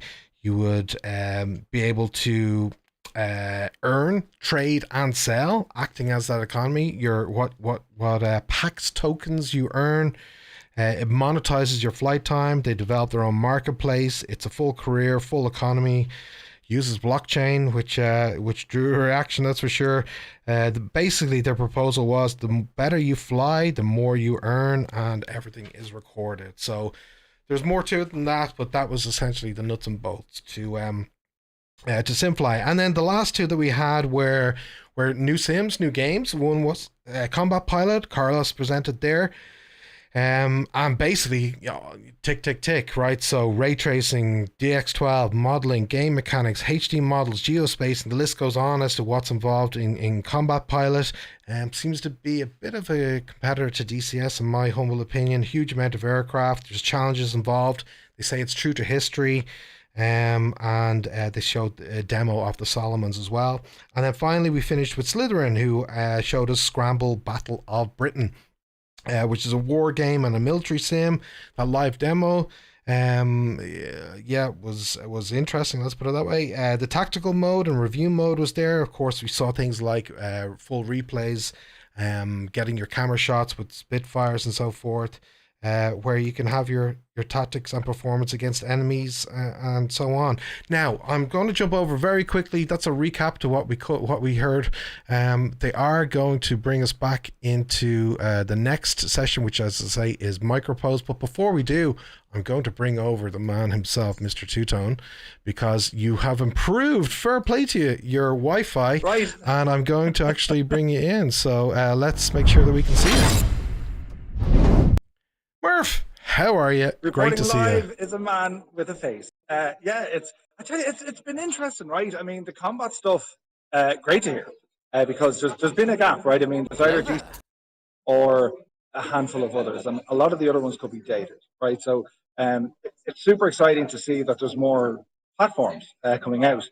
In terms of the marketing thingy that you fly and we buy, that's like, I'm confused listening to. I think that got like a bit of a response of like, "Way, this is great," and then I think our guys in the chat are like, "What the hell is this?" So I'm leaning with our guys, like, "What the hell is that?" So I'm going to try and get in front of them to figure out like what exactly it is that they're doing, because it's shady, right? It could be great, but it's like, what the. But yeah, there's a lot of exciting stuff, and like with the hardware element, Winwing, like I have that FCU, man, and it's like I love it. You know, it's a bit of a headache to install the software for it, because you got to unplug everything, and if you only have one or two peripherals, well, you're fine. If you're like me and you have to, I don't even know what's connected into this stuff anymore, and you got to remove all those. But once you kind of set it, it's grand. It does its job, and it works, right? It works. But yeah, like I mean, it's what we're getting so far is, there's a lot of cool stuff on the way. The hardware stuff, especially, and different platforms, like moving away from your DCS or your flight sim or whatever. It's kind of cool to see, like that Battle of Britain one looked very good. They were very in depth there with the whole, this is how it thinks, this is how it responds. And then of course the same with the other one, that the combat flight sim, like that's. I remember hearing something about that last year, and it was heavily focused on the Pacific Theater. So yeah, I mean it's all terribly exciting. There's one. But like I mean, we had a look at the map, right? The LED map, and yeah, it's cool and it's awesome. But like the price, like you know what I mean? He needs to have a conversation with your man from FlightSim.com about the right, affordable. But yeah, like I mean, for me, I think the biggest standout there is definitely the hardware. Winwing, they're bringing more stuff in, and of course, like once they're talking about haptic feedback, which is nice, but then force feedback as well. That just makes it really, really exciting, because we know there's a lot more stuff on the way. And if the camera's shaking like a devil, that's me. I've no gimbal, I've no muse to hold the camera. We have the shakes, yeah. But good. So yeah, like it's like, look at it's great. It's super busy here. There's a lot of excitement from people, and like when you catch the devs coming off the stream or off the stage, they're rambling down. Like they kind of know if they hit the home run, or like, we need to go back and talk to our PR. Yeah, 100%. Because like the stage presence, it's like what you see on the camera. It's only half of it. Like it's a huge setup they have here, and there's like lots of seats, lots of faces looking at them, and I think when the lads are talking about cryptocurrency for your flights, I think everyone did the same kind of dog head movement, and everyone moved to the same side. So yeah, it's definitely interesting. But what about for you, Gibbo? I mean, what did you see out of that stuff? I mean, the hardware. Yeah. 100%. Yeah, I'll be floating. Yeah.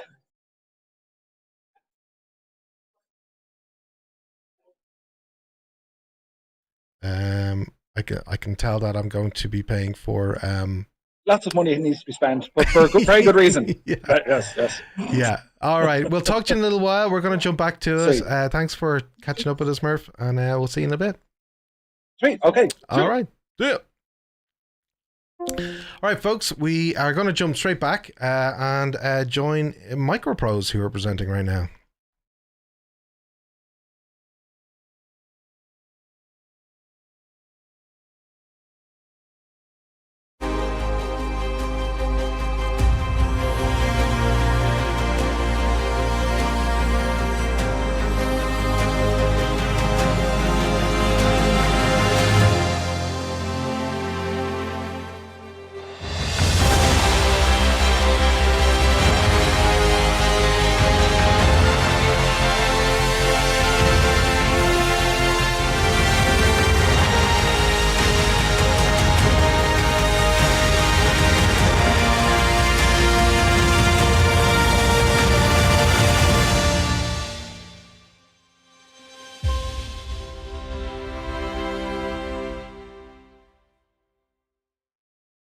All right.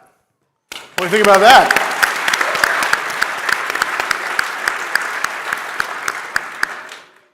Man, we've been kind of on a Warbird kick the last few presenters, but B-17, that looks amazing. Holy goodness. What do you guys think? Probably one of the most iconic aircraft Is your of mic World on? War II. Probably not. There we go. There it goes. Hey, Try it hi again. guys. I'm back. Anyway, the B-17 is probably the most iconic aircraft of World War II, in my opinion. I always have to say that. the YouTube thing kicked in there for a second. But yeah, gorgeous aircraft. Awesome. It looks very cool. Looks very cool. All right, coming up next here, we have a Navigraph. There's probably not very many people in this room that doesn't know Navigraph, but maybe there's a few. So I know I look at their charts every time I open my sim. So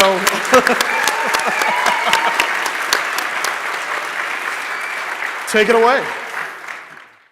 Phil and Evan, what a show you're putting on. This is exciting. We're off to a good start, I feel. In the off chance that you might not know about Navigraph, we're a company based in Stockholm, Sweden, and we spent 2 long flights to get here, and the jet lag is just about to wear off. Very good. My name is Magnus Axholt, and together with Stephen O'Connell, we founded this company some 20-odd years ago. We were college buddies at the time, but that's a different story. We're here to do Navigraph Charts feature announcement. Joined on the stage is also Jason. You might know him from our YouTube channel. At Navigraph, he works as a technical support specialist because you know a darn lot about the SimBrief performance calculator, for instance. You also have a sweet voice that we use for the narration of our YouTube productions. You should go to the YouTube video. We have one on Miami, which is quite nice. But there are others as well. Am I coming across? Okay, cool. Right, so can we do a little poll here by just raise of hands? I just want to know how many of you out here who are Navigraph users.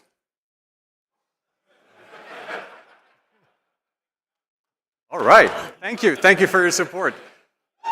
As you know, we are very tightly linked to the community. We have big ears and, believe it or not, small mouth.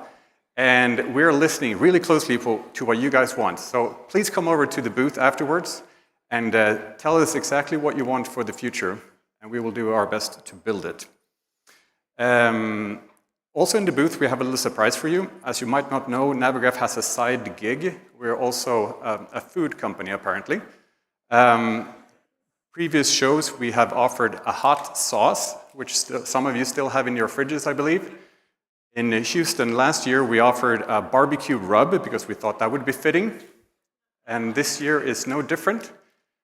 We have an apron in our booth that you can get. There's a little effort required on your part, but I'll tell you more once you come and see us, all right?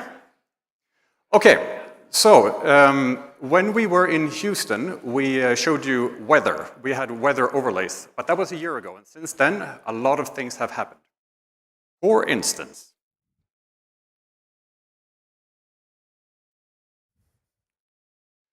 you know, you have one of these usually in your back pocket. Did you know that you can follow your flight on your iPhone while you're away, or Android for that matter? While you're making some tea or when you're at dinner, you can make sure that your transatlantic flight is going as planned. That's what we use telemetry for, right?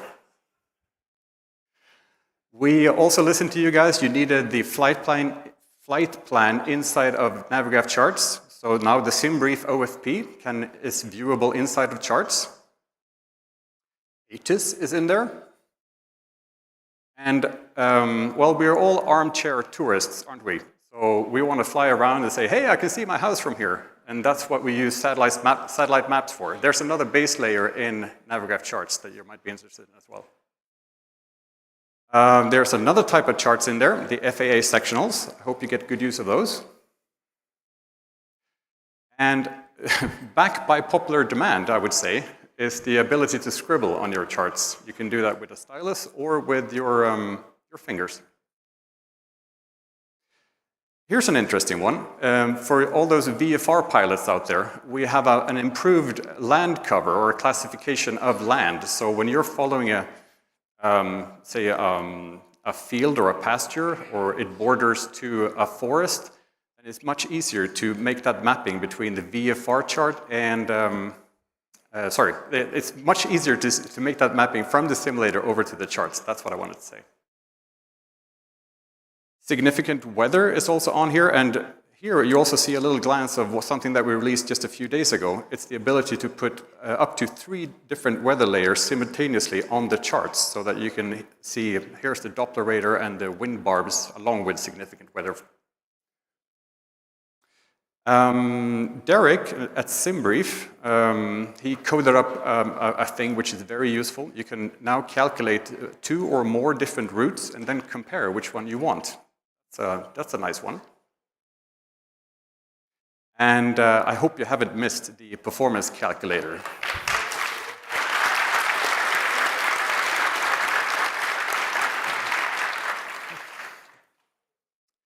And then, of course, to all the developers out there, you know that we have APIs and we have a pretty crafty development department as well, and we love to work with you.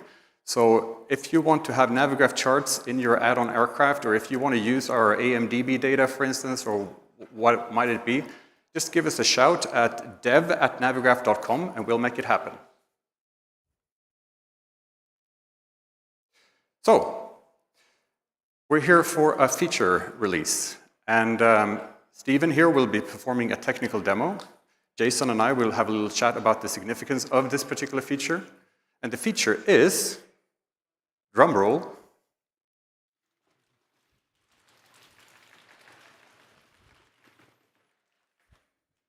Hello there. Flight 807, maintain an altitude. Flight 807, maintain. Flight 222, turn right at 180 and maintain at 3000. Flight 222. Flight 118, turn right at 250, maintain 5000. Flight 807, maintain an altitude of 15,000 feet.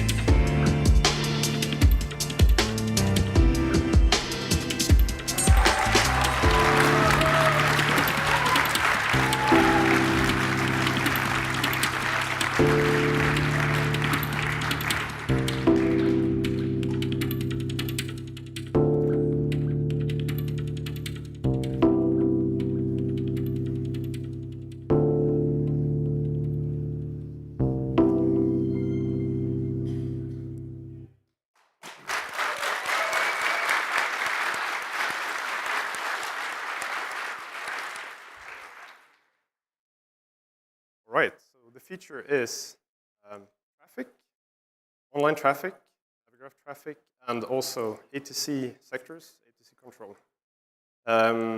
This is the top-rated feature request in our wish list, and it's being asked for by you guys for many years, and we're very happy to be able to present this coming feature today. Now, I say coming because it's not released yet. It's currently in active development. We're still taking feedback, so if you want to try this out yourself, you can come to our booth. We will have a live demo there as well, and we'll be happy to talk to you about this and how we can develop this. I'll attempt now to do a technical demo. This is live with a bit shaky mobile connection, so bear with me.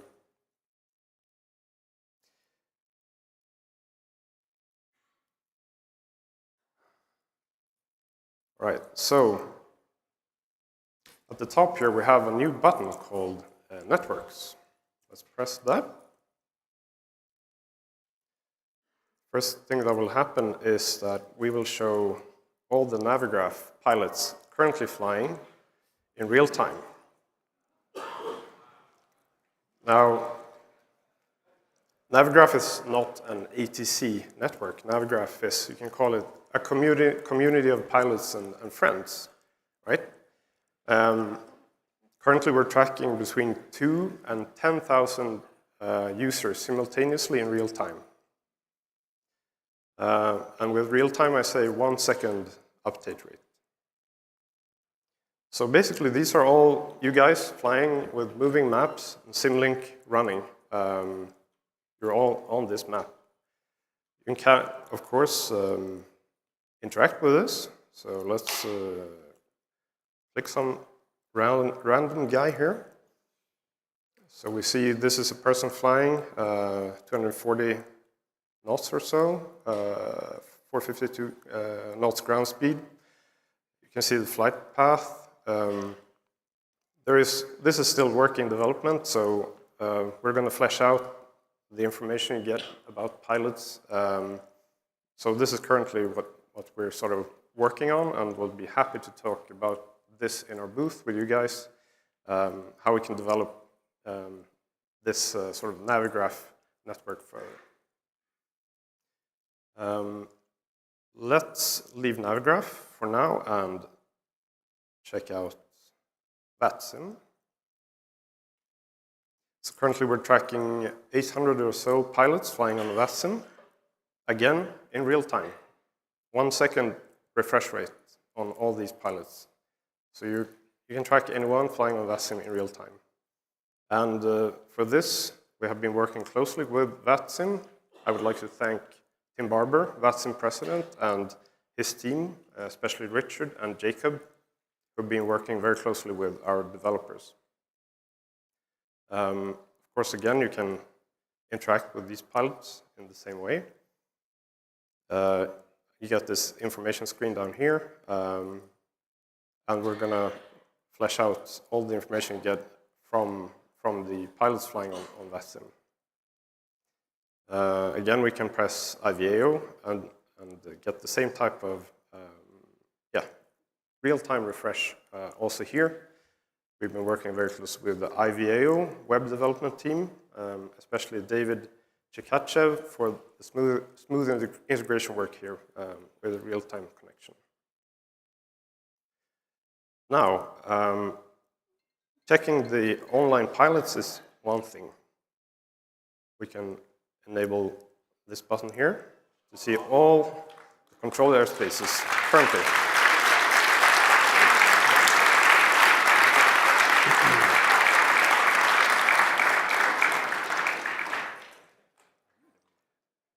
And again, everything is interactive here, so you get who's in control. Jordan here is controlling Salt Lake City currently since 24 minutes, and that's his frequency.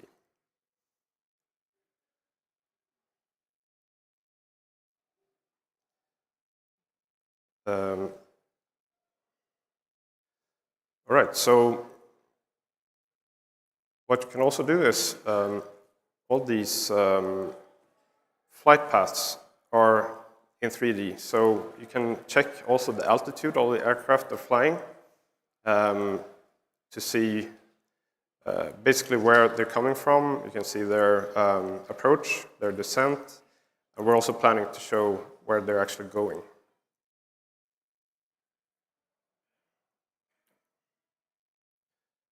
All right, so this is the feature. Again, it's not released. There are still quite a lot of things that we're going to be working on here in the next coming months, and we'll be very happy to talk to you guys about what you think is important. We have already done so to build this, but the devil is in the details.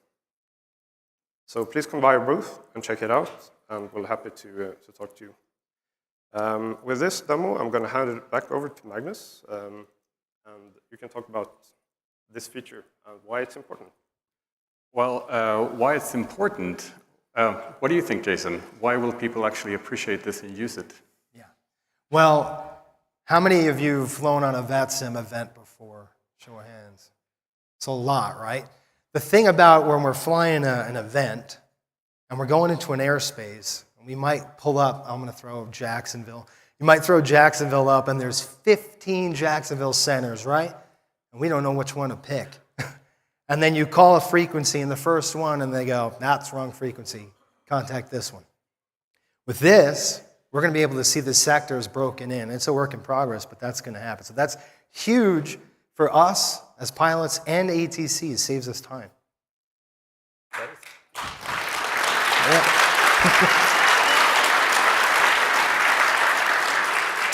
Now, here's the thing. We would love for you guys to come to the booth and show us what is the last 5–10% that you want to add to this, or 100 for that matter, we don't care. Tell us everything that you want, and we'll make sure that it happens. We flew over quite a large team here, so I'm sure you'll find someone to talk to. Can we just have the Navigraph team get up so that we can say hello?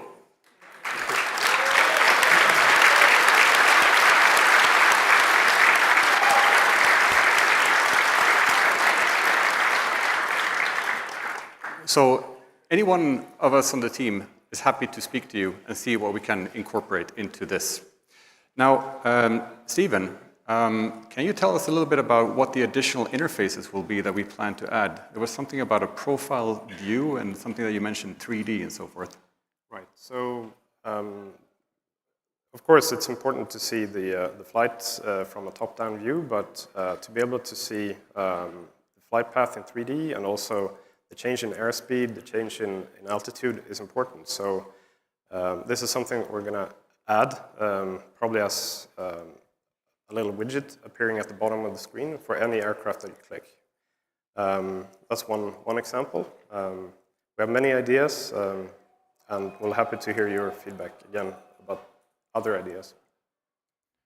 Right, and also I think people are curious. Could you mention something about the technical challenges that were needed to be overcome to achieve something like this? Well, it's the main challenge has been getting this real-time connection be as smooth as possible, both for our infrastructure, but also for the client. We don't want to bog down the end user's computer too much. So even though we're displaying about 10,000 aircraft moving in real time here, we have really tried to optimize this to have as little footprint as possible, which we've managed to achieve now. So that's been one of the biggest challenges. I don't know if it's me or who it is, but Jason here would be really happy to take some of the questions from the floor. You want to pick? I want to pick? All right. How about this gentleman over here?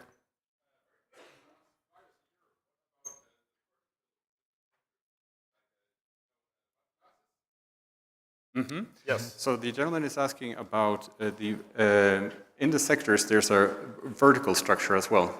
Can we speak to this? It's something we're planning to add.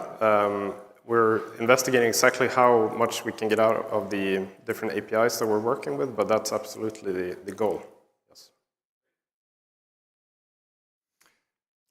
Front row over here.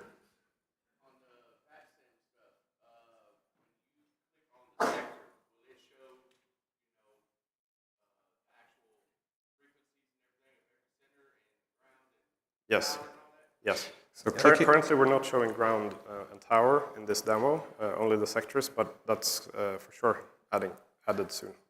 And for you folks in the back, the question was, if you click a sector, will you see all the frequencies in there? And the answer is yes. I believe there was a question, gentleman in the colorful shirt.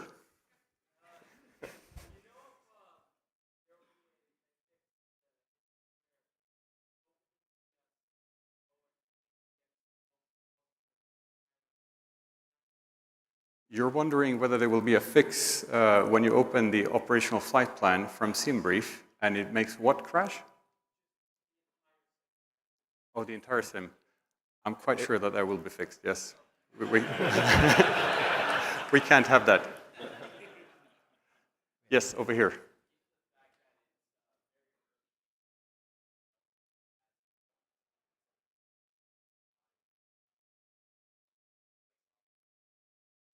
Ah, interesting. Okay, yes. So the gentleman here is asking if we have taken the local computer performance into account when we do something like this, so it doesn't create too big of a footprint. Should you run the simulator alongside with charts? Is that correct? No, we haven't taken this into account. Of course. Well, that's actually for our CTO to answer. Right now, Go ahead, sorry, go ahead. of course, we want to be able to run this at the same time as the simulator.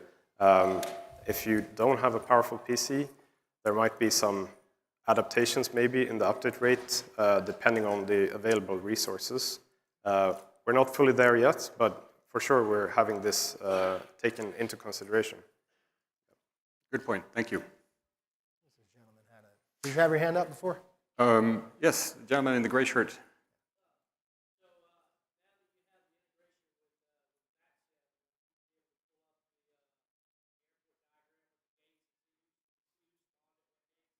Yes, sir. So the gentleman is asking whether or not we would have the airport overlay so that you can see specifically what aircraft is at what gate. So yes, we will. The traffic will be working down to the very smallest level. Another neat thing is when you're flying with a friend, you have to call that person in front of you and say, what's your airspeed and altitude? Like every 10 minutes, right? With this, you can just click on the target and you can see the ground speed. So, We had a question over here, yes.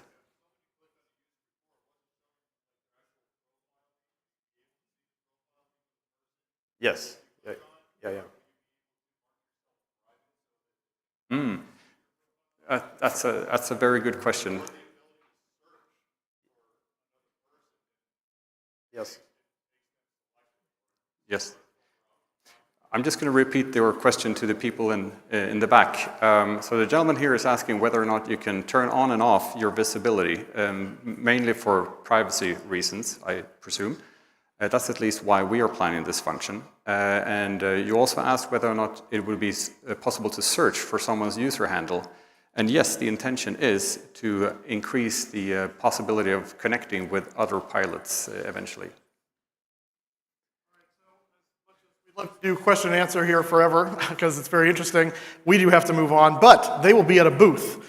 And so if you have a question for them, an idea for them, that is going to be your opportunity tomorrow and Sunday to go check out the team. There's a lot of them, obviously. It's like a Swedish invasion. So, but anyway, fantastic stuff, Navigraph. It's always a pleasure to have you guys here.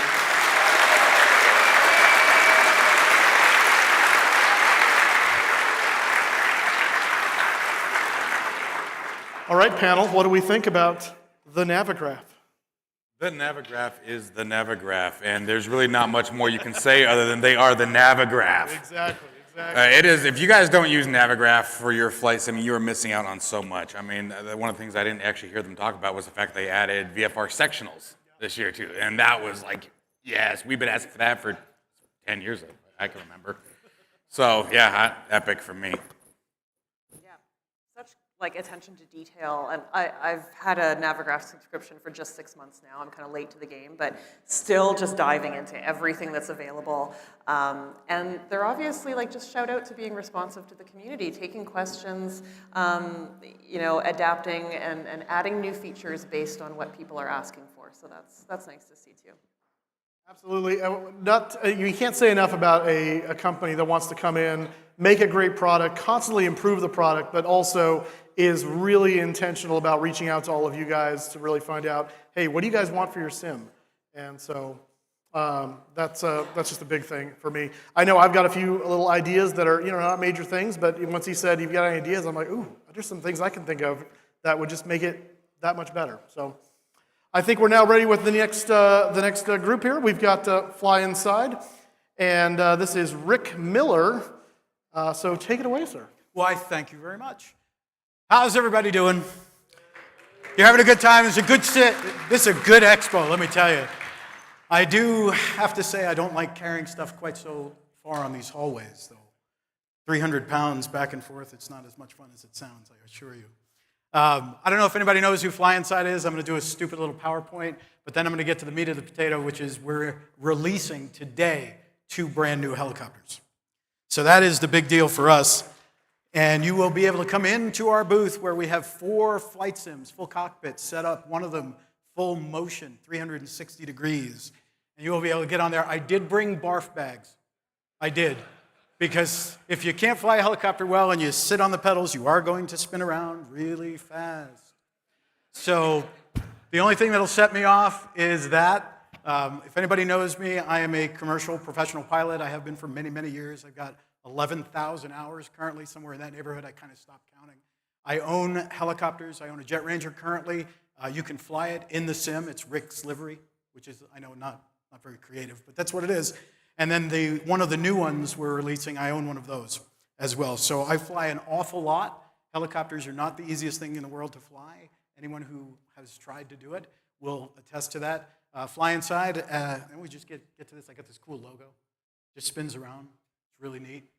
I like it. Yeah. So there it is. Woo, FlyInside, that's us. It's our new logo. Notice it has airplanes and helicopters on it. There is a reason for that, which may or may not be a surprise. So FlyInside, we've been developing flight simulators for many, many years. Who here remembers FSX? Yeah, that's my peeps right there. We did FlyInside FSX. We were the first people to allow you to fly in VR in a flight sim. And in my world, that was a game changer. Just having depth perception, the ability to look out the window, to lean out in a helicopter sim, that was pretty cool. And me personally, I started simulating, I don't want to tell you what year because it'll make me seem even older than I am, but Sublogic's FS1 on an Apple II. Not a 2 Plus. I wish I had one of those, 16K language card. But the day after I started flight simming, I started ground school in Jamaica, Queens, New York. So, and it's a long road from there, but every single sim that came out, I bought, I set up, I played with, and you just got to kind of know the limitations that you have within the sim environment. And tomorrow I'm doing what I like to call a TED Talk on that. It's on your schedule. It's helicopter flight dynamics realism in the flight simulator environment. It's not easy to do. So here we go. Since our first product, we're pushing the boundaries of what you can see and play with in technology. Now with flight dynamics. So we're expanding. The original owner of the company, a guy named Dan Church, you may have talked to, I bought the company from him about just a little less than a year ago now. He still works with us, but he's now, believe it or not, an airline pilot. So Dan's kind of moved up and out. Here's our revolutionary Bell 47. It was the first helicopter with real dynamics in MSFS, and we keep updating it. As you can see, we've updated it 18 times since it was released. There's an update, actually, they'll probably be released tomorrow for it, which adds a few features, and we can talk about that later on. The G3B variant will be coming out later this year. That's a turbocharged engine. So all you guys that want to do Mont Blanc, you can now do that without making it, an 800-pound helicopter and taking all the parts off of it. So the next one we came out with, that's my paint job on my aircraft, so I had to get it in there somewhere. And the Legend, that's the Bell 206. There were over 15,000 of these made in various variants, and they're still flying today. I can attest to that. So we've done 17 updates since we released it in December of 2022, and we've just released an update. Microsoft has it in their hand, but we all know about Marketplace. It may take a little while for them to decide to actually post it. If you want, you can always buy it from our website directly, and then you will get the updates immediately as soon as we release them. So coming soon, I know a lot of you guys are DCS guys and military guys. We are doing the OH-58A and B models, which has a different engine, and also the 206A model, which my helicopter represents right up there. And you will have some stuff like, weapons. So that might be kind of interesting. So this year, we've expanded. Now that we have a much, much larger team, we can release many more things much quicker than we've ever done before. And we have agreements that I've signed with a bunch of major manufacturers. We now own the IP. So that means that we will be the sole source supplier for them. They are going to be using our aircraft for training. We have our own FlyInside flight simulator. Anybody know that one? We released it as a consumer product, and now it's a commercial product. And Bell Helicopter is using it, as well as quite a few other companies. and we're going to soon be certified to be able to use MSFS for the scenery in a PCATD, an approved device. We're going to get to level 5 probably next year, so if you want, you can start logging the time if you have the correct hardware, which is a very cool thing as far as I am concerned. Towards that end, we have to replace the MSFS flight dynamics model. If any of you guys know our products, we are only using Microsoft Flight Simulator for scenery because it's beautiful. Let's face it, no other sim looks quite so good right now. But it's limiting because Asobo decided that helicopters weren't really the most important thing to them, so they did it as best they could, and they did a really good job, but they're really focused on gamers rather than hardcore simmers. So if you want to have something that you can hop in and fly around like a hero, more power to you. That's fun, that's the way you want to fly. But if you want to learn how to fly an actual helicopter, it is not the easiest thing in the world. If it was, more than 1% of all certificated pilots would be helicopter pilots. So it's hard, but it's a super rewarding thing to do. In our Heli Manager app, which is part of the WASM file, you can actually slide down the realism and up the stability, so you can fly it like a UFO if you want to, but the goal is to fly it in its native state. So, without further delay, our promised new helicopter releases for FlightSimExpo 2024. I have kept this very secret. I wouldn't even tell Evan what it was. And people have been pumping me for information. So we're going to do one turbine, and we're going to do one piston. And there is method to my madness. And without further ado, here they are. It's the Rotorway 162F and the Rotorway Jet Exec, which is not actually a Rotorway product, but the cards have been updated. So the reason we picked these specifically is because they're attainable. If you learn how to fly in a flight sim and you fly our Rotorway R162F, you can actually go out, find yourself one for about $40,000 or $50,000, and you can fly it. That means that you could actually translate your flight sim experience to a real aircraft. That says something. And you know what? It's fun. I have a 162, which actually I don't. I have an Exec 90, which is the earlier one, that I built a mechanical fuel injection system for, so I don't have to deal with computers. Crazy, right, for a computer company? FADEX blue screen of death when you're flying in the air. Well, death could be part of that equation. So these are not super fast. They're very, very, very maneuverable. The Jet Exec has a nice turbine in it. Everybody loves the smell of Jet A in the morning. So let's get into a little details here. One of the easiest ways to go from flight simulation to flying in the real world. Try it. Could be in your future. They're a lot of fun to fly. They're small enough to keep in your garage. Yeah, if you have a reasonable sized garage. So, of course, it comes with half a dozen liveries right now, and we'll be releasing many, many, many more. We have a thing where if you guys want a custom livery, go on Discord, go on our channel, ask for it, send a bunch of pictures, and our guys will make it for you. Put it in the next update, so anybody you fly with gets to see your livery. You don't have to go and download something separate.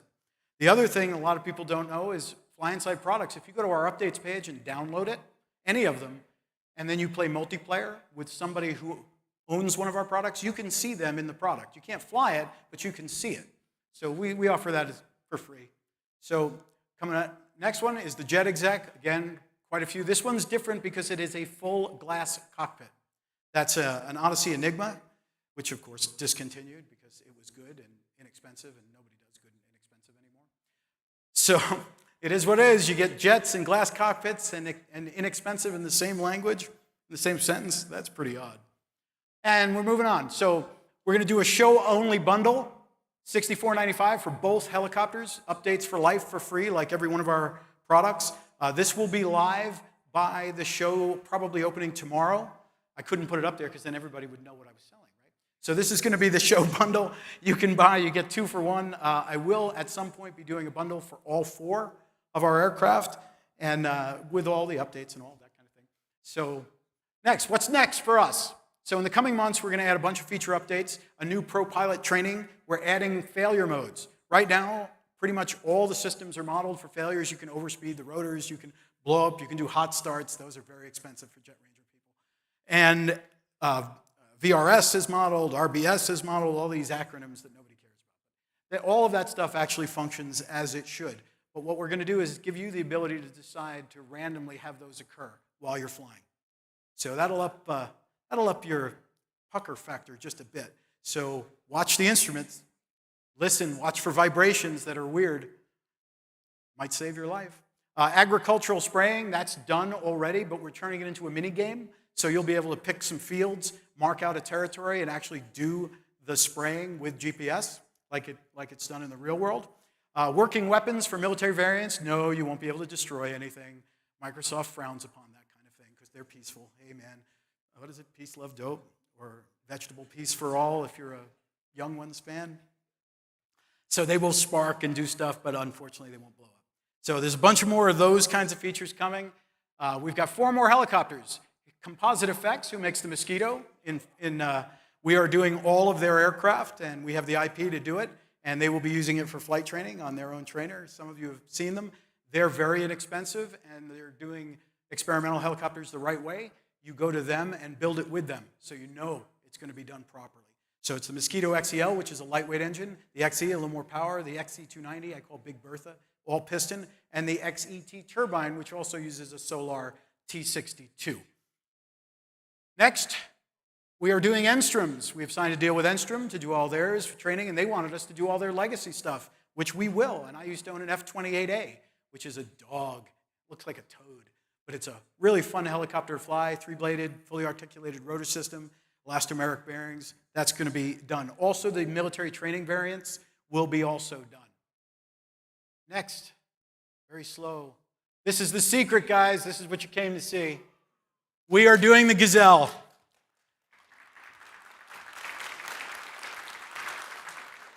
For many years, I owned a Gazelle. I love flying it. It is a pilot's machine. And then Turbomeca said, oh, by the way, we're not going to do engine overhauls anymore. You can go piss up a rope. So a company in Hungary bought the entire manufacturing line, and the FAA said, oh, you can't buy anything from them. It's not certified. So if anyone knows Callaway Cars, they made the twin-turbo Corvette. Anybody remember this from the 80s? Reeves, who unfortunately just passed away recently, he was my partner in this helicopter, and we flew the hell out of this thing. And we're going to do both variants, all 4 really. The D, the G, which has the smaller Astudillo 3A, and the 14, which is the bigger horsepower one. Soon to be, that's 2025. You'll start seeing pictures of it now that it's out of the bag.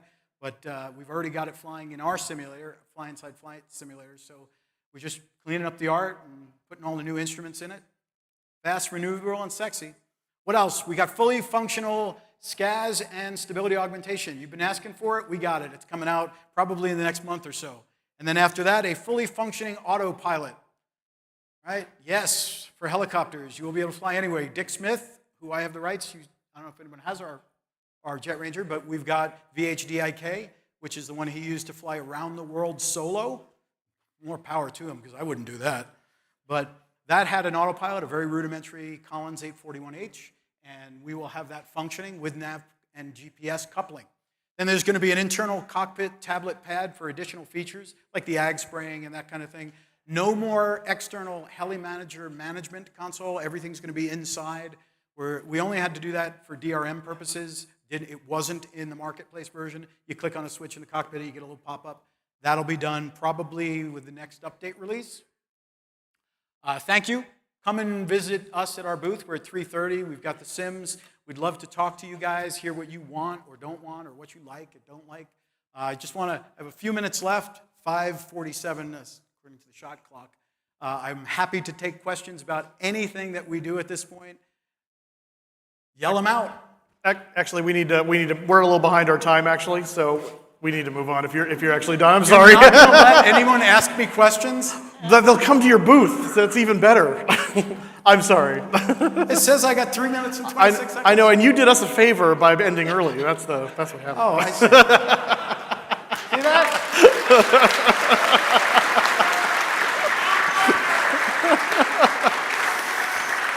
But that is awesome. I know a number of people in here that are really into the helicopter flying stuff, and I've tried my hand at helicopters, and I am not a good helicopter pilot. So it's an entirely different kind of flying altogether. But they're very cool. So what are you guys' thoughts on what we just saw? Well, I've actually used a couple of the FlyInside products, and they're definitely on par. They're tough. The thing about helicopters is going from fixed wing to helicopters is, with fixed wing, it's turn. With helicopters, it's turn. And if you don't remember that, it's turn. So they're definitely really good products, though. I'm excited for them. It's going to be fun. Yeah, very cool. Have you tried helicopters before? Flying a helicopter. It's probably something that I ought to do, and so maybe I'll try out one of the FlyInside products in the near future. Yeah, it's really exciting though to see all the new models coming out. It's really exciting to see how much just variety we have within the flight sim community nowadays. I mean, compared to where we've come over time. Not only that, but with multiple platforms as well. So with that, we're going to move right along to try and get back on time here. And we have Flying Art is here to talk with us. I believe you are Arthur, so the floor is yours. So, ladies and gentlemen, welcome. I'm Arthur. We flew there from Poland a few days ago. Who have been to Poland? Wow, I'm surprised. And how many of you heard about Flying Art? Maybe SimBrief panel, that's one of my products. Perfect. So I'm super pleased to be here today with all of you. I started my journey as a flight sim add-on developer 1 year ago, starting by SimBrief panel, followed by Simbox for MSFS and X-Plane, and I'm super glad to be here today. So I'm here today to present you the latest project, Kabi. Kabi is very young. It was released 1 week ago, and there's still a lot of things to be improved, of course, but I act fast. I've already did about 10 updates in 1 week following users' input. Kabi is an AI tool that lets you generate cabin crew announcements for MSFS and X-Plane. All announcements are done in the cloud, so it's FPS friendly. Let's take a look at how it looks like. Kabi integrates with SimBrief, so it fetches all the data like origin and destination, weather information, flight time, and so on. You can customize all the data that were fetched from SimBrief. You can change languages that will be used for voice generation, as well as airline name, origin city, and destination city. At the very top, you can see voices. You can select voices that will be used for captain and for crew.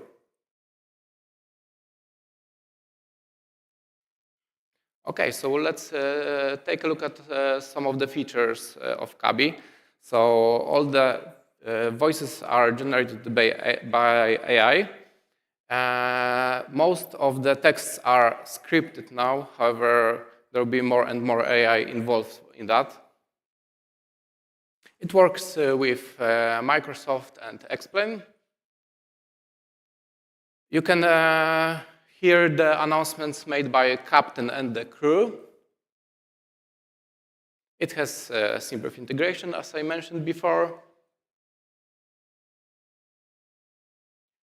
In each language, you can hear in each flight, you can hear multiple languages. So, for example, if you're flying from London to Warsaw, you will hear announcements in English and Polish. You can, of course, update it if you need to. For example, if you're flying German national football team, you can change it to German. And one of the features is custom voices. You can record your own voice, your wife's voice, or whoever you want, if you have permission. And you'll hear their announcements as a captain or a cabin crew. So I'd like to show you how custom voices will look like. For that, let me please introduce my lovely wife, who's here with me today.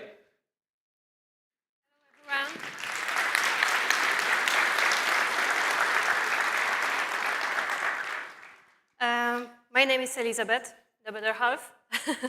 Above all, I'm also pleased to be today with you. This is my second time at FSExpo, and I really enjoy it. Okay, so my main role is that my voice is used as a crew member named Elizabeth. You can find me in Premium Voices library. Now I'm sure you know how I sound in real life. So let's move on and see what Kabi can do with my voice. Of course, Ella is premium voice, as you could hear. So there is a short preview how she speaks in more than one language. Hopefully, yes. Welcome aboard on this lot Polish Airlines flight from Warsaw to London. Willkommen an Bord dieses LOT Polish Airlines Fluges von Warschau nach London. Bienvenido a bordo de este vuelo de LOT Polish Airlines desde Varsovia a Londres. Witamy na pokładzie polskich linii lotniczych LOT z Warszawy do Londynu. Bienvenue à bord de ce vol LOT Polish Airlines de Varsovie à Londres. Yeah. We'll try again in a second. I guess it's because of this USB-C hub.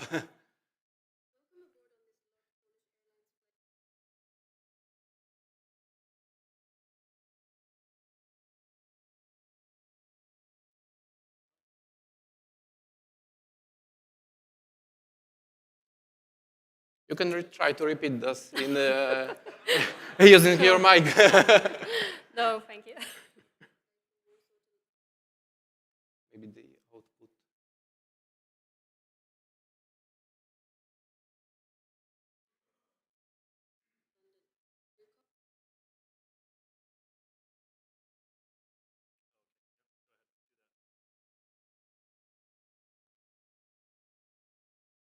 Right, we'll try to put the mic near to the MacBook speakers. Welcome aboard on this LOT Polish Airlines flight from Warsaw to London. Willkommen an Bord dieses LOT Polish Airlines Fluges von Warschau nach London. Bienvenido a bordo de este vuelo de LOT Polish Airlines desde Varsovia a Londres. Witamy na pokładzie polskich linii lotniczych LOT z Warszawy do Londynu. Bienvenue à bord de ce vol LOT Polish Airlines de Varsovie à Londres. Benvenuto a bordo del volo LOT Polish Airlines da Varsavia a Londra. Bem-vindo a bordo deste voo da LOT Polish Airlines de Varsóvia para Londres. All right, sorry for that.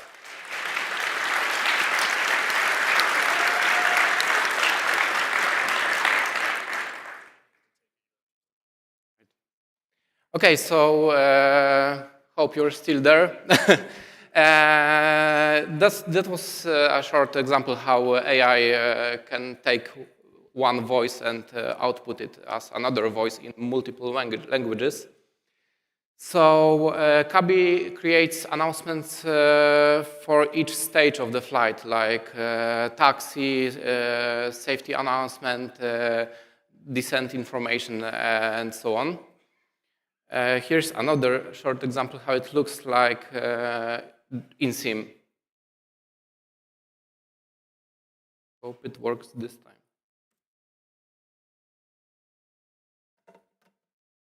Ladies and gentlemen, on behalf of the crew, I ask that you please direct your attention to the crew members as we review the emergency procedures.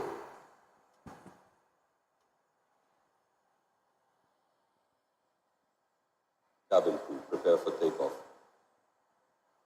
We are now climbing to our cruising altitude. We will be starting our in-flight service shortly. You can find our sky menu in the seat pocket in front of you. Wir steigen jetzt auf unsere Reiseflughöhe. Wir werden in Kürze mit unserem Bordservice beginnen. Unser Sky-Menü finden Sie in der Sitztasche vor Ihnen.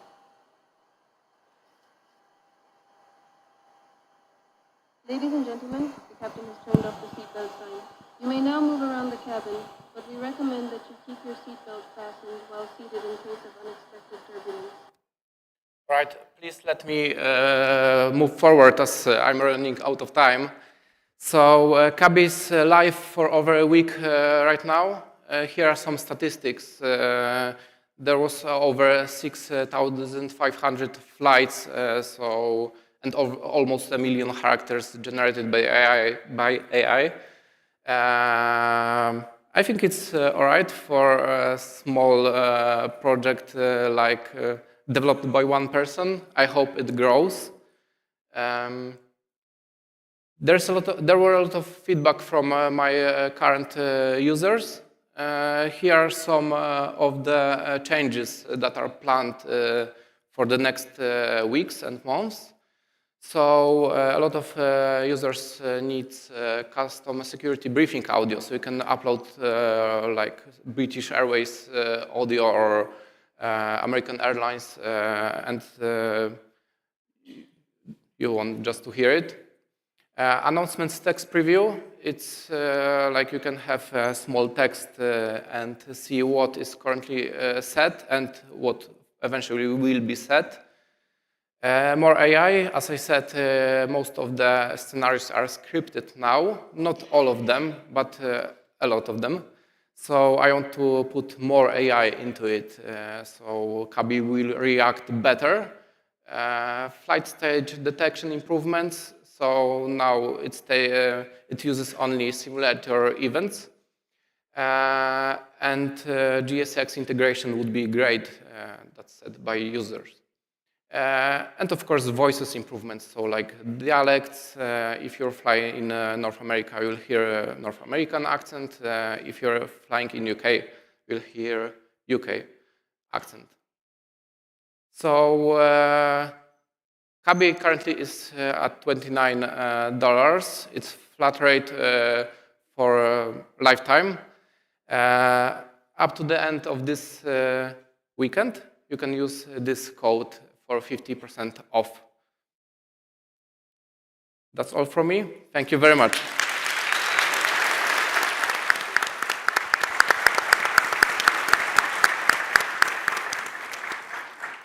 Thank you, guys. It's exciting to see this year, more so than last year, obviously, but exciting to see just how much AI is playing a role into the flight simulation space. And we were talking about earlier how creative this community is. I'm not one of those people generally. I just think flights, airplane. What else is there to do? But everybody has such an interesting take on what you could add, and AI is giving us even more ways to do that and more avenues to go. It's just really fascinating. Voices. Like you could have Gormfield's voice. I don't even know what Gormfield sounds like. Right? Like we all can know. Now we just He can tell you to sit back down in your chair. Oh my goodness. All right, well, next up we have Tobii. Pleased to present Tobii back to the show this year. They've been supporting the National E-Stol landing competition, the Thrustmaster booth, and plenty more. So let's see what updates you guys have. Welcome, Tobii.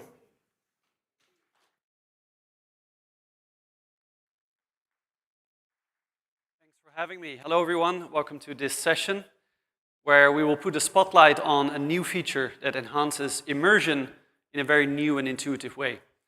A feature that solves an age-old problem in head tracking. My name is Thomas, and I'm with Tobii Gaming. I would like a show of hands. Who of you has experience using head tracking? Wow. I'm impressed. That's more than half of the people here, I think.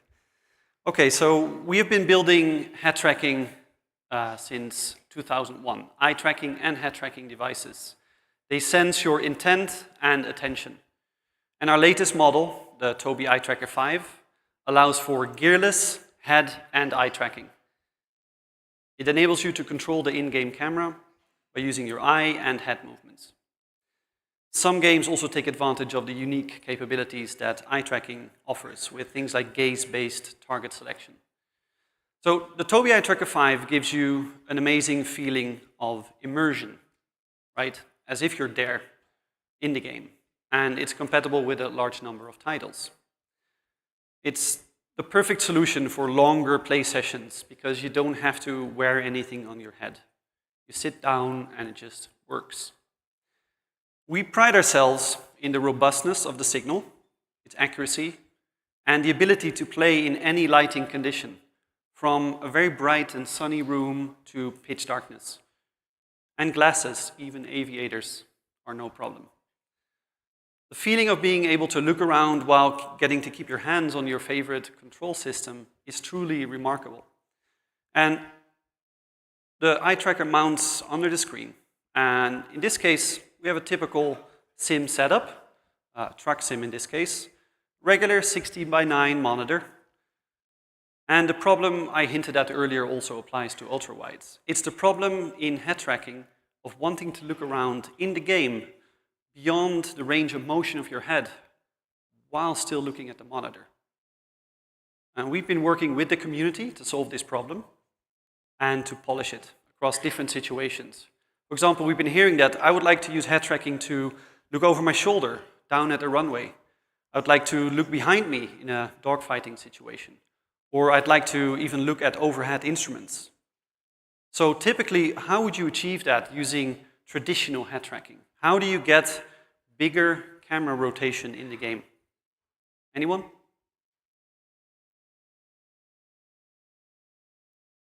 Yep.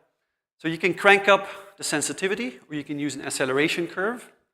That's the kind of old way of doing it. This has created an entire, I would say, art of making curves and people exchanging the best settings. The problem is you have to get used to that curve, that acceleration curve. And it's not intuitive, and it's also not dynamic. It's one curve and you're stuck with it.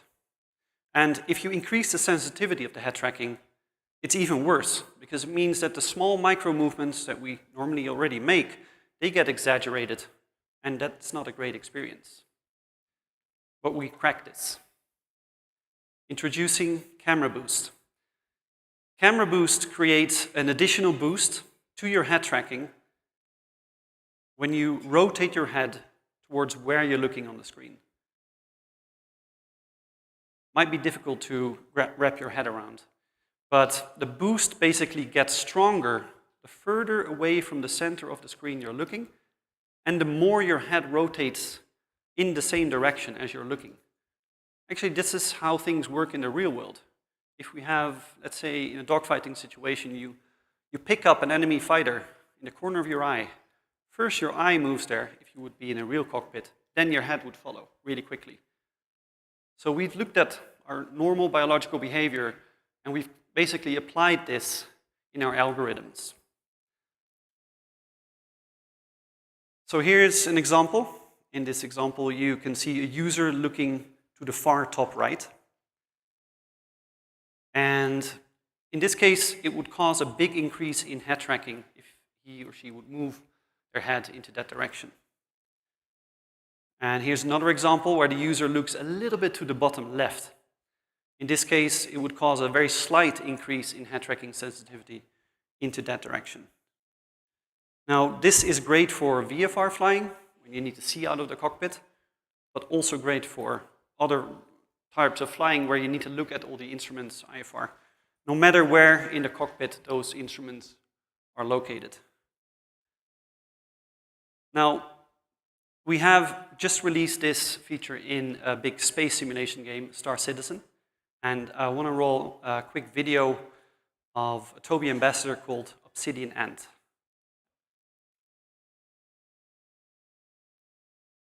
Camera boost feature takes into account what you're actually looking at with your eyes whilst you're making head movements, and this overall makes head tracking feel way more natural. For example, if I look towards the left of the screen and then turn my head right, you can see the camera turns to the right. However, it never goes quite so far as to make the object I'm looking at go out of frame. In other words, the camera boost system is taking what I look at into account when moving the camera. The camera moves smoothly, and what I'm looking at somewhat restricts how far the camera will actually rotate. It's an intelligent system that just makes everything feel way more natural, and I think that probably speaks for itself. Now, on the other hand, if I'm to look to the right and also move my head to the right, the game understands that I'm actually trying to see much further to the right. Therefore, the camera rotates much faster. And not only that, if I keep my eyes looking to the right, the camera actually has a greater degree of motion. Notice how now the camera isn't restricted, but actually very quickly looks over my right shoulder. I think it's self-explanatory what the camera boost feature then will do for situational awareness in the game. And not only that, it adds immensely to the immersion. The same tracking method works regardless of whether you're in your ship, walking around, or simply sitting down and chilling out. Right. In this case, you probably noticed a little bubble. That's just for illustration purposes, so you can get an idea of exactly where, in this case, Obsidian Ant is looking at. So Camera Boost is available today in DCS, in Star Citizen, and in War Thunder. And it's coming soon to Arma 3, Elite Dangerous, and X-Plane. And we hope to announce more future games soon. And this weekend, you can try Camera Boost yourself, because I can talk about it, try to explain it, but you have to just experience it yourself, how intuitively this works. And you can try it out in DCS over at the booth of our friends at Thrustmaster. Thanks very much for your attention, and see you on the show floor. Tobii out.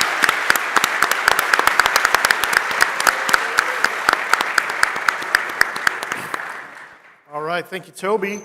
I know for me personally, I'm kind of newer to the Tobii eye tracking thing. I love it, but what he talked about just now was one of the biggest things for me, is trying to figure out the curves. And I really like the idea of integrating. I usually turn the eye part off and just have it track my head, because my eyes would go all over the place and it moves. But that is actually utilizing the eyes to damp the head movement accordingly, like you would in real life, and that's really cool. I'm excited to try that. Yeah, I love my Tobii eye tracker. That's awesome. And for people who are attending this expo in person and being able to go and actually try that out, I think with Tobii eye tracking, it's really about trying it out. Yes. It's really a sort of like intuitive, experiential kind of experience. It's not something you can watch all the videos you want, but trying it out really shows you what it's about. For me, you hit it right on the head, it's the curves. Especially given the fact that from one aircraft to the other, one sim to another, it can be completely different. And so you never find that comfort zone. He hit it on the head when he was talking about, then you have to relearn the curves. If you go with that really strong curve, then everything in this range is so narrow. So that's a really cool feature. Looking forward to seeing that in action. I have a Tobii, so we'll see what happens. I'm excited for that. Factual's right, though. It is an experiential thing. Yes. So make sure you go try that out. If you're on the fence about a Tobii eye tracker or even any kind of head tracking, it's one of those things where this is why the expo is so important. You can actually try stuff that otherwise you have to spend a lot of money just to hope it works well for you. So up next, we have Colin from representing Sofly.io. And following the announcement of animals at last year's show, let's hear from Sofly.io, one of the most exciting add-on developers for Microsoft Flight Simulator. And after Sofly, we're going to wrap up our FSExpo Friday with our 2024 headliner, Laminar Research. So Sofly, take it away. Thank you very much.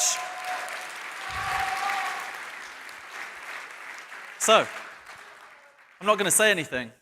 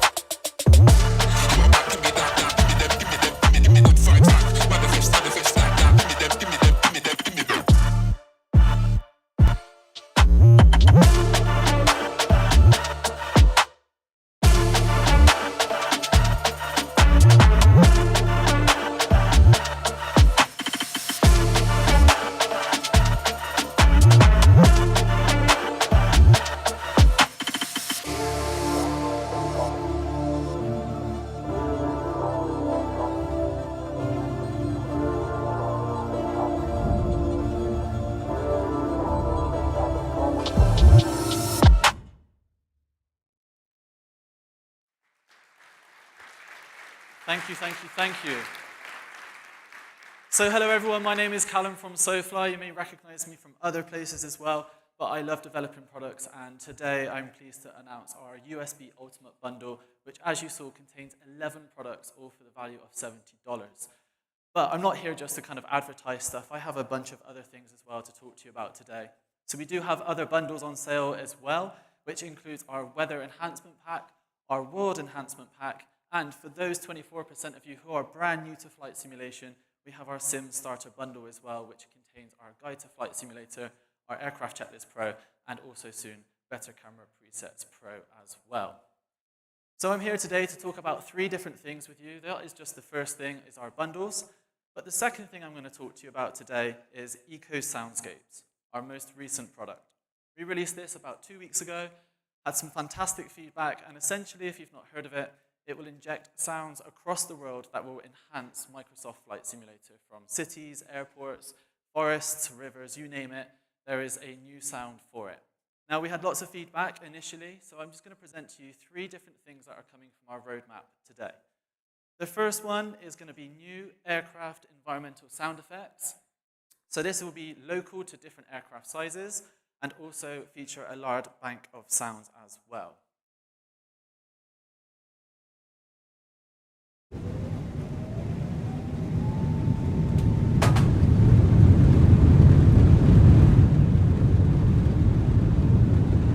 So this is the default 747 within the sim, and we've added a bunch of extra sounds to it just to give you that extra little bit of realism. The second part of the roadmap will be ATC chatter. So this is fantastic, especially if you're going to be using it on Xbox. And all it does is it will regionalize locations. So if you're flying above UK airspace or US airspace, you will hear specific sound effects to that region. And also, it'll be very realistic depending on your phase of flight. So if you're in the cruise, for example, you're going to hear from control. But if you're on the ground, you're going to hear more of the ground conversations as well. So here's just a very quick sample of that. Bluebird 729, speed 250 knots. 250 knots, Bluebird 729. Aegean 602, reduce the holding speed now. Reducing holding speed now, Aegean 602. Bluebird 347, reduce speed 250 knots. And then finally, the last part of the roadmap today for Eco Soundscapes is our global automated sounds. So we heard your feedback. There are some sounds that are missing, but that is a technical issue that we are working on, and it will be coming out very soon. And also, we're going to get rid of the performance issues, because now, instead of it being localized to different locations, it is going to be across the world. So it doesn't matter where you're flying, we're going to be able to pick up exactly where you're flying, what time of day, and you're going to hear crickets at night, you're going to hear birds during the day, and all sorts of other cool sounds. Again, here's just a very quick preview for you.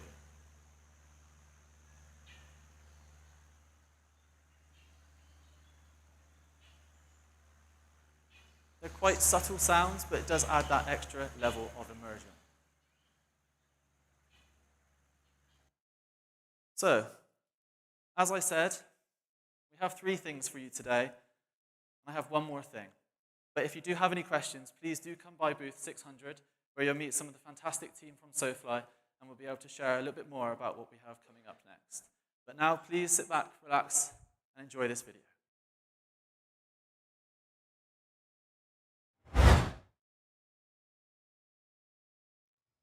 Good morning, Captain.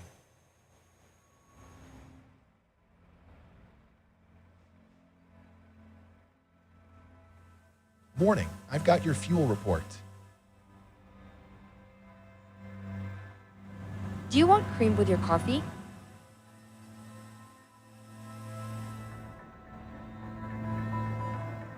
Good morning, everyone, and welcome on board your American Airlines flight to Las Vegas. Thanks for the fuel report. The final aircraft door is now closed, so please make sure all portable equipment is now in flight safe mode or switched off. Cabin crew, arm doors and prepare for the safety demo. In preparation for departure, be certain that your seat back is straight up and your tray table is stowed. Make sure that your carry-on items are placed completely under the seat in front of you. Portable telephones are not approved for use in flight. However, you may use certain other electronic devices when advised by your crew. There are 8 emergency exits on this aircraft, 2 at the front, 2 at the rear, and 4 in the middle. Take a moment to locate the exit nearest you. On behalf of the captain and your entire crew, it is our pleasure to have you aboard.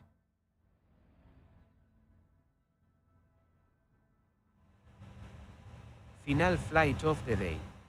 Cabin crew, doors to automatic and cross-check. Please prepare for a manual demo. There is a safety card in your seat pocket. In the unlikely event of an emergency, if the cabin pressure drops, oxygen masks will drop in front of you. Put your own mask on before helping others with theirs. Pull the mask towards you, put it over your nose and mouth and breathe normally. Now that we're in the air, just a few safety reminders. When seated, keep your seatbelts fastened. We will be out with a drink service and duty-free shortly. We hope you're enjoying your flight with us. Now please sit back and relax whilst we prepare our first service for you. As we reach our cruising altitude, we want to give you the chance to sit back and relax. Your comfort is important to us, so we'll leave you now to relax and enjoy your flight. Pretty peaceful flight so far. Got any plans when we get to Vegas? We have an incident in the cabin. Someone is a bit intoxicated and people in the galley. Can you put on the fasten seatbelt sign? The weather at our destination is looking bad with lots of rain. We may have to hold for a little bit once we get closer. We are now approaching our destination. So now please put your seats in the upright position, tray tables away, armrests down and window blinds open. The cabin crew will now pass through completing their final checks in preparation for landing.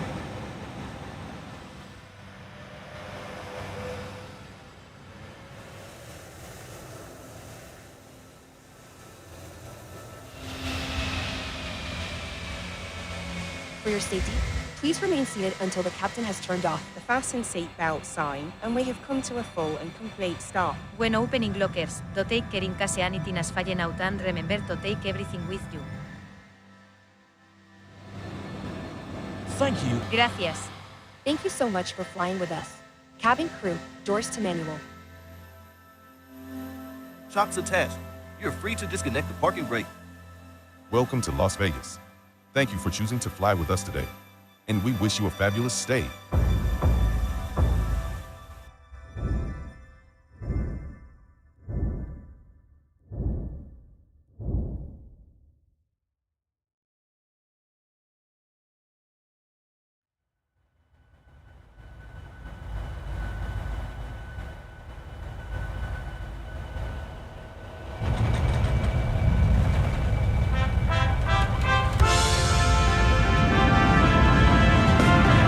Nice landing, Captain.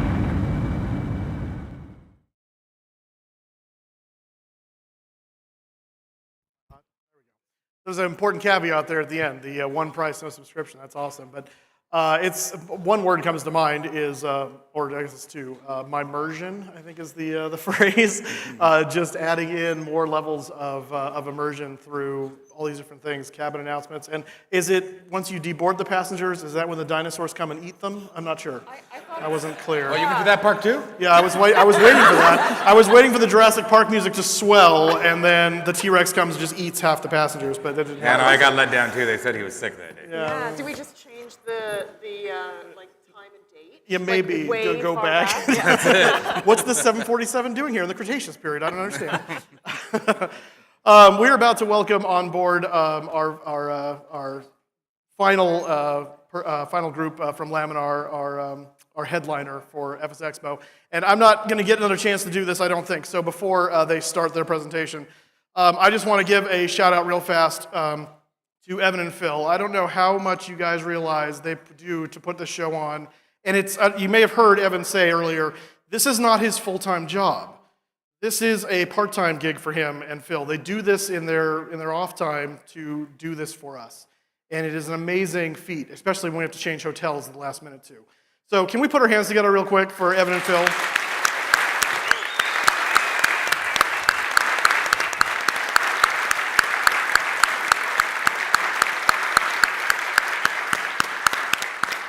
All right, thank you guys. You have been a wonderful audience. We're going to turn it over to our final presenter, Laminar Research, the creators of X-Plane. Let's hear what you have to say.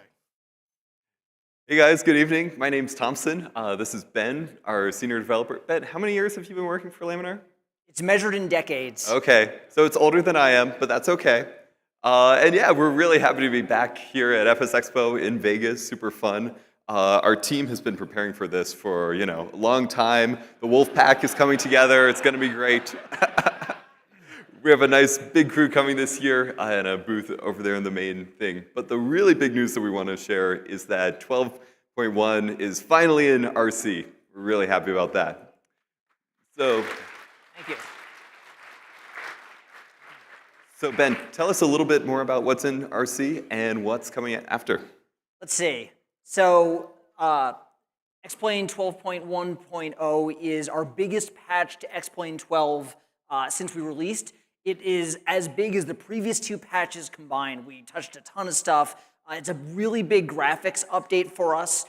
We got in bloom and depth of field, as well as a screenshot tool, so people have been taking really great photos with it.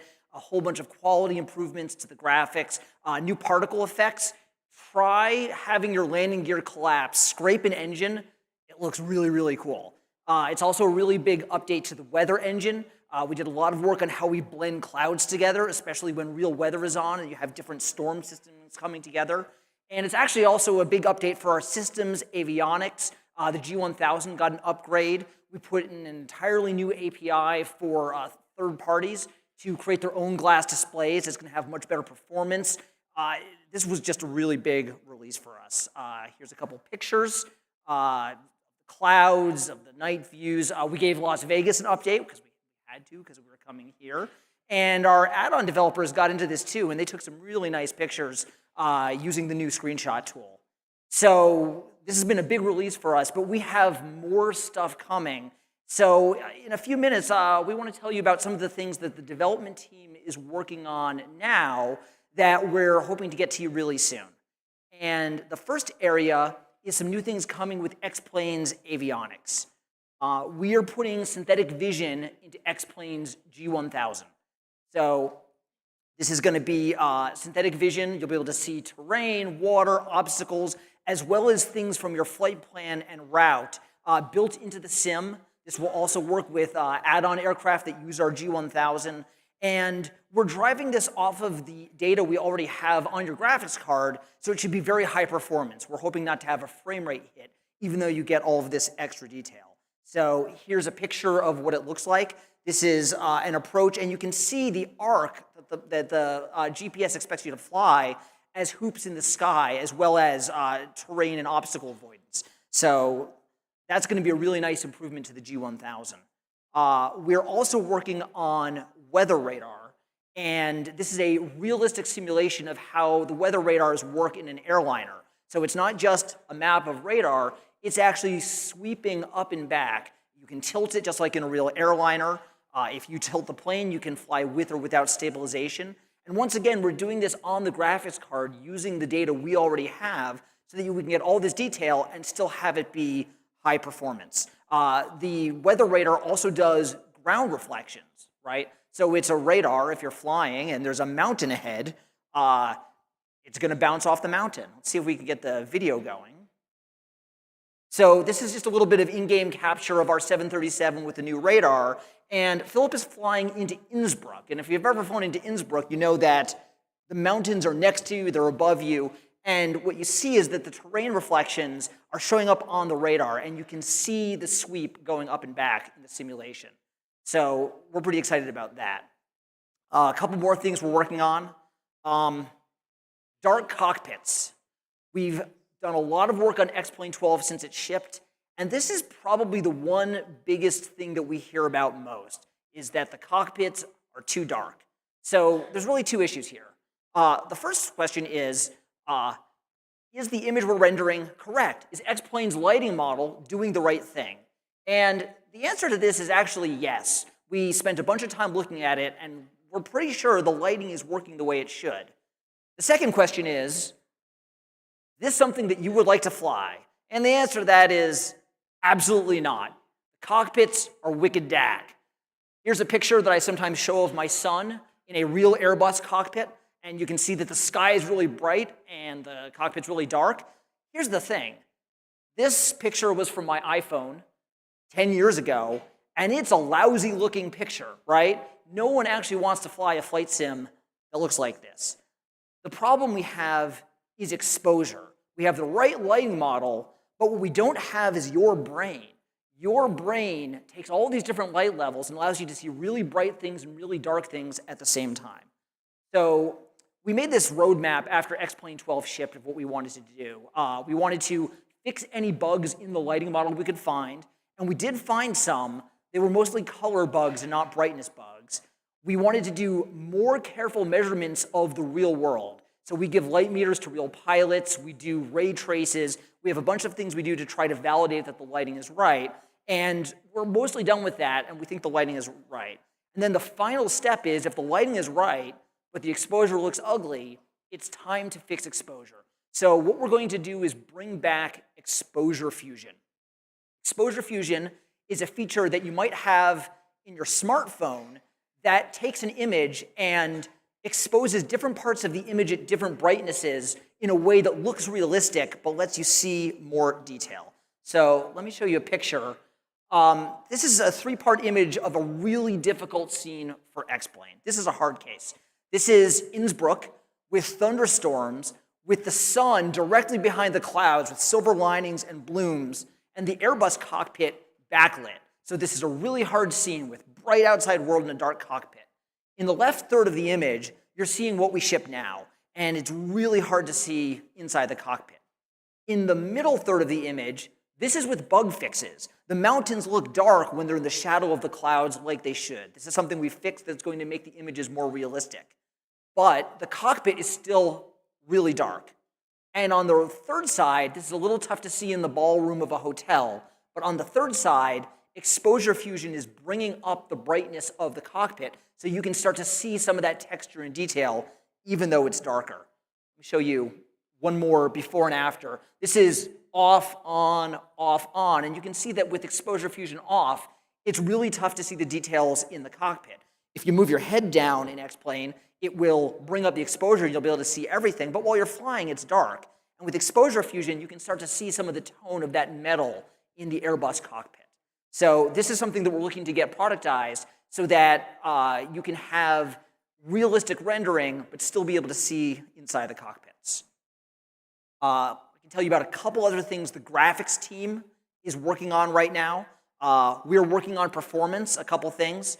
We are working on moving the lighting calculations to the GPU in a new way that should make night scenes much faster, especially if you run at 4K or if you run in VR. We've also got an improvement coming to, to how we handle materials in the world, which should help your CPU. And we are working on making the main frame rendering multi-core. And that's going to be something that unlocks a lot of performance for everyone because y'all have a lot of CPUs. Besides performance, the other big thing that the graphics team is spending our time on is new terrain rendering.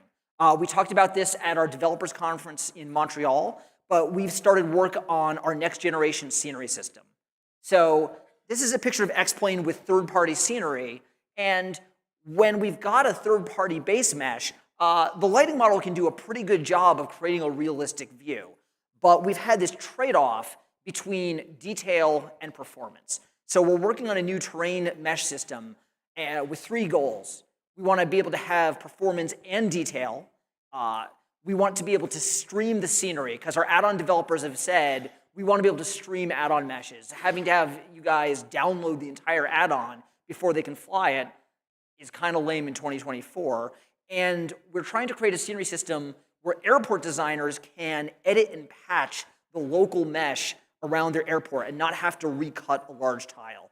So this is work that's happening now. This was what I was working on the airplane on the way here, and what we'll get back to work on when we go home. And we're looking to get some of this stuff out in Q3 and Q4 of this year in our next updates. Let me turn it over to Thompson to tell you about the X-Plane store. Yeah, so one project that I've been working on quite a bit recently is the X-Plane store. This will be a platform within the app itself and online to let you buy add-ons, aircraft, scenery, plugins. But that sounds kind of, pedestrian, and we already have that, right? But we've decided to do it a little bit better. So plans for the X-Plane store will be integrated directly into X-Plane, which means that a lot of the points of friction in the current process of purchasing, downloading, installing, and then unlocking an add-on will be removed. This will all be built on a new X-Plane identity system that we're building currently, which will keep all of this in sync, whether you're on different computers or if you buy something on the web and then want to use it in X-Plane. We'll also update all of your add-ons for you, so you won't need to worry about what's up to date and what hasn't been done yet. You'll just be able to hop in and fly. And lastly, we're going to fix the DRM system for X-Plane. So for a while, to really protect the add-ons you make for X-Plane, you've had to make your own system or hop on someone else's third-party system. We're going to do a little bit better than that. For free, we'll offer to all developers on our store a built-in DRM system that does all the work for you. No fiddling with anything. So what does this mean for you guys, for the users? Well, it'll be a convenient shopping experience directly in the app, so you won't have to keep clicking away. It will download and install for you automatically, and it will also store your payment information. We won't. I don't want it. Stripe will. They're the professionals at that. And it'll also offer tools like Apple and Google Pay, so to make it as seamless as possible for you. It's also a win for developers because they get a lot more exposure. They will be within the X-Plane app itself. They get all of the DRM wins. And we're also focused a lot on the quality control. So I know that a lot of folks have had trouble with certain add-ons from certain companies, and we hope to really raise the bar on what's acceptable in a marketplace.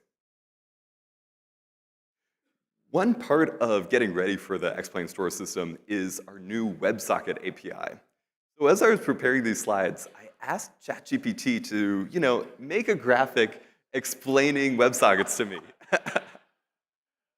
And I'm not going to try to explain this to you, and I'm not sure what it was thinking. The fact is, it didn't know what it was thinking. But let me tell you what it means. So the big thing about WebSockets for us are lowering barriers to entry to X-Plane. So with WebSockets, developers and most of you will be able to write applications that need data from X-Plane about all sorts of things, the state of the aircraft, how fast you're going, where you're going, what you're flying. You'll be able to get that data from X-Plane, and then on the way back, you'll be able to send data to X-Plane, either setting those values or sending commands to X-Plane. This will really unlock a lot of people to use all of this data that X-Plane knows about without having to make your own complicated plugin or counting on users to install that. The biggest thing that I'm excited about for this WebSockets API is just getting started. With modern AI tools like ChatGPT and Copilot, it is so easy to write code for the web if you don't know anything about code. I had an interesting little project that I started completely from scratch with no knowledge. Stop by the booth if you're interested in trying that out. But yeah, so it's really all about lowering the barrier to entry and making it easier on developers. So we have a partner of ours that is launching a new product right now for X-Plane using this API, and we're going to ask them up to tell us a little bit about it.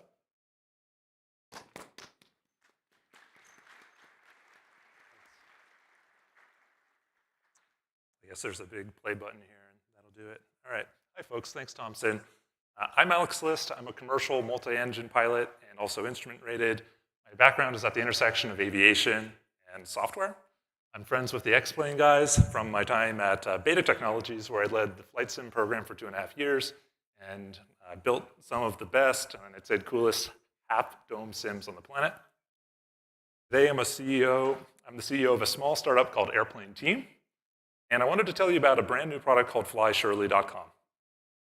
What I want to show you today hasn't been seen before and has the potential to open doors to a cockpit or to a career in AI, and ultimately to safer skies for all pilots. Surely is your AI co-pilot helping you fly smarter from sim to sky. Whether you're piloting a 777 across the Atlantic from your sim room or practicing crossing landings in a Cub, Surely bridges the gap between sim and sky. Sadly, several of us at the X-Plane booth lost a friend in a plane crash earlier this year. When that happened, I decided to leave my job and try and build something to make flying even marginally safer if I could. But I also wanted to build something that respected the love for piloting that our friend had and that all of us here share. And so Surely was born. Our product is like having a pilot friend next to you in your cockpit, a friend you can just talk to normally as you fly. So it can be, let's see here. It can be quite handy to find an airport when you're flying a Cub without avionics, or if you're in a gimbal helicopter where it's hard to take your hands off the controls. And if you're trying to debug an issue in a DA42 with their 700-page POH, Surely can help with that. Or if your autopilot fails in IMC on your 172. Or if you just want to save time and money, backing up your checklist as you speak out the steps in your before landing flow. And if you just need to ask Shirley, hey, Shirley, what's the keyboard shortcut for doubling the speed of time? Well, Shirley's got you covered for that as well. So our vision has always been from sim to sky. Pilots who practice and learn with Shirley in the sim could later learn to fly with Shirley in the sky. This means that teamwork and skills developed in a sim could later be applied in the air and vice versa. That's a theme that's gone around a lot today. And because I knew it was going to take a lot of effort to run Shirley offline on a pilot's iPhone or iPad, not to mention the criticality of always delivering the correct and truthful information to a pilot who's piloting an actively operating airplane. So a few months ago, Thomson reached out and said, hey, we know you're a flight sim guy. There's this awesome sim community. Why don't you launch for simmers first? I think he was onto something, because in launching for a knowledgeable group of pilots, in a controlled setting, we could better understand how aviators would interact with Shirley. What would they ask? What could we improve related to the responses to meet pilots' needs? And that's why we're launching Shirley for X-Plane 12, using the WebSockets feature first announced at the X-Plane Dev Conference and shipping with 12.1. Shirley easily connects to X-Plane directly from our web app. Shirley can receive position and attitude information directly from X-Plane. And so it feels like they're in the airplane with you, like a co-pilot, monitoring your flight, backing you up, while providing you with information to help you the entire way. So when you're out simming with Shirley and doing a visual inspection of the Statue of Liberty, you can ask, you can ask about everything around you, and you can say, hey, which way to the closest helipad? And while you could just ask Shirley, yo, Shirley, could you teach me to fly gliders? And it would work okay. There's so much awesome sim content out there on the internet right now, made by many of you here. We thought we could leverage that passion by providing an opportunity for all of you creators. And we call it challenges. How about we have Shirley tell us how it works? Airplane teammate is up. Mic check when ready. I'm Shirley, your AI co-pilot. I provide assistance with flight operations, real-time information, and guidance through procedures. Your airspeed is now 72 knots. Climb rate and heading are stable. Following your current heading, you'll reach Plattsburgh International. Winds are 5 knots, gusting 15. Ready for the ultimate precision test? Introducing challenges with Shirley. Test your pilot skills with thrilling challenges. Think you can land like a real bush pilot? Try our shortest landing challenge and prove it. I'll guide you through each step and track your performance. Your landing distance was approximately 184 feet from your starting point. Great job. Now you can create your own aviation challenges. So I'm thinking I'll just kind of break it up by phase. Invent exciting scenarios, push your limits, and compete with friends or yourself. It's a new version of the Stole Challenge, and so we're gonna go grab that. Okay, 1 notch and flaps are in. Copy that. Reduce throttle, flaps down, and aim for the marked spot. There it is.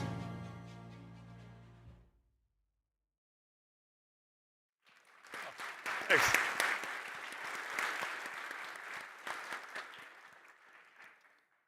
Challenges with Shirley are an entirely new way of interacting with X-Plane.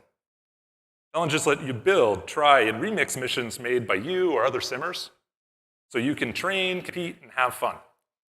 And we want to make this a community thing. And so we intend to feature challenges made by community members, attributing to you and linking back to your Twitch or YouTube directly from our website. We'll also be streaming as we try out your work, the challenges that you make, and give tips and feedback on our Discord. In the coming weeks, we'll also be releasing additional challenges, including for vehicles such as Beta's Aliyah aircraft, and additionally new Shirley skills to use when you're building challenges. Challenges are really a great way to build familiarity and make the most of this new opportunity with AI. And we think you're really going to have a ton of fun using it. So in a time when companies are releasing AI co-pilots for everything, it seems, except for flying, our product is like having a co-pilot friend sitting next to you in the cockpit, a real AI co-pilot. And best of all, by using Shirley, we'll all be part of something bigger than us, helping to bring this sort of technology, which started in Sims, to make it available for safer flying in the sky. Shirley is available today with a free trial at flyshirley.com and on a subscription pricing basis. You can stop by the X-Plane booth this weekend to try it in person and to complete in our STOL challenge. There's a Cessna and there's a Cub category, and winners get a free membership.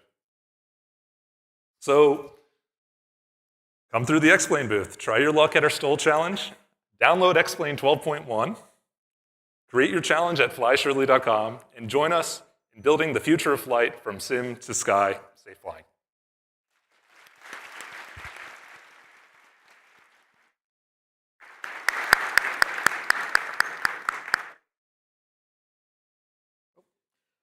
So surely you can't be serious. Had to say it. Thank you, X-Plane, and the Fly Shirley thing. That's really cool. They got some really innovative things coming on the horizon. In fact, one thing that piqued my interest was the weather radar, because I know that's something we've been clamoring for in another sim that I won't mention, but working weather radar. What was your thoughts on the X-Plane updates? That exposure setting was actually quite impressive. That one caught my attention. Like, I thought the middle one at first was the new setting that they were showing the high brights and lows. Like, I didn't realize that once they said that was it on. That was impressive. That was a very nice change, and I could see other simulators taking some lead on that as well. Exactly. And I love with that exposure setting as well how like they really looked at what is the physics of the light, but then also what is our experience of seeing it as a person. Right. And that was just really telling to me about how they approached the reality building isn't of the sim. always better. Yes, exactly. Reality, and that is the thing. We are in a sim. Sometimes reality isn't the best for our particular thing. So we're going to do a couple things right now. We tried to show a Blackbird video earlier when we came back, and there was a little bit of technical goof. So we're going to re-show that here in a second. And then Evan is going to come back up and give you some instructions for the mixer that's going to be happening at the end. However, before he does that, I would like to say a special thank you to my fellow panelists, Factual Goal and Overkill Simulations, for joining me here on stage here today. Thank you so much.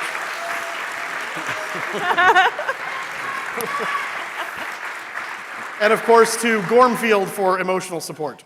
So, there we go. Just because she did it, you know, if you wanted to, we had that opportunity earlier. My daughter's out there. If you want to call her out, now's a good time to do it. Who's out there? My daughter. Your daughter? Well, stand up, Delina. Who's your daughter? There she is right there. That's my daughter right there, guys. A little overkill. Yeah. Okay. All right, let's go turn your attention to the screen for the Blackbird video.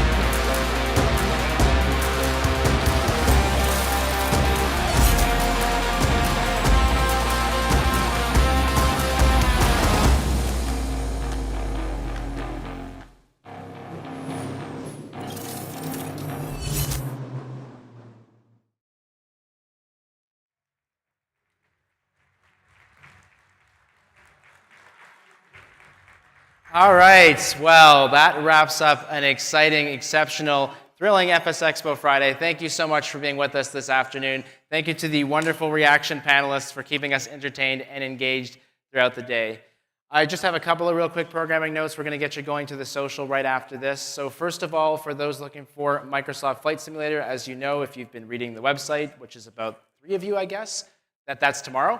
So 3 o'clock tomorrow is when the big Microsoft presentation is. We needed to give them extra time. That's why they're not today. We do get back on this stage at 9 a.m. tomorrow with our International Flight Dispatch presentation that's put on by a couple of real-world airline dispatchers. Get a good view as to how the backside of an airline works and everything that goes on behind the scenes. A couple people in here who didn't get badges earlier. If you just show of hands, anyone left without a badge? A couple people, or not really? Okay, very few. Okay, good. So you get to go first. So everybody who does not have a badge, they're going to keep registration open. If I get you to please stand up now and head out that way so you guys can get badges right now. I apologize for the wait earlier. And that would include you guys. Thank you so much for being with us today. All right, folks, we're going to cut away from the coverage there of day one of FlightSimExpo because they're just wrapping up some logistical things for folks actually physically there in attendance. Well, first of all, fair play if you're actually still here and still sticking around. It is, it is nearly 2 a.m. local time here in Dublin. Might even be later for you. Fair play. That was a bit of a stint that we had, but hope you enjoyed it. Just to briefly recap on the last segment that we had one after the other yet again. I think they were really running tight for time, but I won't bore you to death. Just a very quick recap on what was covered in the last segment. So from Microprose, they had a very short video of the B-17 that looked pretty awesome.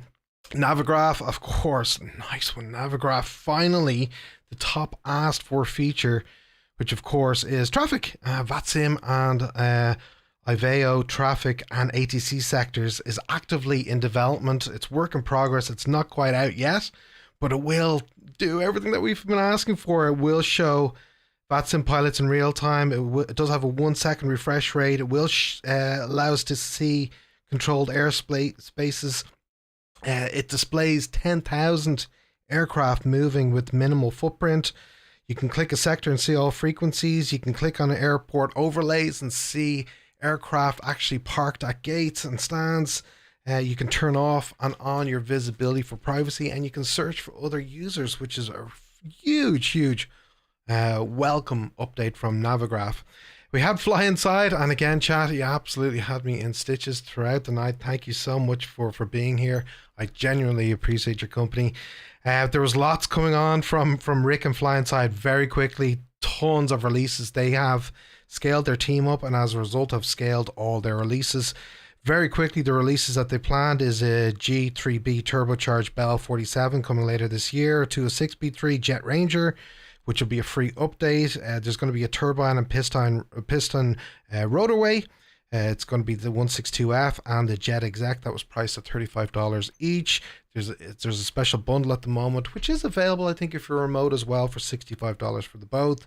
And then they have 4 releases of the Mosquito, 4 releases of the Enstrom, and then the Gazelle was their Pride flagship release, I think. So 4 different variants of the Gazelle coming in 2025 was announced. They also mentioned additional functionality such as CCAS, SAS functionality, full autopilot with GPS and nav. So there's lots going on from FlyInside. Moving on to Flying Art, then Arthur presented on Cabby. Now Cabby we've kind of seen, although it's pretty new. We have covered it here in the TwoToneMurphy channel before, which of course is AI cabin crew announcements. Lots going on in the cabin crew announcement space. That seems to really have kicked in, hasn't it, since the Phoenix B2 introduced it. Everybody's doing it at the moment, so we kind of know about Cabby at the moment. And I suppose what's newsworthy there is that the price of it is $29 for the lifetime, which it always was, but with the code FSExpo 2024 you get 50% off. So if you're in any way interested in that, now might be the time to jump in. Tobii, not Tobii, Muse fan, Tobii. We had Thomas presenting, and again a very interesting addition in terms of functionality coming from Tobii, and they're calling it a camera boost, whereby It's an additional boost that's given the more you rotate your head away from the center of the screen, so you'll be able to easily look behind you, etc., etc. Unfortunately, there's nothing announced as far as when that might be coming for Microsoft Flight Sim. It is coming soon for X-Plane, and further announcements as to what titles it'll support is coming soon, they said. Moving on then to Sofly and Callum, who we know from FS Elite, also with Sofly, interesting. 11 products is currently bundled for sale as with a price of $70.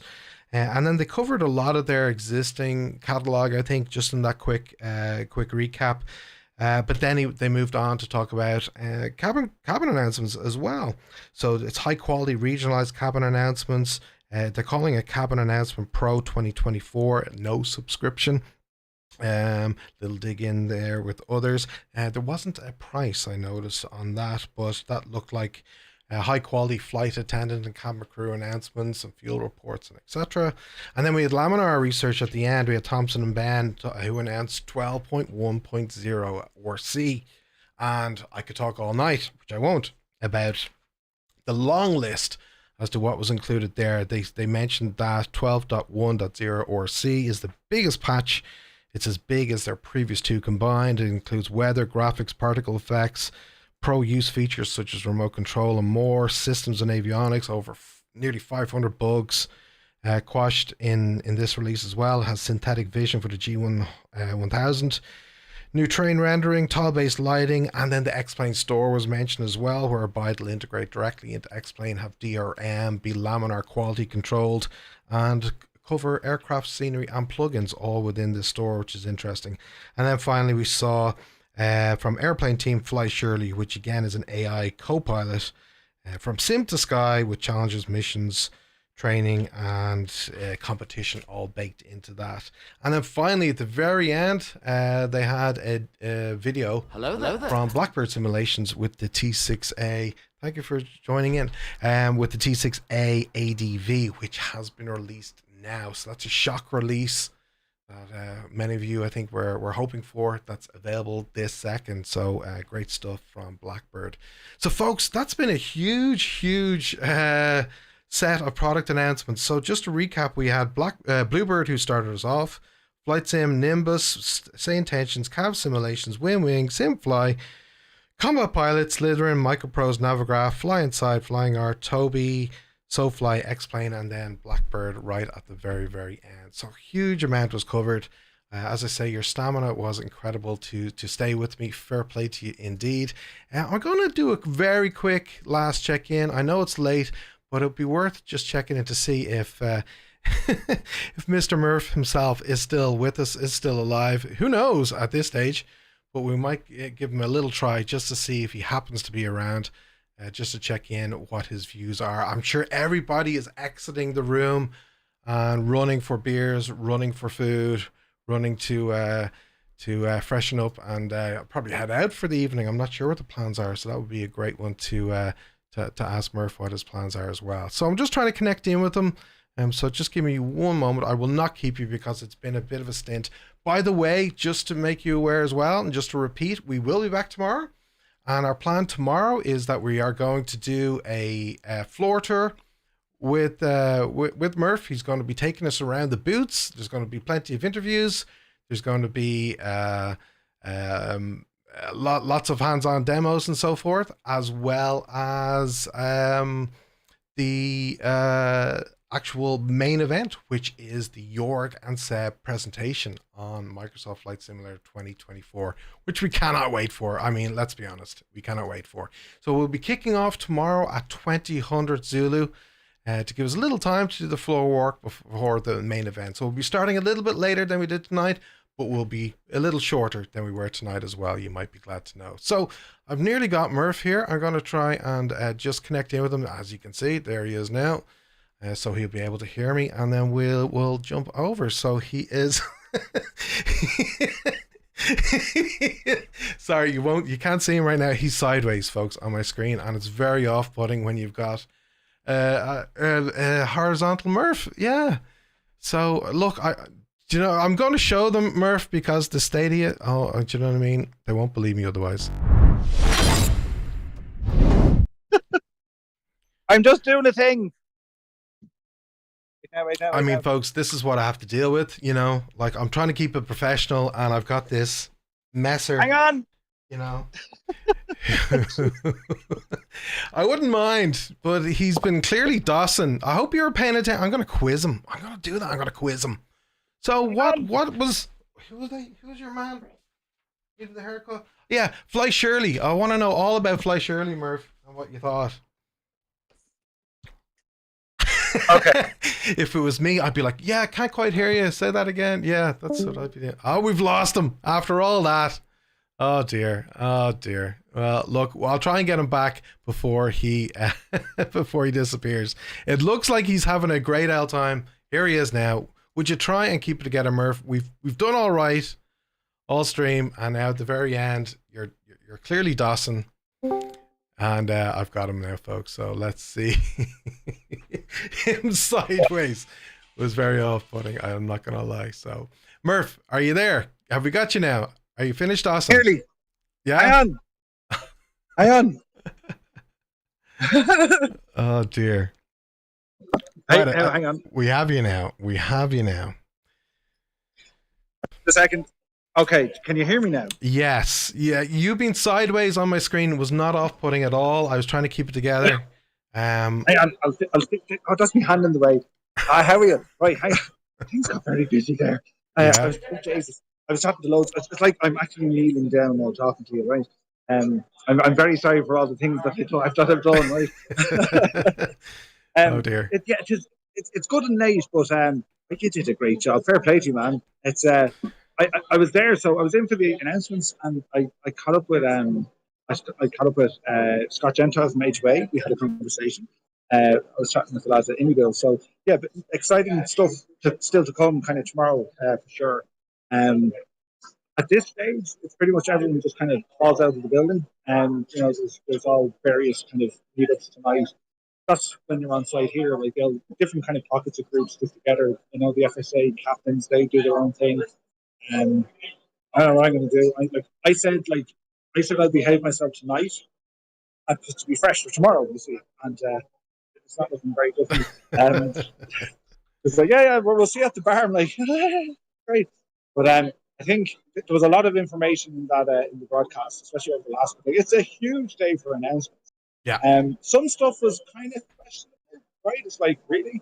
Other stuff was like so exciting. It's amazing, some of the stuff that they're going to be doing. Yeah. And even, you know, you'll see it tomorrow. Is inside. There's it's cool looking, some of the stuff. Right. And it'll be a lot of fun now, kind of wandering around and just giving you that experience, kind of on the ground. But it is literally what it's like on the floor. Yeah. So while they were some of the main stage announcements, that's not it, right? There's going to be lots more, perhaps coming through socials. Perhaps I think even FSExpo will communicate a lot of them, as well as individual developers themselves, and then from the booths being able to give live demos. So, you mentioned Indie Builds, perhaps. I think we're expecting one or two others, like even Just Flight might have something that they have up their sleeves. Who knows? So I think there's lots more to come. So that'll all trickle out, I think, over the course of the next 24 hours, right? Very much so. And again, what they make public now, and there's a lot of new news now, right? There's a ton of stuff that was announced today. But it's when you realize these guys are working on multiple projects. They have multiple projects. And it's only the ones they want to talk about today are kind of ready for public, right? It's all the other stuff behind that. And that's really exciting stuff. I think, you know, looking back over today of the announcements made, again, the hardware is pretty cool. The innovations that Navigraph are doing, again, just some class stuff coming in there. Bluebird, it's exciting, right? But I think we need to see the thing first. It's very exciting that, you know, the 757. Gibbo, we've been talking about the 757 for years with Bluebird, and we've never seen it, right? Yeah. And then the 7.6, and then the 7.8. Get something out. It's exciting.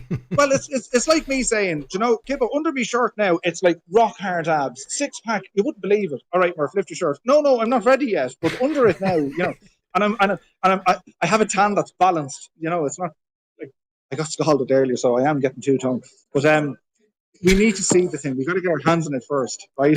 And not me now, you know. By the way, you're so white, you're nearly blue. Can I just say, right? Yeah, the lighting, right? If you actually saw the head of me, I'm very red. Because you're going for the milk look. Like people come up to me like, "Are you okay? You're very red." It's like, yeah, it's called sunburn, and I'm Irish. They go hand in hand. But yeah, the lighting in here, it's what do they call it? Tungsten, not tungsten, luminous something. It's very orangey yellow. Okay. And I come across as being Murphy hasn't seen the light of day for years, you know. But yeah, there's a couple of folks now starting to appear here now. Yeah. And they kind of, I don't know what they do. They'll bed in and then they'll do the things for the night. Okay. But like from what was covered today, and you know, I don't know where we're at with them, but I think we were here last year, right? And the two of us, and we saw kind of the running around that goes on. But like, Evan, like he was on fire today. I thought, even like a bit of a panto at the start of the whole thing. He was dressed up as a baseball player and all this. I think Evan and Phil, they do so much behind the scenes to keep all this moving. Yeah. And it's got to be tough trying to get developers into this area to say, right, okay, listen, this is the platform to use, because there we are today after listening to whatever it was 5 hours of announcements of, you know, the harbour guys, aircraft, scenery, other platforms, other sims. It's a very exciting space. But what aren't they telling us? And what we're going to learn now tomorrow, because especially with the hardware, I mean, I saw where Winwing are set up. I was like, state of it. Yeah. Verpal are in there as well. Plus a host of others. And it's I think tomorrow now the announcements are great. It's exciting what's happening. Yeah. When you go around to the booths, you get to see the stuff, or you get to kind of, you know, get your hands around it and see what it's going to be like. Yeah. And that's going to be super exciting. And tomorrow, how they're doing it, so they'll have announcements on the FS Elite stage inside the expo, which is behind me, the exhibit hall. And then the main room tonight that they use, the Brasilia Hall, I think. Mm-hmm. That's where they do like the different seminars. And then Microsoft probably go in there. Yeah. You know. But you must be jaded. We're on the Guinness now, or did you get coffee? I ran out. They're right there. They're stacking up, yeah. But anyway, yeah, we're going to wrap up now shortly. But as I said to everybody, we're going to do a floor walk tomorrow. We're going to be on the 2000 Zulu. You're going to take us for a floor walk, show some of the booths, show some of the presentations and hardware, and maybe a little demo here and there, and hopefully a good few interviews before we have Jorg and Seb giving the MSFS 2024 presentation, which we cannot wait. It's Evan mentioned that it wasn't quite ready, so that's why they weren't on the main stage today. So I don't know if you're going to see much of the Microsoft lads tonight, but if you do, we'll catch up to you tomorrow and get all the inside 100%. Scoops. Go, keep us posted. But yeah, that's about it. We're looking forward to seeing you again tomorrow, and I hope everybody enjoyed the main product announcements today. I absolutely am super excited by the Winwing stuff, but also the Navigraph announcements. Murph, your wish came through. You contacted them actually asking for VATSIM integration, and here it's coming. Absolutely. So it's basically all thanks to you. Pretty much. I mean, like a lot of things. I say the Irish invented a lot of things, and because I'm Irish, like I'm responsible for a lot of things, right? It was gas because like before they got up on the stage, I was like, all right, I know, I hope they're going to announce this now, you know. And you kind of make that face, and I'm doing the same with the developers that they're walking around and like, so the thing, right? And they're like, yeah, how it's going? You're going to announce it? And they're like, yeah. Wait, what thing? And like, yeah, I know what it is. So like. There's so much more to come out tomorrow, and as I said, like we'll get in front of the devs in their booths to find out where they're at, and it's exciting, man. Yeah, it's a bit of crack. So a few beers tonight. That's the plan. I have to behave tonight because I did the dog in it last night. So yeah, it'll be a few small beers, you know, nothing major. Okay, well, Murph, I'm going to let you do the honors and signing off to everybody. I'm just going to firstly say thank you so much for your time and joining me tonight. Thank you for being so kind and supportive on my very first live stream. I hope I didn't make too much of a mess of it. And we'll see you again tomorrow at 2000 Zulu. So with that said, good night, everybody. And Murph, I'll let you take us out. Over to you. Well, for me over here in the heat, and just want to thank everyone for tuning in on Twitch and YouTube, for putting up with me more than anything. And for Gibbo, this is his first live stream. Now, Gibbo's done so much in the background when it comes to keeping me on the straight and narrow. And making things work. For him to be able to do this as well as he's done it, lads, it's incredible. It really, really is. And he's up way past his bedtime as well. So incredible job, really now. Honest to God, brilliant. And no pressure now. The next time it has to be even better. But it'll be fine. Like, I'm very confident in it. You know, you'll be great. You'll be great. But no, on a serious note, guys, thank you so much for tuning in. It's great that we're able to use our channel to promote what's going on here. And the viewer numbers were very, very strong tonight. And I hope, you know, everything worked for you. And having me here, and you know, if you have any questions, do be sure to light them up in the Discord. If you have any questions you want to be put to developers, let us know, and I'll try and tackle them with your questions. So if you have anything specific to hit a developer with, put it in our Discord, put it into the FlightSimExpo channel. !Discord will give you a link to our Discord channel. If there's anything you want to ask anyone, drop it in there. I'll have a read of it before we hit the floor tomorrow, and we should have a lot more fun. But thanks to everyone for tuning in. I think Fan earned an additional star on his test as well for being the exclusive mod, and really well done. And of course, then to Gibbo for just launching the whole thing. And like, he's not even in my house, so like, he had to like copy everything over, and the science, lads. I don't know how he does it. But yeah, don't leave any like stew wallpaper. Oh, I didn't see this picture either. You said you had a picture of me earlier on, so I need to go back and figure out, you know, should I be giving you all these compliments, should I be just giving out, right? But we'll see how we go. So until tomorrow, have a very pleasant evening, and we'll talk to you then. Don't panic. Just hope for the best, Murphy. Oh, Jesus. Don't end in all fear and terrible. Yep. Oh. Bank angle. Pull up. Shh. Larry red, Larry yellow. Oh no! I've had enough of this wowdy webble sniggering behavior. Silence! Call yourselves Praetorian guards. You're not. Seize him, blow your noses and seize him.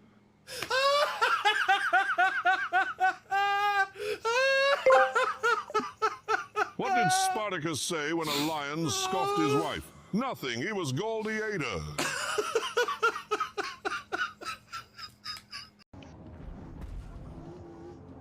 No, I didn't push you. Get out of the way, Vils, will you? Blocking up the whole show. Oh, you're Jesus Christ.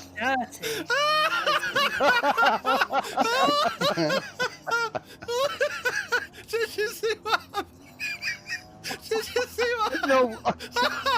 I've no mirrors. I don't know who's behind me. All I know. Oh, we've got a gun sight. This is a beta, so I'm not too worried. It looks great though, doesn't it? Listen to this.